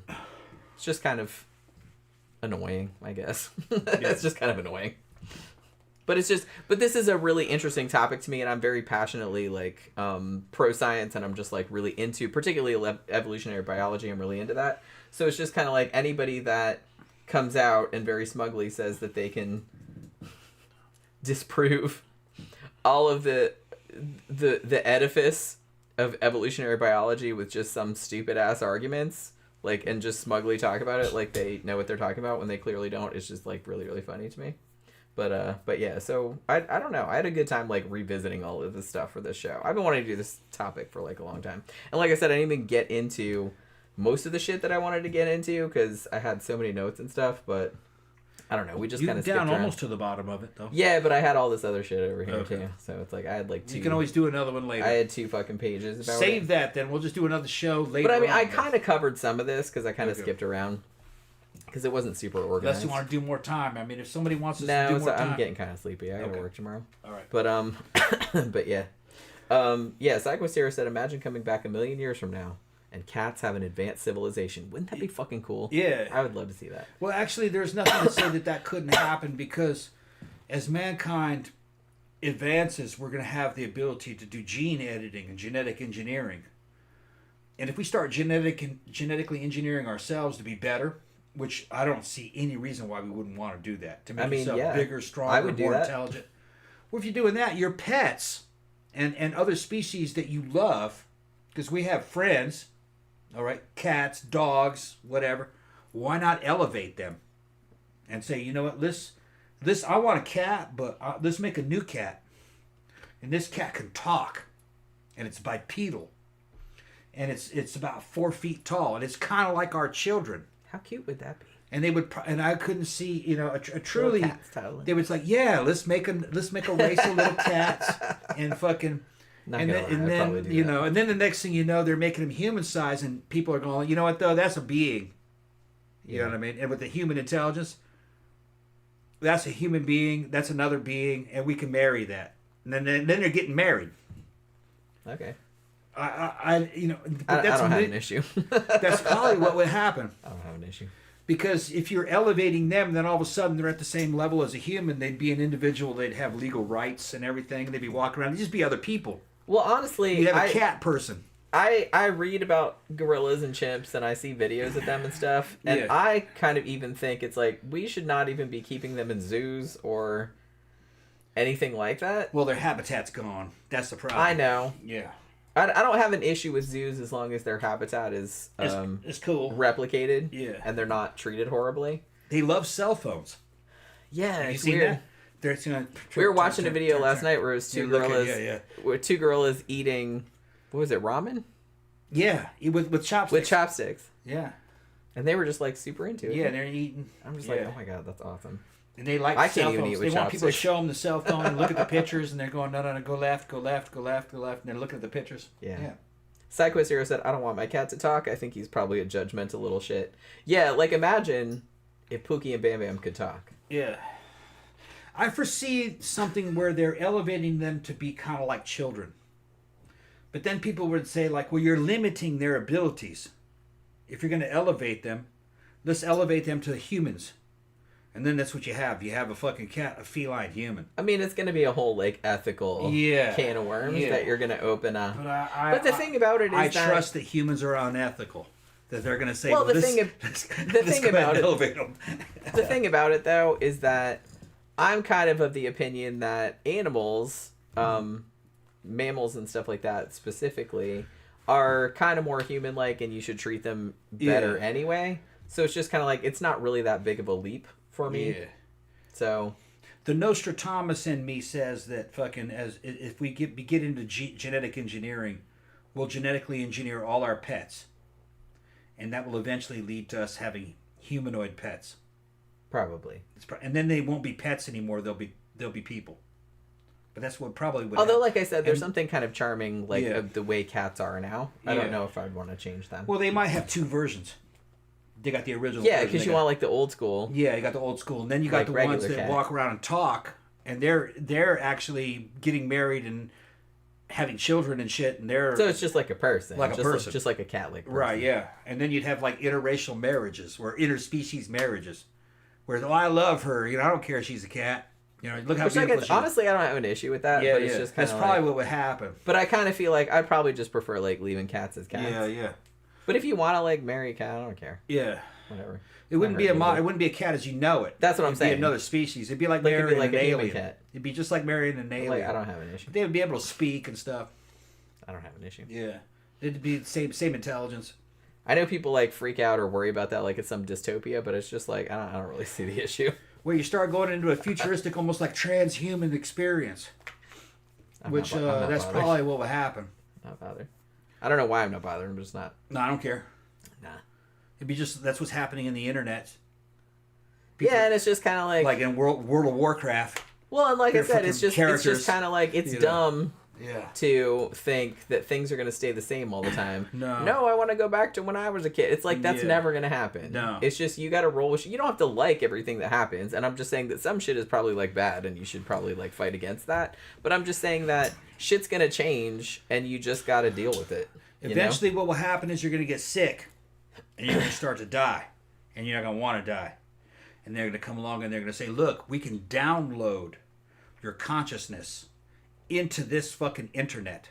And then you can live on in the internet. Just like that And Black you won't Mirror. know the difference. You'll think that you're alive still in this everlasting heaven. And it's interactive, whatever you want. And other people, your friends will be there. You can talk to them forever. And you will no longer be biological. That will happen, probably. Because I think the human consciousness is probably a cloud of intertwined fucking quantum particles that make you feel like you're here, and they'll put that shit somehow into an internet. It'll probably be a quantum computing too, and then you're living forever in a heaven where you're living until the earth burns up, you know. So it's not forever. It's just a life extension. I'd probably do that too. Yeah, and then that's probably what those aliens are when they come here. You know, if they come here in a big flying V, it's just a bunch of alien souls inside of a fucking internet in there. It's probably all it is. Because why would you want to be biological when you can just live for thousands or hundreds of thousands of years, a million years, and when you're in there, you can be whatever you wanted to be. You can take on any form because everything's an avatar. You know, say fuck it. You know, turn into a fucking cat or a fucking. You can be an eagle. Yeah, why not? Or a mythological creature. You know, just inside of a mythological world. And then you can come to the real world too, see what's happening through a robot or something. It's going to be awesome, but not in our lifetime, probably. There's no telling them. What's that? We'll see. We'll see. Yeah. Kind of hoping cool shit happens like before I cack. Yeah, you get old, you just say fuck it. I'm not that fucking old. I got nothing. When you go like I got nothing to lose, go ahead and download me into there. Let's see. Yeah, let's see how it goes. Like I said, you don't have. I only got a few weeks anyway. Yeah. SideQuest Era says it was a great show. Really enjoyed it. And Tammy said, "Yeah, do a part 2." Okay, maybe one day we will. See, you thought this was going to be a boring topic, but we only had we didn't have very many people watching live, but maybe they'll watch it recorded. I don't know. I'm not. But this is what the patrons wanted. This is what well, like I said, he was mad because it's like, well, it's not very clickbaitty, and I was just like, but I don't do that clickbaity shit. Okay. I hate that shit. Yeah. I figured, man, a lot of people won't want this religious fucking bullshit. They don't want to hear this. A lot of them like murder. Our murder. Well, I like murder shows too. We get a lot of people watching the. But I was excited about this topic because this is something I know a lot about. But like I said, murder's my favorite thing to do. Murder and paranormal. I mean, true crime's probably my favorite thing. Yeah. But like I said, I love doing this shit. But I like all the topics. They're all interesting to me. But true crime's usually my favorite. And we try to throw cool shit into it, no matter what it anyway. You know, we're gonna take it full circle. I'm gonna talk about transhumanism and fucking digital immortality. You know, anything could happen. I'm looking forward to it. Actually, I hope it's as cool as I think it's gonna be. It probably won't be, but you wouldn't have to pay rent. That'd be nice. Because you don't take up any physical space.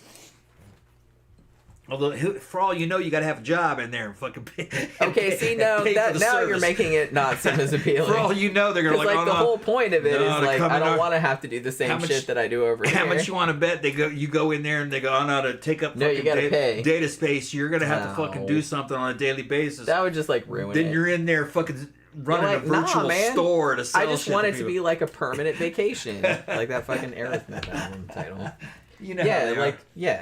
Like, if you just have to do the same shit you do over here, what's the fucking point of going over there? That sounds, like, terrible. Yeah.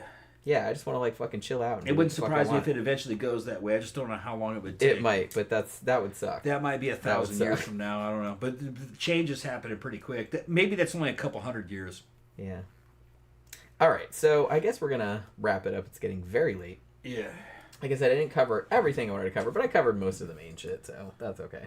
Maybe we'll revisit this topic at some time in the future. So yeah, but I had a lot of fun with this. Hopefully you guys did too. We will see you again on Friday night for our sidetrack show. Which is always our favorite show of the week to do, because we can just get fucked up and talk about bullshit. I mean, which we usually do anyway, but you know what I mean. See you, Tammy. Yeah. So, thank you everybody for dropping by this evening. Thank you for all your super chats and for hanging out with us and having a fascinating discussion. And we will see you guys again on Friday night.